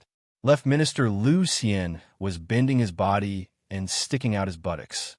A thin iron chain went through his nose and was tied to an iron ring that was nailed to the ground. The iron chain was only 2 feet long, and he couldn't even straighten his body. He could stand like this for a while, but it would be unbearable for a long time. The sweat on Lu Xian's forehead dripped down like soybeans. He wanted to squat down, but it was impossible. There was a small weapon rack on the ground, and there was a row of sharp knives on it. The handles of the knives were all inserted into the grooves, and the tips of the knives were pointing up. If he bent down, the sharp tips of the knives would be able to pierce through his chest and abdomen. His hands were like the wings of a phoenix, and they were tied to 2 iron chains. The iron chains were tied to the iron rings on both sides of the prison wall. A jailer was holding a red-hot steel needle, and the needle was moving towards the gap between his fingers. When the needle got close, Lu Xian was so frightened that he struggled with all his might. However, he couldn't dodge at all. In the midst of his struggle, the sharp tip of the knife cut through his swollen belly, and blood immediately flowed down the edge of the knife. Lu Xian cried bitterly, "Confess! Confess! I will confess everything. Don't torture me." I have already confessed to rebelling. There really is no need to torture me. Wei Suizhong snorted and indifferently said, Left Minister Liu, I think you are scared silly. Your confession of rebelling has already been signed. Why am I still asking you? I want you to confess to your accomplices. According to the information I found, Li Sun is one of your accomplices, right? Lucien hurriedly said, Yes, yes, yes. Li Sun is my accomplice. Li Sun is my accomplice. Wei Suizhong smiled in satisfaction. He bared his teeth and said, Then confess. How did the two of you get together? And how did you conspire? This official wants conclusive evidence. Lucien was beaten to the point that he already had the experience of confessing. It was just that the torture had made his mind a little muddled. He blankly thought for a while, and only when the red-hot steel needle neared did he suddenly cry out, I remember, I was originally a scholar of the same imperial examination, and we have always been close friends. A few days ago, when I returned to the capital, he even held a banquet for me. Yes, it was that time. We discussed that we would support the crown prince to restore Li Tang's empire. When our troops surrounded the emperor's palace, I was the left minister of Wenchong, and he was the junior eunuch. The two of us would forge an imperial edict, add the emperor's seal, and announce to the world that the emperor would abdicate the throne and the crown prince would succeed. Wei Suizhong snorted. You won't shed tears until you see the coffin. He turned his head to the scribe and asked, Did you write it all down? The scribe nodded. Wei Suizhong knocked his fingers on the table twice and said, There is also a Yang Fan. As far as I know, he is also your accomplice. Confess together. Lucien was at a loss. Yang Fan? Lucien asked, Who is Yang Fan? Wei Suizhong coldly glanced at him and said, Yang Fan is a general of the left Imperial Guard, and the emperor had arranged a marriage for him. You don't even know this kind of glorious matter? With a sullen face, Lucien said, Wei Taiyuan, I am at home and have just returned to the capital 10 days ago. I really don't know who this person is. How should I confess? Don't use torture. If Wei Taiyuan wants me to confess, I will confess, but I have never met this person. I don't know how to confess. Wei Suizhong angrily said, You are a Buddhist monk from the Phoenix Pavilion, and you often walk around the palace. Don't tell me you don't even know the high-ranking military officers in the palace? The high-ranking military officers in the palace? Lucien thought that Wei Taiyuan wanted to recruit more people to enter the palace so that he could gain merit and at the same time extort more money. As for who he was trying to recruit, it was not important. Therefore, he thought about it seriously, and, as if he'd found a treasure, he called out, I know the Imperial Guard of Jin Wu, Commandant Zhu Bin. Wei Suizhong flew into a rage and shouted, You know, Zhu Bin, what I want you to confess is. At this point, Wei Suizhong's voice suddenly stopped. He had received orders from Lai Junshan to conduct a detailed investigation on Yang Fan, so he knew that Yang Fan had been in the Imperial Guard. Wei Suizhong suddenly had a bright idea. He thought, Lucien has never met Yang Fan. If I force him to confess, it will inevitably be full of loopholes. I might as well let him bite out Zhu Bin, and, after catching Zhu Bin, let Zhu Bin bite out Yang Fan. This way, I can guarantee that nothing will go wrong. Thinking of this, Wei Suizhong's anger turned to joy, and he said with a smile, Good, then confess. How did this Zhu Bin collude with you? Zhu Bin. Lucien racked his brains to imagine. Wei Suizhong smiled and said, Think slowly, don't rush. If you confess full of loopholes, I will not forgive you. Chapter 336. In the Martial Achievement Hall, Lai Junshan stood respectfully. He first presented the confessions of the prime ministers. After Wu Zetian finished reading them, she was silent for a long time. In a low voice, she asked, The prime ministers have all confessed. Lai Junshan said in a clear voice, Yes, the facts are there and the evidence is conclusive. How can they argue? The prime ministers are all intelligent people. Once they were arrested, they knew that the situation was hopeless. Even if they delayed it for a few more days, it would not help them escape punishment. Thus, they all confessed to their crimes. Wu Zetian pointed at the confessions and asked doubtfully, "Why is there only the sentence the confession is the truth? There is no list of accomplices or details of the rebellion." Lai Junshin's heart tightened. He hurriedly pretended to be calm and said, "Your Majesty, the prime ministers have been blessed by your Majesty, but they have betrayed your Majesty. Now that the matter has been exposed, they are ashamed. Thus, I only need to interrogate them, and they will admit to their crimes." At this point, the prime ministers only wish for a quick death. What else can they say? After all, they're the prime ministers of the country. I can't force them too much. However, Lai Junshan stole a glance at Wu Zetian. Seeing that she was listening attentively, he said, "Criminals are all like this. At the beginning, most of them still have the thought of taking responsibility and protecting others. Moreover, as prime ministers, they are second only to the emperor and above tens of thousands of people. How could they be willing to confess everything so easily? However, as long as they admit to their crimes, the guard in their hearts will be lifted. Your Majesty, please rest assured. I will first lock them up for a few days to temper their minds. When the time comes, I will interrogate them again. I will definitely make them confess to all their crimes." Wu Zetian nodded and said with a gloomy expression, "We must find out who their accomplices are. I don't want to keep a group of ingrates by my side. Who knows when they will bite me?" Lai Junshan licked his lips and said, "Yes, Your Majesty, please rest assured. Your Majesty, please take a look.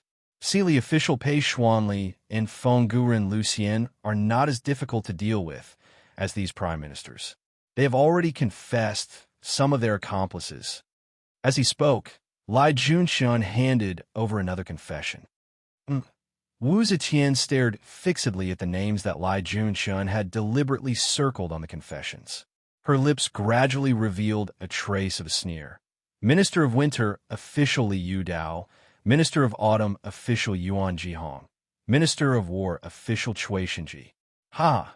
These are all people that I have put in important positions after I ascended to the throne. Lai Junshan hurriedly said, "Your Majesty's candlelight illuminates tens of thousands of li, illuminating the world.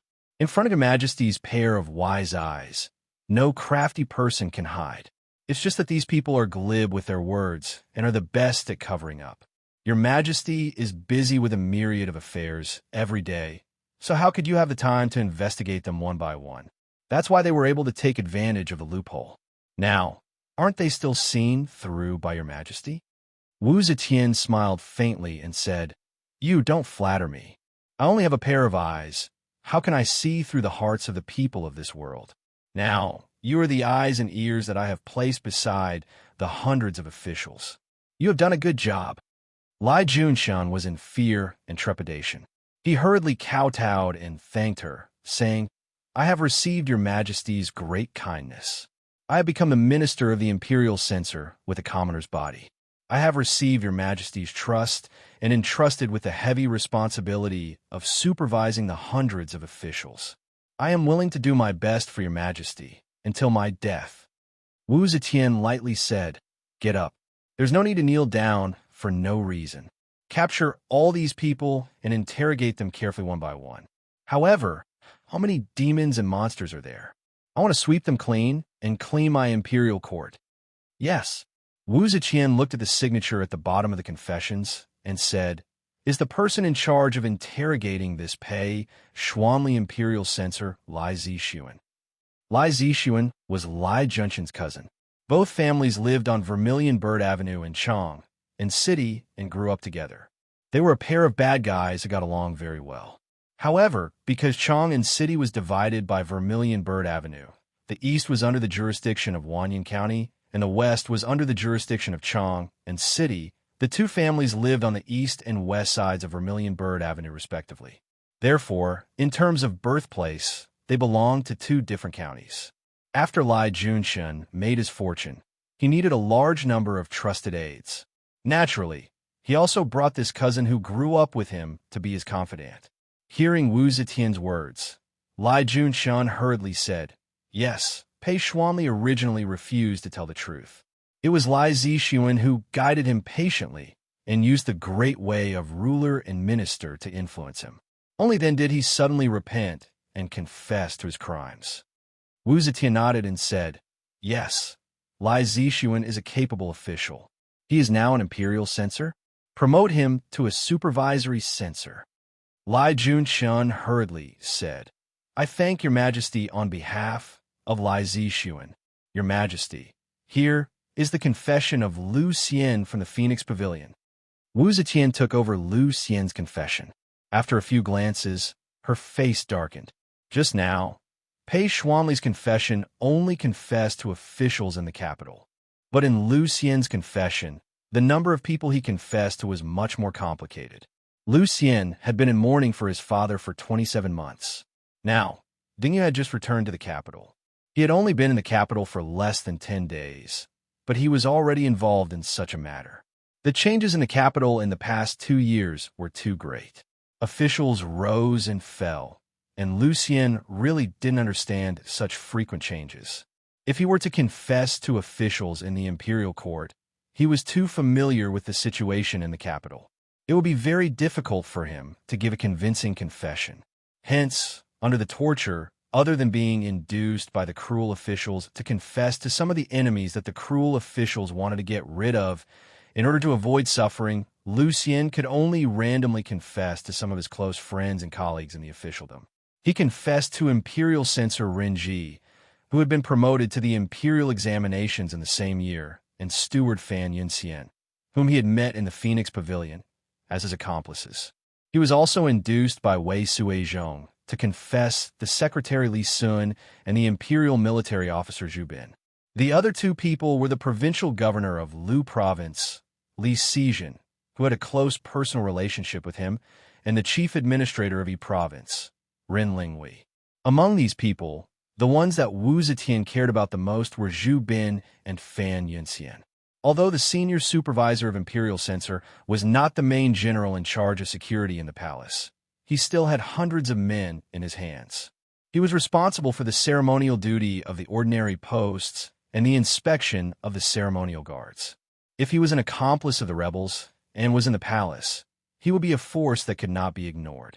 Fortunately, they had discovered their conspiracy in advance. Otherwise, the consequences would be unimaginable.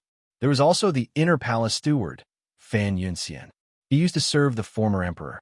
Although Wei Tuaner was now in charge of everything in the inner palace and Fan Yunxian was no longer in charge, he still had a certain amount of influence in the palace. If the rebel army entered the palace and he acted as a spy, opened the palace gates, and led the rebel army in, he was afraid that he would be turned upside down in his sleep. As for Li Sun, the provincial governor of Lu Province, and Ren Lingwei, the chief supervisor of Yi Province, they were clearly their accomplices in the various prefectures outside the capital. The secret letter said that if the forced abdication was successful, the local officials would coordinate with each other to build momentum for the crown prince's ascension to the throne. If it failed, the prime ministers and the conspiring generals would protect the crown prince to escape from the capital and establish a new court. It seemed that the letter was true.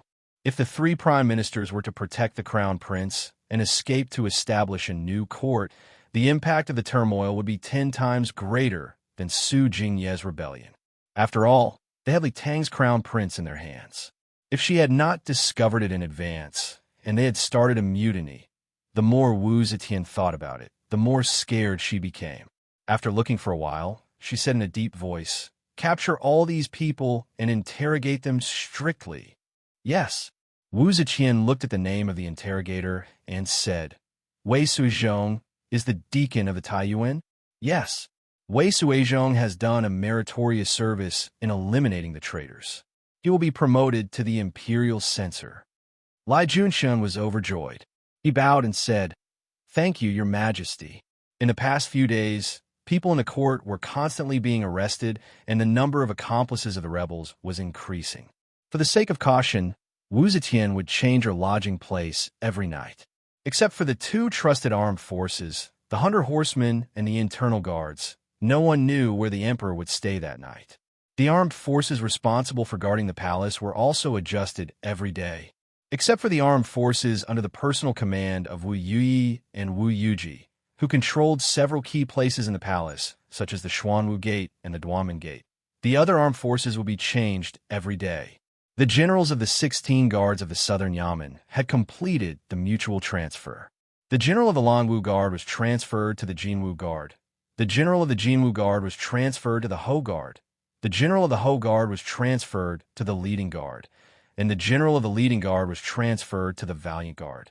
Through this unconventional emergency rotation, Wu Zetian separated the generals from their subordinates, so that the soldiers did not know the generals, and the generals did not know the soldiers to cope with the current dangerous situation. The left Featherwood Guard, led by Yang Fan, belonged to the 6 guards of the Northern Yamen.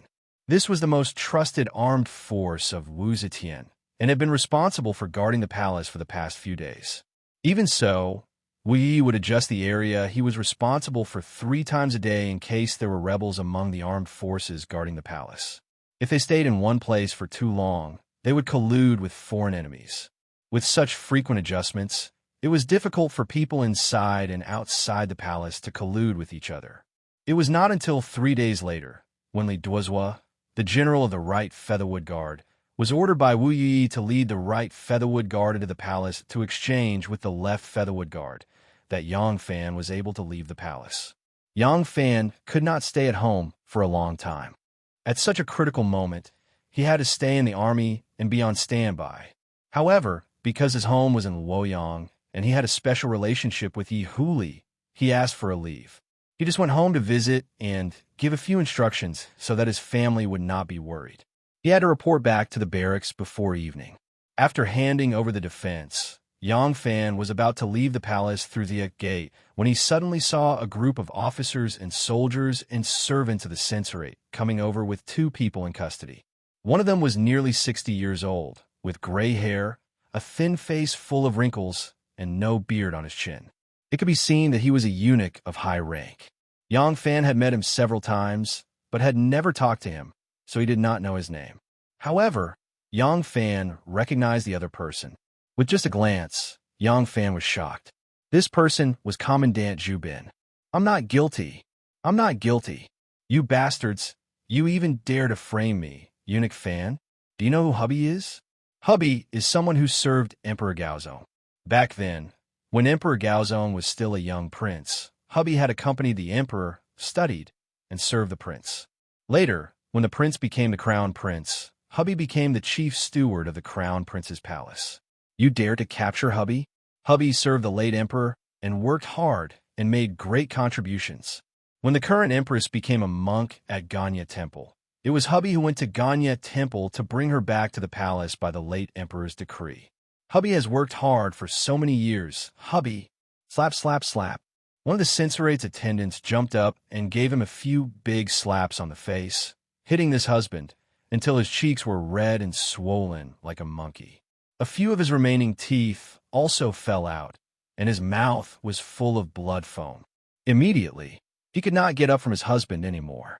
Zhu Bin was tied up and shackled. His expression was extremely dispirited. Seeing husband Fan being beaten, his face turned pale.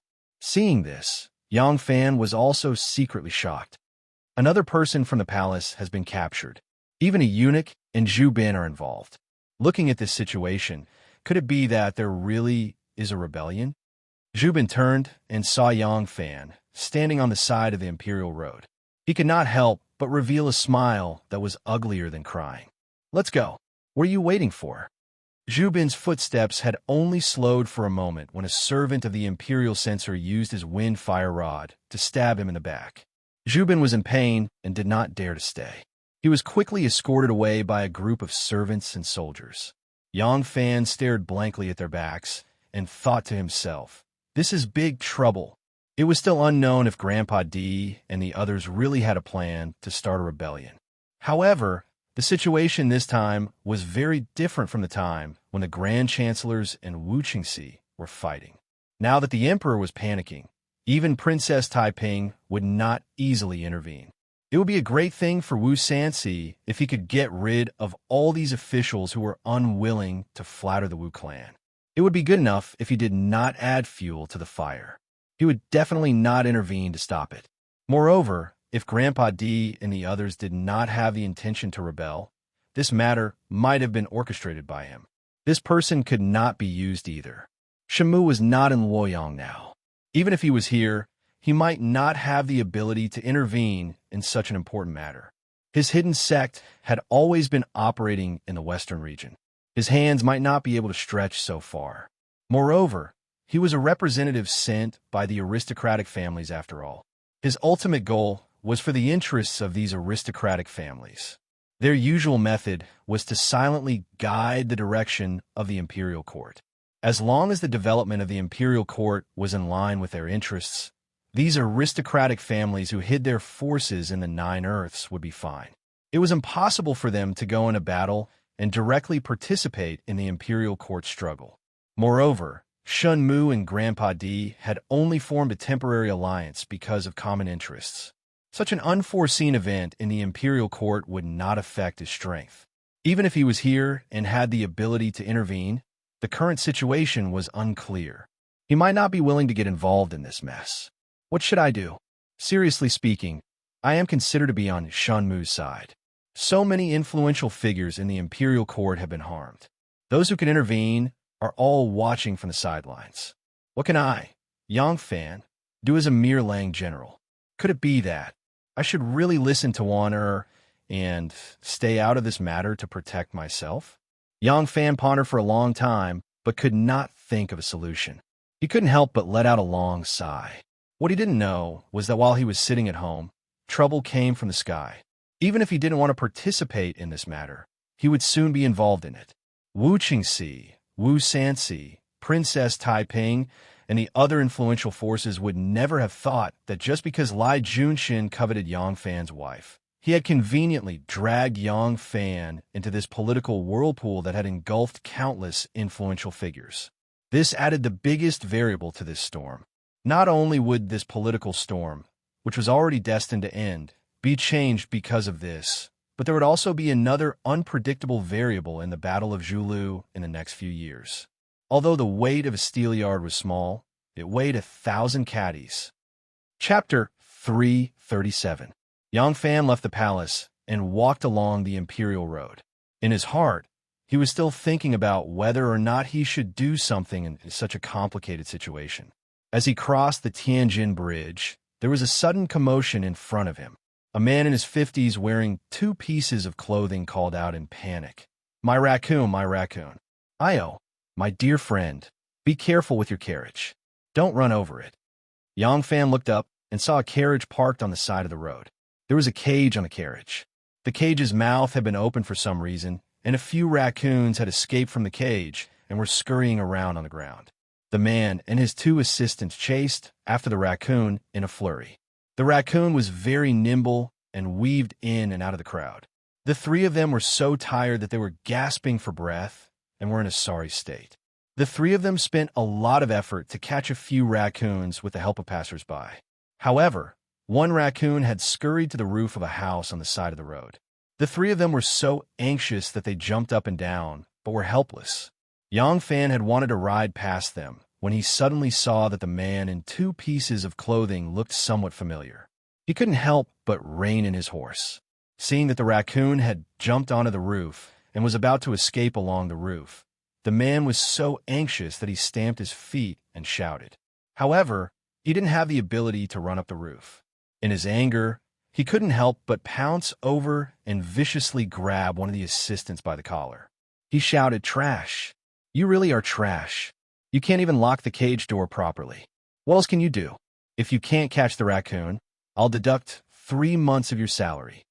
Yang Fan looked at the man's exasperated expression and felt a sense of déjà vu suddenly. A scene flashed through his mind.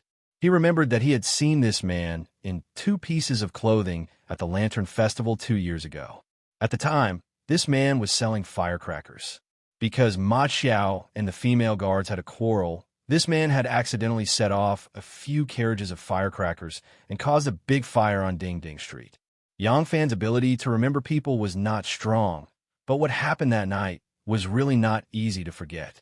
Especially that night, on top of the 100-foot tall flowering tree, He and Li Lingyue, the flower of Luoyang, had an extremely fragrant taste. That was the first time in his life that he had tasted a woman's lips. How could he forget everything that happened that night? That day, this man had also pounced on him like a hungry dog trying to snatch food, angrily grabbing his collar and demanding him to pay up. Now, seeing the same action and the same expression, Yang Fan couldn't help but laugh, his mood suddenly becoming somewhat agitated. At that time, his only desire was to sneak into the palace, capture Shanghai Wanner, and force her to reveal the whereabouts of Miaoshenka. His only goal in life was revenge. Who would have thought that in just 2 years, there would be such a huge change?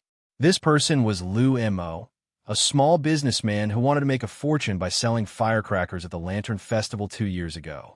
That night, he suffered heavy losses. The person who caused the trouble escaped, and he was worried that he would be caught by the officials to take the blame. Seeing that the situation was out of control, he could only run away. Although his firecrackers became famous because of this, not all of the firecrackers scattered on the street that night were ignited. Some were trampled by the fleeing tourists, revealing the saltpeter stuffed inside. This secret was discovered by other merchants who sold firecrackers, and they immediately followed suit. In Luoyang, Lu Mo wasn't the only one who sold firecrackers. In the next few days, although he also made a small profit, in the end, he couldn't recover his losses. Firecrackers were seasonal goods. After that, Lu Mo changed to helping people buy and sell pets. In the past 2 years, his business gradually grew. Although he still couldn't be considered one of the top pet merchants in Luoyang, he had already made a name for himself. Today, he had bought a few precious cat breeds, but he didn't expect that before they could be shipped home, something like this would happen. Ordinary house cats weren't worth much, but these mutant breeds, trained by mountain cats, once they met a suitable customer, they could be sold for a good price. How could Lu Mo not be anxious? Yang Fan turned his head to look at the leopard cat on the roof. Suddenly, he leaped up and stepped onto the horse's back. Using the horse's back as leverage, he leaped up like a rock. In one step, he flashed to the top of the wall. His toes tapped on the top of the wall again, and he shot up like an arrow to the roof. His movements were swift and agile. The green tiles on the roof were quite old, and a light step could easily shatter them. However, when Yang Fan leaped into the air and landed on the roof, he didn't break a single tile. This level of kung fu was truly impressive. When the people on the street saw this scene, they couldn't help but cheer, and they all gathered around to watch the show. The leopard cat with gold patterns all over its body stood on the ridge of the roof and yawned lazily. It arched its back and took light cat-like steps, walking along the long ridge into the distance. It didn't notice that there were already so many people watching in front of the house, nor did it notice Yang Fan, who had leaped onto the roof. Yang Fan bent his body and quietly approached it. This leopard cat was nimble and agile. In this kind of terrain, it would be very difficult to catch it without a net. The people on the street all held their breaths and watched curiously. Yang Fan stepped on the roof tiles and quietly approached. The leopard cat with gold patterns suddenly sensed him and suddenly leaped, flying into the distance. The surrounding people immediately hushed, thinking that he wouldn't be able to catch the cat. Lumo's face was even more dejected. When Yang Fan saw that the leopard cat was already vigilant, he suddenly leaped onto the ridge of the roof and quickly chased after it. The roof tiles were semicircular and covered the ridge, making it slippery to step on. Moreover, the roof tiles formed by the roof tiles were only the width of a palm. Even if one carefully walked on it, it would be very difficult to reach the end. However, Yang Fan actually ran as if he was flying, his movements even more agile than the leopard cat. This was the house of a wealthy family. It was a row of 5 rooms, and the roof was more than 30 meters high. Yang Fan crept behind the leopard cat, as agile as a cheetah, and in an instant he had caught up. The leopard cat realized that someone was trying to catch it and ran to the wall of the house. Suddenly, it let out a meow, and its tail straightened as it leaped off the roof. When the surrounding people saw Yang Fan's skills, they couldn't help but exclaim in admiration. Unexpectedly, just as he was about to succeed, he fell short at the last moment. They couldn't help but exclaim, feeling sorry for him. At this time, Yang Fan had already chased to the end of the house. He also leaped, pouncing out like an arrow released from a bow. In midair, Yang Fan grabbed the leopard cat's neck and flipped twice in the air before landing firmly on the ground. The surrounding people immediately started to clamor. Lu Mo was overjoyed and quickly rushed in front of Yang Fan. He bowed and said, "Thank you, Lang Jun, for your help." "Thank you, Lang Jun." Yang Fan smiled and handed the cat back to him. He said, "You're welcome. It was nothing." Lu Mo handed the cat back to his shop assistant and told him to put it back in the cage. He then thanked Yang Fan profusely. Yang Fan looked at the few leopard cats in his cage and asked, "Are you a cat dealer?" Lu Mo said, "I specialize in small pets in Luo Jing, but I don't just sell cats. I spent a lot of money to buy these leopard cats. It's a small business. If one of them ran away, it would be a big loss to me. Thank you, Lang Jun, for your help." Yang Fan waved his hand and smiled. Suddenly, his eyes were fixed on a cat. He clicked his tongue and praised. "This cat looks so mighty. It's as mighty as a big worm." Lu Mo said, "Lang Jun, you have a good eye. This cat is called Black Eye Golden Silk, and it's a very famous breed. Look at its black body. It's as black as charcoal and as bright as silk. What's special is that from its eyes to its back to the tip of its tail, there's a gold coin hidden in its black hair. You can only see it if you look carefully under the sun." Yang Fan said with a smile, "I'm a layman when it comes to leopard cats. I'm just watching the fun, but after listening to you, I've learned a lot. Does this white cat have anything to say about it?"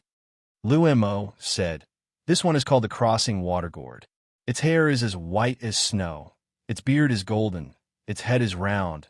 Its claws are short, and its body is as fat as a ball. This kind of cat is the best at swimming. Even if there's a big river with huge waves, it can easily swim across it. Because of its cute fat body, it's most loved by the ladies in the capital." When Yang Fan heard that he was very popular with court ladies, he suddenly thought of Xiao Man at home. After being married for so long, other than not fulfilling the duties of a wife in bed, Xiao Man couldn't be blamed in other aspects. She took care of the house, took care of the shop, and served him. She was worthy of the title of a good wife. But other than a title, what had he given her? The two of them had been respectful to each other up until now. Although Xiao Man had some quirks, he might not be completely free of responsibility. Thinking of this, Yang Fan couldn't help but think and looked carefully. Lu Mo was a businessman. After observing his expression, he couldn't help but ask, "Lang Jun, you like cats too?" Yang Fan said, "I'm a government official and busy, so I can't always be at home with my wife. This cat is very cute, so I want to buy one for my wife to relieve her loneliness." Lu Mo heard this and quickly said, "In that case, what do you think of this golden jade slave? There are naturally yellow and white spots on its fur. The yellow spots are like real gold, and the white spots are like beautiful jade. Its fur is smooth, and its eyes are bright and full of spirit. Since the Han Dynasty, this golden jade slave has been a treasure among cats." Golden jade slave? Hearing the word slave, Yang Fan suddenly thought of Tin Ano, a cat with the same name as Tin Ano. Yang Fan felt very uncomfortable.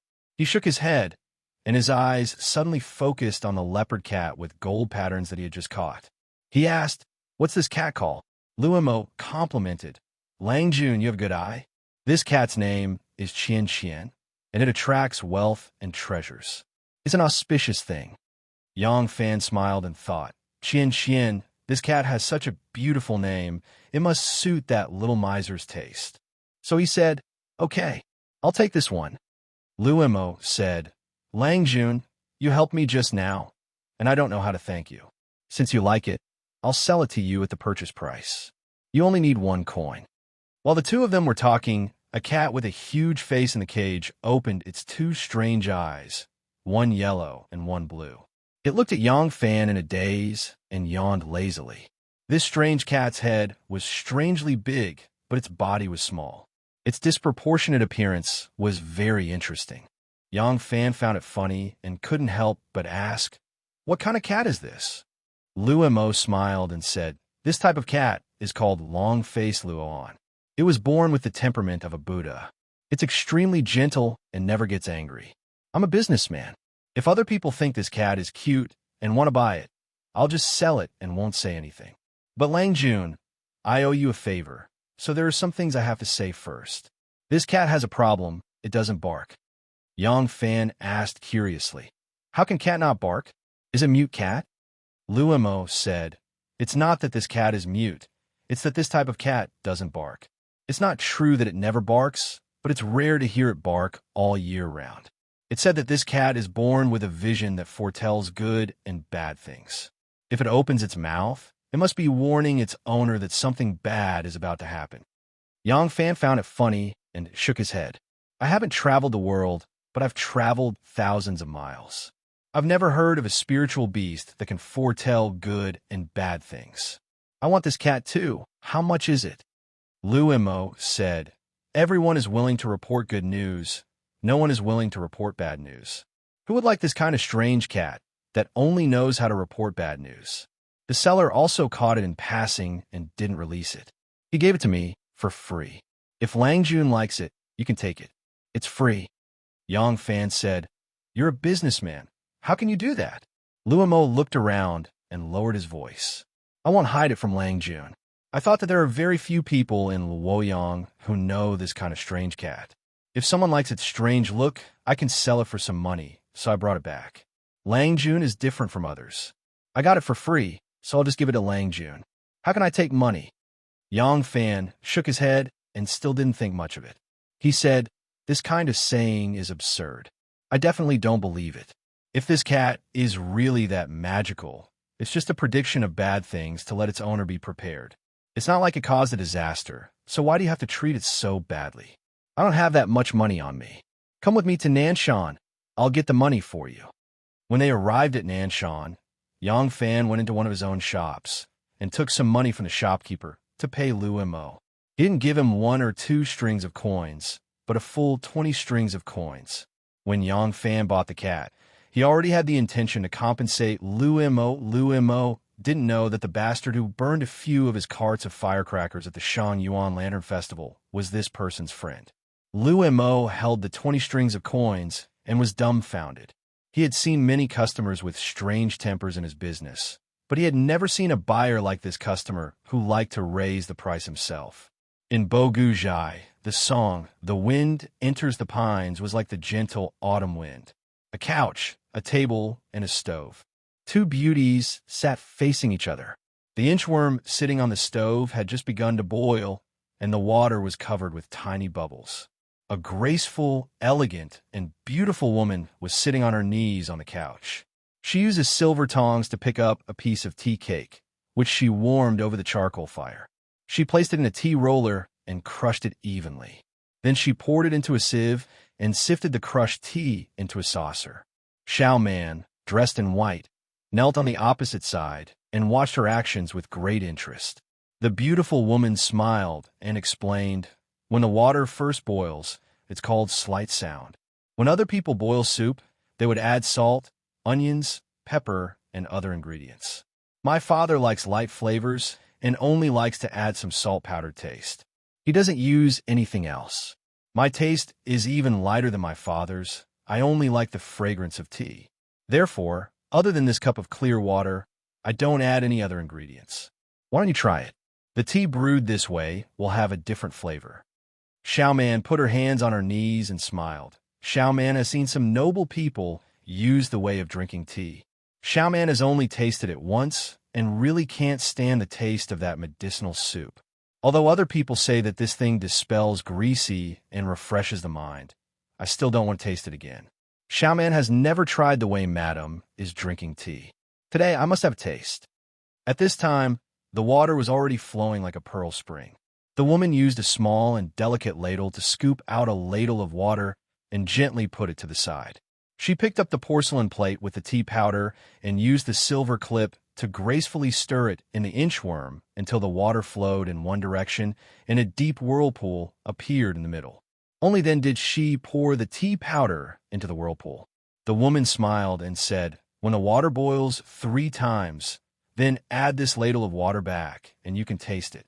This woman was the daughter of the Wang family of Taiyuan that Lai Junshun had forcefully married. She usually liked to walk around Nanshi and go shopping. Bo Guzhai specialized in selling antiques.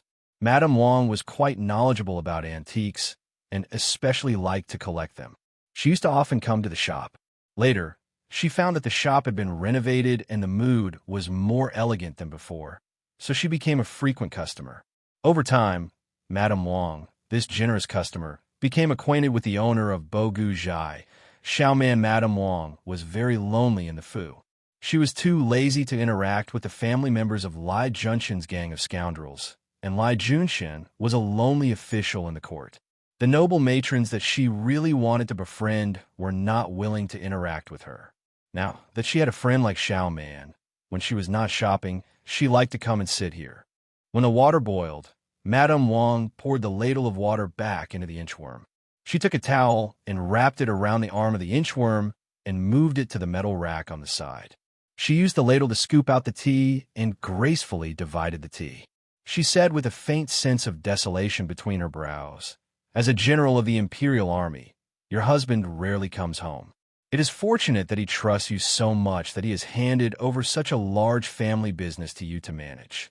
Otherwise, he would be trapped in the Fu all day like a bird in a cage. It is very boring." Xiaoman blinked and said, "Xiaoman is his wife. He has no time to care about these things. Isn't it only right that he leaves it to me to manage?" Madame Wang glanced at her and said with a smile, "Your husband dotes on you so much. It is only right that you do so." She made a gesture of inviting Xiaoman to have tea. She picked up the teacup, blew on it, and took a small sip. She closed her eyes and savored the taste. She said, "In the hot summer, drinking some other drinks, although it feels cool at the time, later on it will feel even more unbearably hot. But this tea is different. It can disperse the heat of the body from the inside to the outside, using heat to dissipate the heat. It is very miraculous. Please." Xiaoman also picked up the cup. Madame Wang continued the previous topic. She sighed faintly and said, "Some men like to control everything in their own hands. How can they let women make decisions? Some men don't want their wives to show their faces in public, especially businessmen. They are afraid that they will lose their identity. Some men, even though they are husband and wife, are wary of their wives. There are also some men who are very jealous and are deeply afraid that their wives will interact with all kinds of people and do things that will let them down. Listening to what you said just now, your husband not only believes in your ability to do business, but he also believes in your character. What makes people especially envious is that he left this shop to you to manage. It is not because there is no one to use it, but because he is worried that you will stay in a mansion all day with nothing to do. You will be bored and depressed. Such a good match. It really makes people envious. If a man is guarding against you like a thief, then no matter how much he loves you, he will only see you as a rare bird in a cage. He will not be happy." Xiaoman took a sip of this tea without any seasoning. She carefully tasted it. There was indeed a special fragrance that made people feel relaxed and happy. She was about to praise it when she suddenly heard Madame Wang's words. She couldn't help but be startled and thought about it. The two chatted for a while. A servant girl came over and said, "Madam, it is getting late. We should return to the mansion." Madame Wang indifferently responded and said to Xiaoman, "I should go. This tea set is for you. Tomorrow afternoon, if I have time, I will come find you again for tea." Xiaoman stood up to send her off. She returned to her original seat and sat down. She picked up the teacup and brought it to her lips. Thinking of what Madame Wang had said, she suddenly became a little absent-minded. Is it really like what Madame Wang said? Yesterday, I even laughed at myself for being his free worker. Now that I think about it, all this money has only passed through my hands, but he has never asked about it. He really thinks of me as his most trusted family member. Am I not aware of my good fortune? Just as Xiaoman was lost in her thoughts, Yang Fan found out from the shopkeeper of a shop that Xiaoman was currently in Bo Guzhai, so he carried the two kittens into the shop. When he saw Xiaoman sitting there in a daze, he couldn't help but laugh. "Wife, Lang Jun, how did you manage to come back? I thought it would be a few more days." When Xiao Man saw Yang Fan, she immediately stood up, her heart full of joy. Yang Fan smiled bitterly and said, "Already know about these things in the court? With my status, how could I leave at this time? It's just a temporary change of guard, and I still have to stay in the barracks to wait for orders. I was worried about you, so I asked for leave to come back and have a look. I will be leaving in a while." When Xiao Man heard this, the joy in her heart was swept away. She responded in a low voice and turned to see the two cats in Yang Fan's arms. She couldn't help but ask in surprise, "Lang Jun, where did you get these two leopard cats?" Yang Fan said, "Oh, I saw someone selling cats on the road.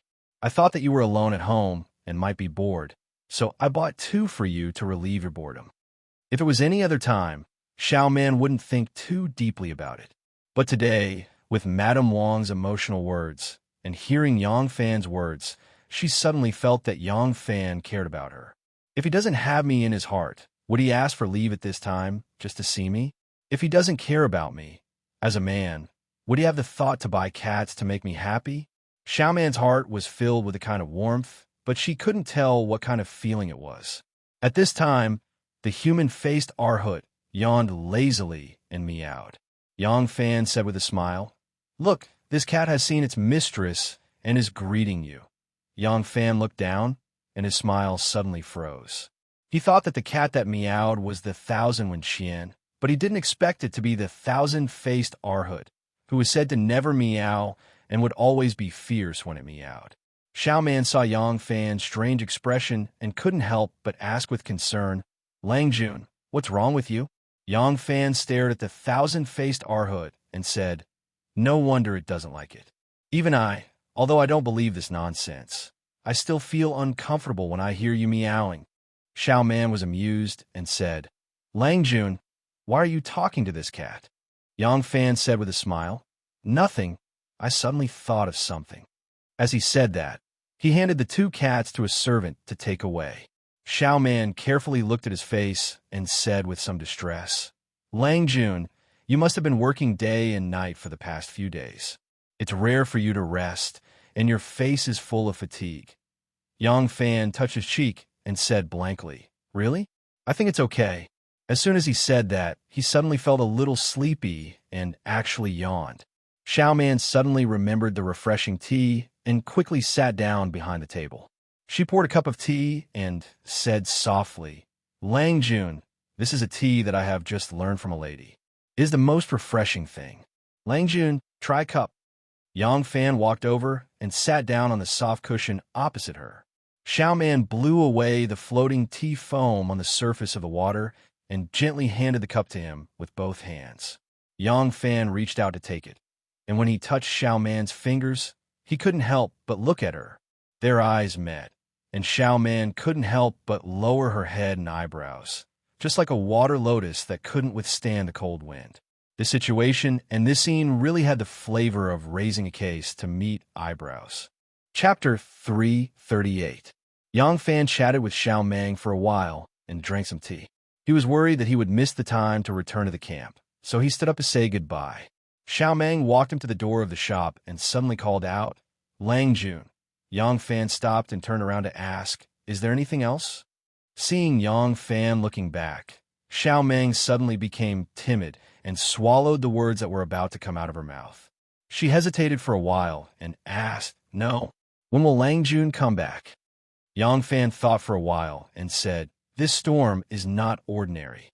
The situation will be settled in 10 days or half a month, and then you won't be so nervous." "Yes, then I will wait for Lang Jun to come back with peace of mind." Xiao Mang saw that there was some sweat on Yang Fan's temples, so she quickly took out a sweat towel from her waist and gently wiped the sweat for him. Yang Fan was slightly surprised by her gentle action. He stood still and let Xiao Mang wipe the sweat on his temples. Because of her gentle and considerate action, there was a touch of gentleness in his eyes. Xiao Mang gently wiped the sweat for him. Thinking that he rushed over in the hot summer just to see her and tell her that he was safe, she felt even more warm in her heart. She said softly, "Lang Jun, you have to take care of your body when you are outside. In the hot summer, you have to pay special attention to your 3 meals a day." "Yes." Yang Fan nodded, and his tone became gentle. When I have the chance, I will come home to visit. You don't have to work too hard. The shopkeeper will take care of the shop. When you feel tired, you can rest in the mansion. When you feel bored, you can go play and relax. Wi-Fi. I'm leaving. For a moment, Yang Fan also had a feeling of reluctance to leave. He could feel that Xiao Meng's dependence or attachment to him had become stronger and stronger. Of course, this was a good sign. However, this was not the time to be sentimental. Yang Fan looked at Xiao Meng deeply and turned to leave. Bucci stood at the door of the shop until Yang Fan's figure disappeared at the end of the long street. She then returned to the shop. Of the two cats that Yang Fan brought back, the long-faced Arhut had the most gentle temperament. It didn't struggle when it was being hugged. It was completely at ease. The waiters seemed to have noticed this and tried to put it on the ground. It didn't run away. It just lay there lazily. One yellow and one blue eyes were half open, staring at its mistress. It looked like it was sleeping, but wasn't sleeping at the same time. The other civet cat, Qian Wen Qian, was different. Its body was curled up and its limbs were flailing wildly. It looked like it would escape at the first opportunity. The waiter didn't dare to let it go, so he held it tightly in his arms. Xiao Meng returned to the shop and looked at the two cats. The long-faced Arhut had a big head and a short body. It was strange, compared to the Qian Wen Qian, which looked cute. This was not out of Yang Fan's expectations. His little money grubber was born with a fondness for money. It would be strange if she didn't like the Qian Wen Qian with its gold patterns. Ouch! The cat was very fierce. It couldn't struggle, so it scratched the waiter hard, leaving a few bloody scratches on the back of his palm. Xiao Meng smiled and said, "This raccoon slave is still wild, but it looks really cute. Come, give it to me." Xiao Meng put one hand under the cat's neck and the other against the cat's buttocks. She cleverly grabbed it and pulled it into her arms. The cat struggled a few times but couldn't escape. Suddenly, it felt that its body was bouncy, soft, and had a faint fragrance. It was very comfortable lying there, so it didn't think about escaping. Its two eyes narrowed, and it obediently lay in Xiao Meng's arms. Xiao Meng's jade-like breasts had never been touched by anyone in her life, but this raccoon was the first one to have such luck. When Yang Fan and Xiao Meng were having a small gathering in the shop, the shopkeeper was very tactful and had already moved to the side. Only now did he come back and said with a smile, "Owner really loves his wife very much." Xiao Meng stroked the cat's silky fur and said with some embarrassment, "No way. Shopkeeper Qi is just praising him." Shopkeeper Qi shook his head and said, "This old man is not complimenting owner. Men take care of the outside world and support the family. As for women, they can only wait at home. If the man comes back, then he comes back. If he doesn't come back, it's also justified. There are really not many men who care so much about the family, especially those who are as attentive and considerate as owner. It's even rarer. His wife is really lucky." "Really?" Xiao Meng thought about it for a while, her eyes a little blurred. She gently pressed her face against the cat's body and gently stroked it a few times. A sweet smile appeared at the corner of her mouth. The woman playing the zither glanced at her, and a trace of mischief suddenly appeared in her eyes. She pressed her slender fingers down and stopped the sound of the zither. She picked up the strings again and changed the song. She opened her mouth and actually sang. A magnetic and mellow voice like that of a flute suddenly sounded from Bogu Zhai. Two mandarin ducks in the color of literature, cut to make a happy quilt. Longing for each other for a long time, fate nodded. Throwing glue into paint. Who can leave this place? Although Xiao Meng wasn't good at poetry, she could still hear the teasing meaning in the song. She couldn't help but glare at her coquettishly, but her smile became even sweeter. It turned out that being cared for by a man in the heart was actually so happy and sweet. In the prison of the Senate, Pei Xuanli, the official of Xili who had been tortured but was forced to confess to the crime of rebellion and had also bitten out many of his accomplices, saw that his so-called accomplices were all locked up in the prison, and some of them were in the same cell as him. He was extremely ashamed and didn't dare to face them. He just faced the wall and muttered to himself, praying the Diamond Sutra. Those colleagues who were falsely accused by him were originally angry, But when they saw that Pei Xuanli was tortured to a point where he didn't even look human, they had nothing to say. Censor Renji was also a Buddhist.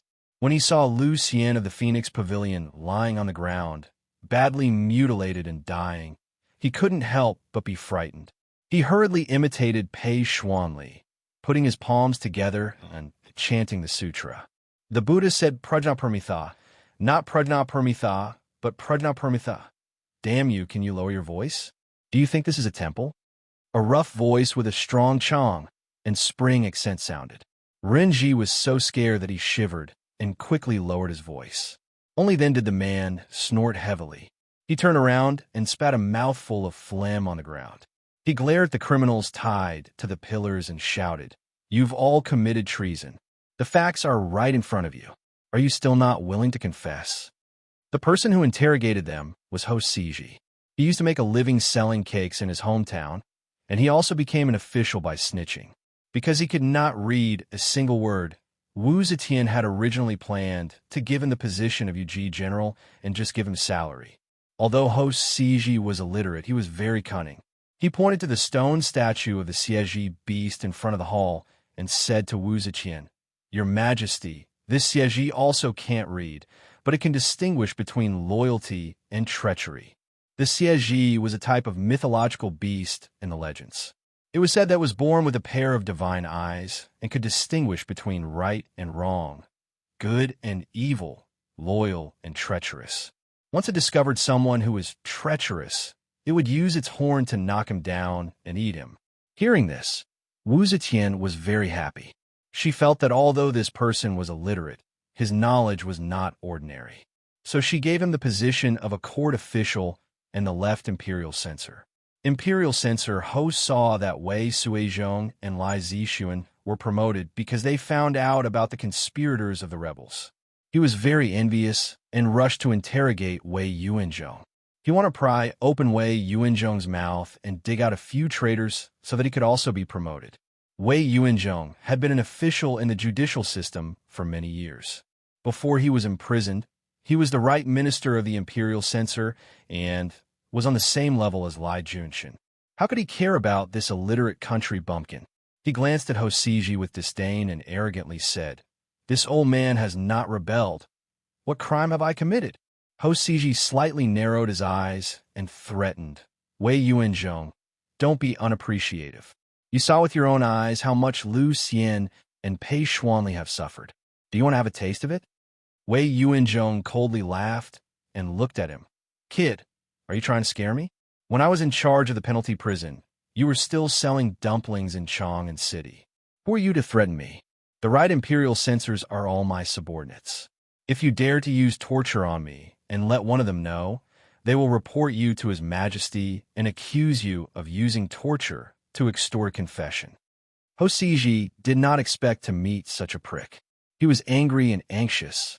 He wanted to use torture, but he was afraid that Wei Yuanzhong would be injured all over and the right imperial censor would have something on him. If he were to send Wei Yuanzhong back to prison, he would lose face. Ho Siji thought for a while and angrily shouted, "Someone, hang this old man upside down." Wei Yuanzhong mocked, "This old man has tasted the feeling of hanging upside down. Once when I was riding home on a donkey, I accidentally fell off the donkey's back. One of my feet was caught in the stirrup, and I was dragged by that stupid donkey for a long time." "Ha! Ha!" Ho Siji was furious and shouted, "You old man, don't be arrogant. Where do you think you are? This is the censor yard, not your right imperial censor. In a place like this, those who recognize by Sima do not recognize Mengqing do. No one has ever been able to walk out of this place unscathed. Do you still think that someone will save you?"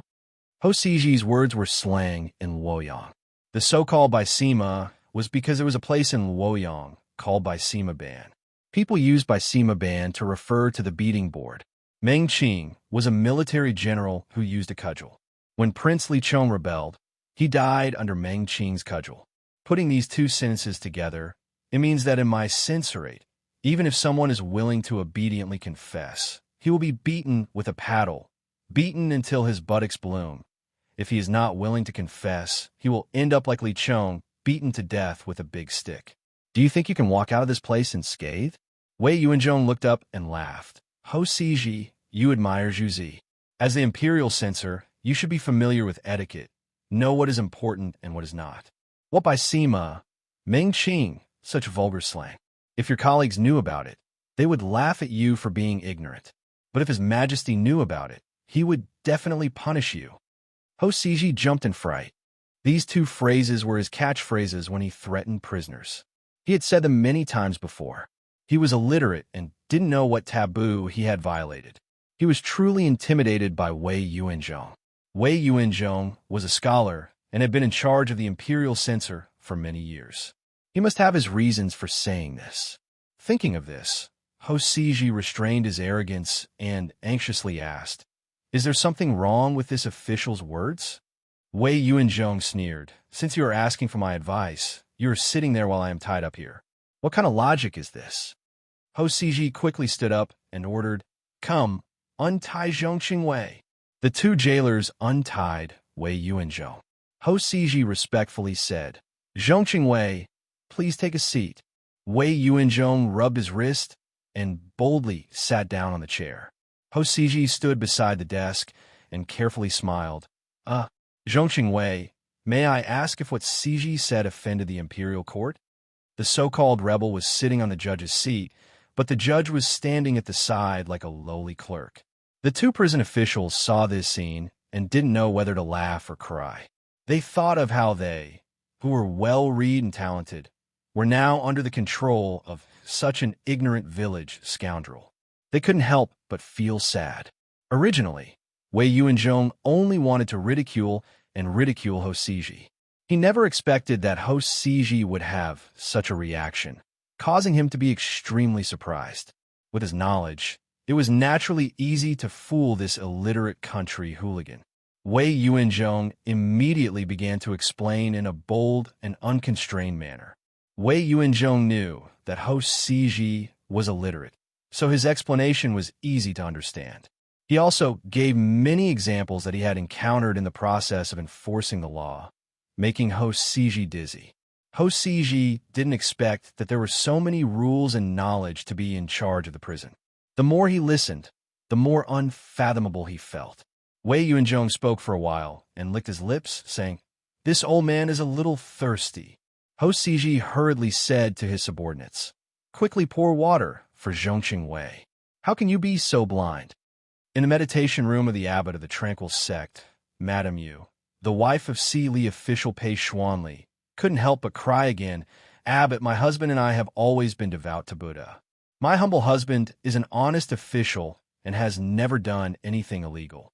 I eat vegetarian, pray to Buddha, give porridge, and do good.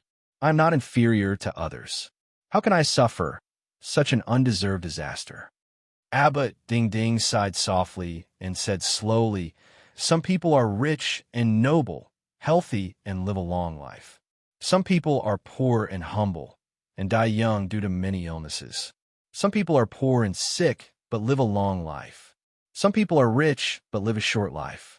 These are all caused by the karma of each person in the past. They can't make their own decisions. There are 3 kinds of disasters and 8 kinds of difficulties in the 3 realms. Bitterness and hardship coexist with life. There is happiness in life, but the cause of happiness is still bitterness.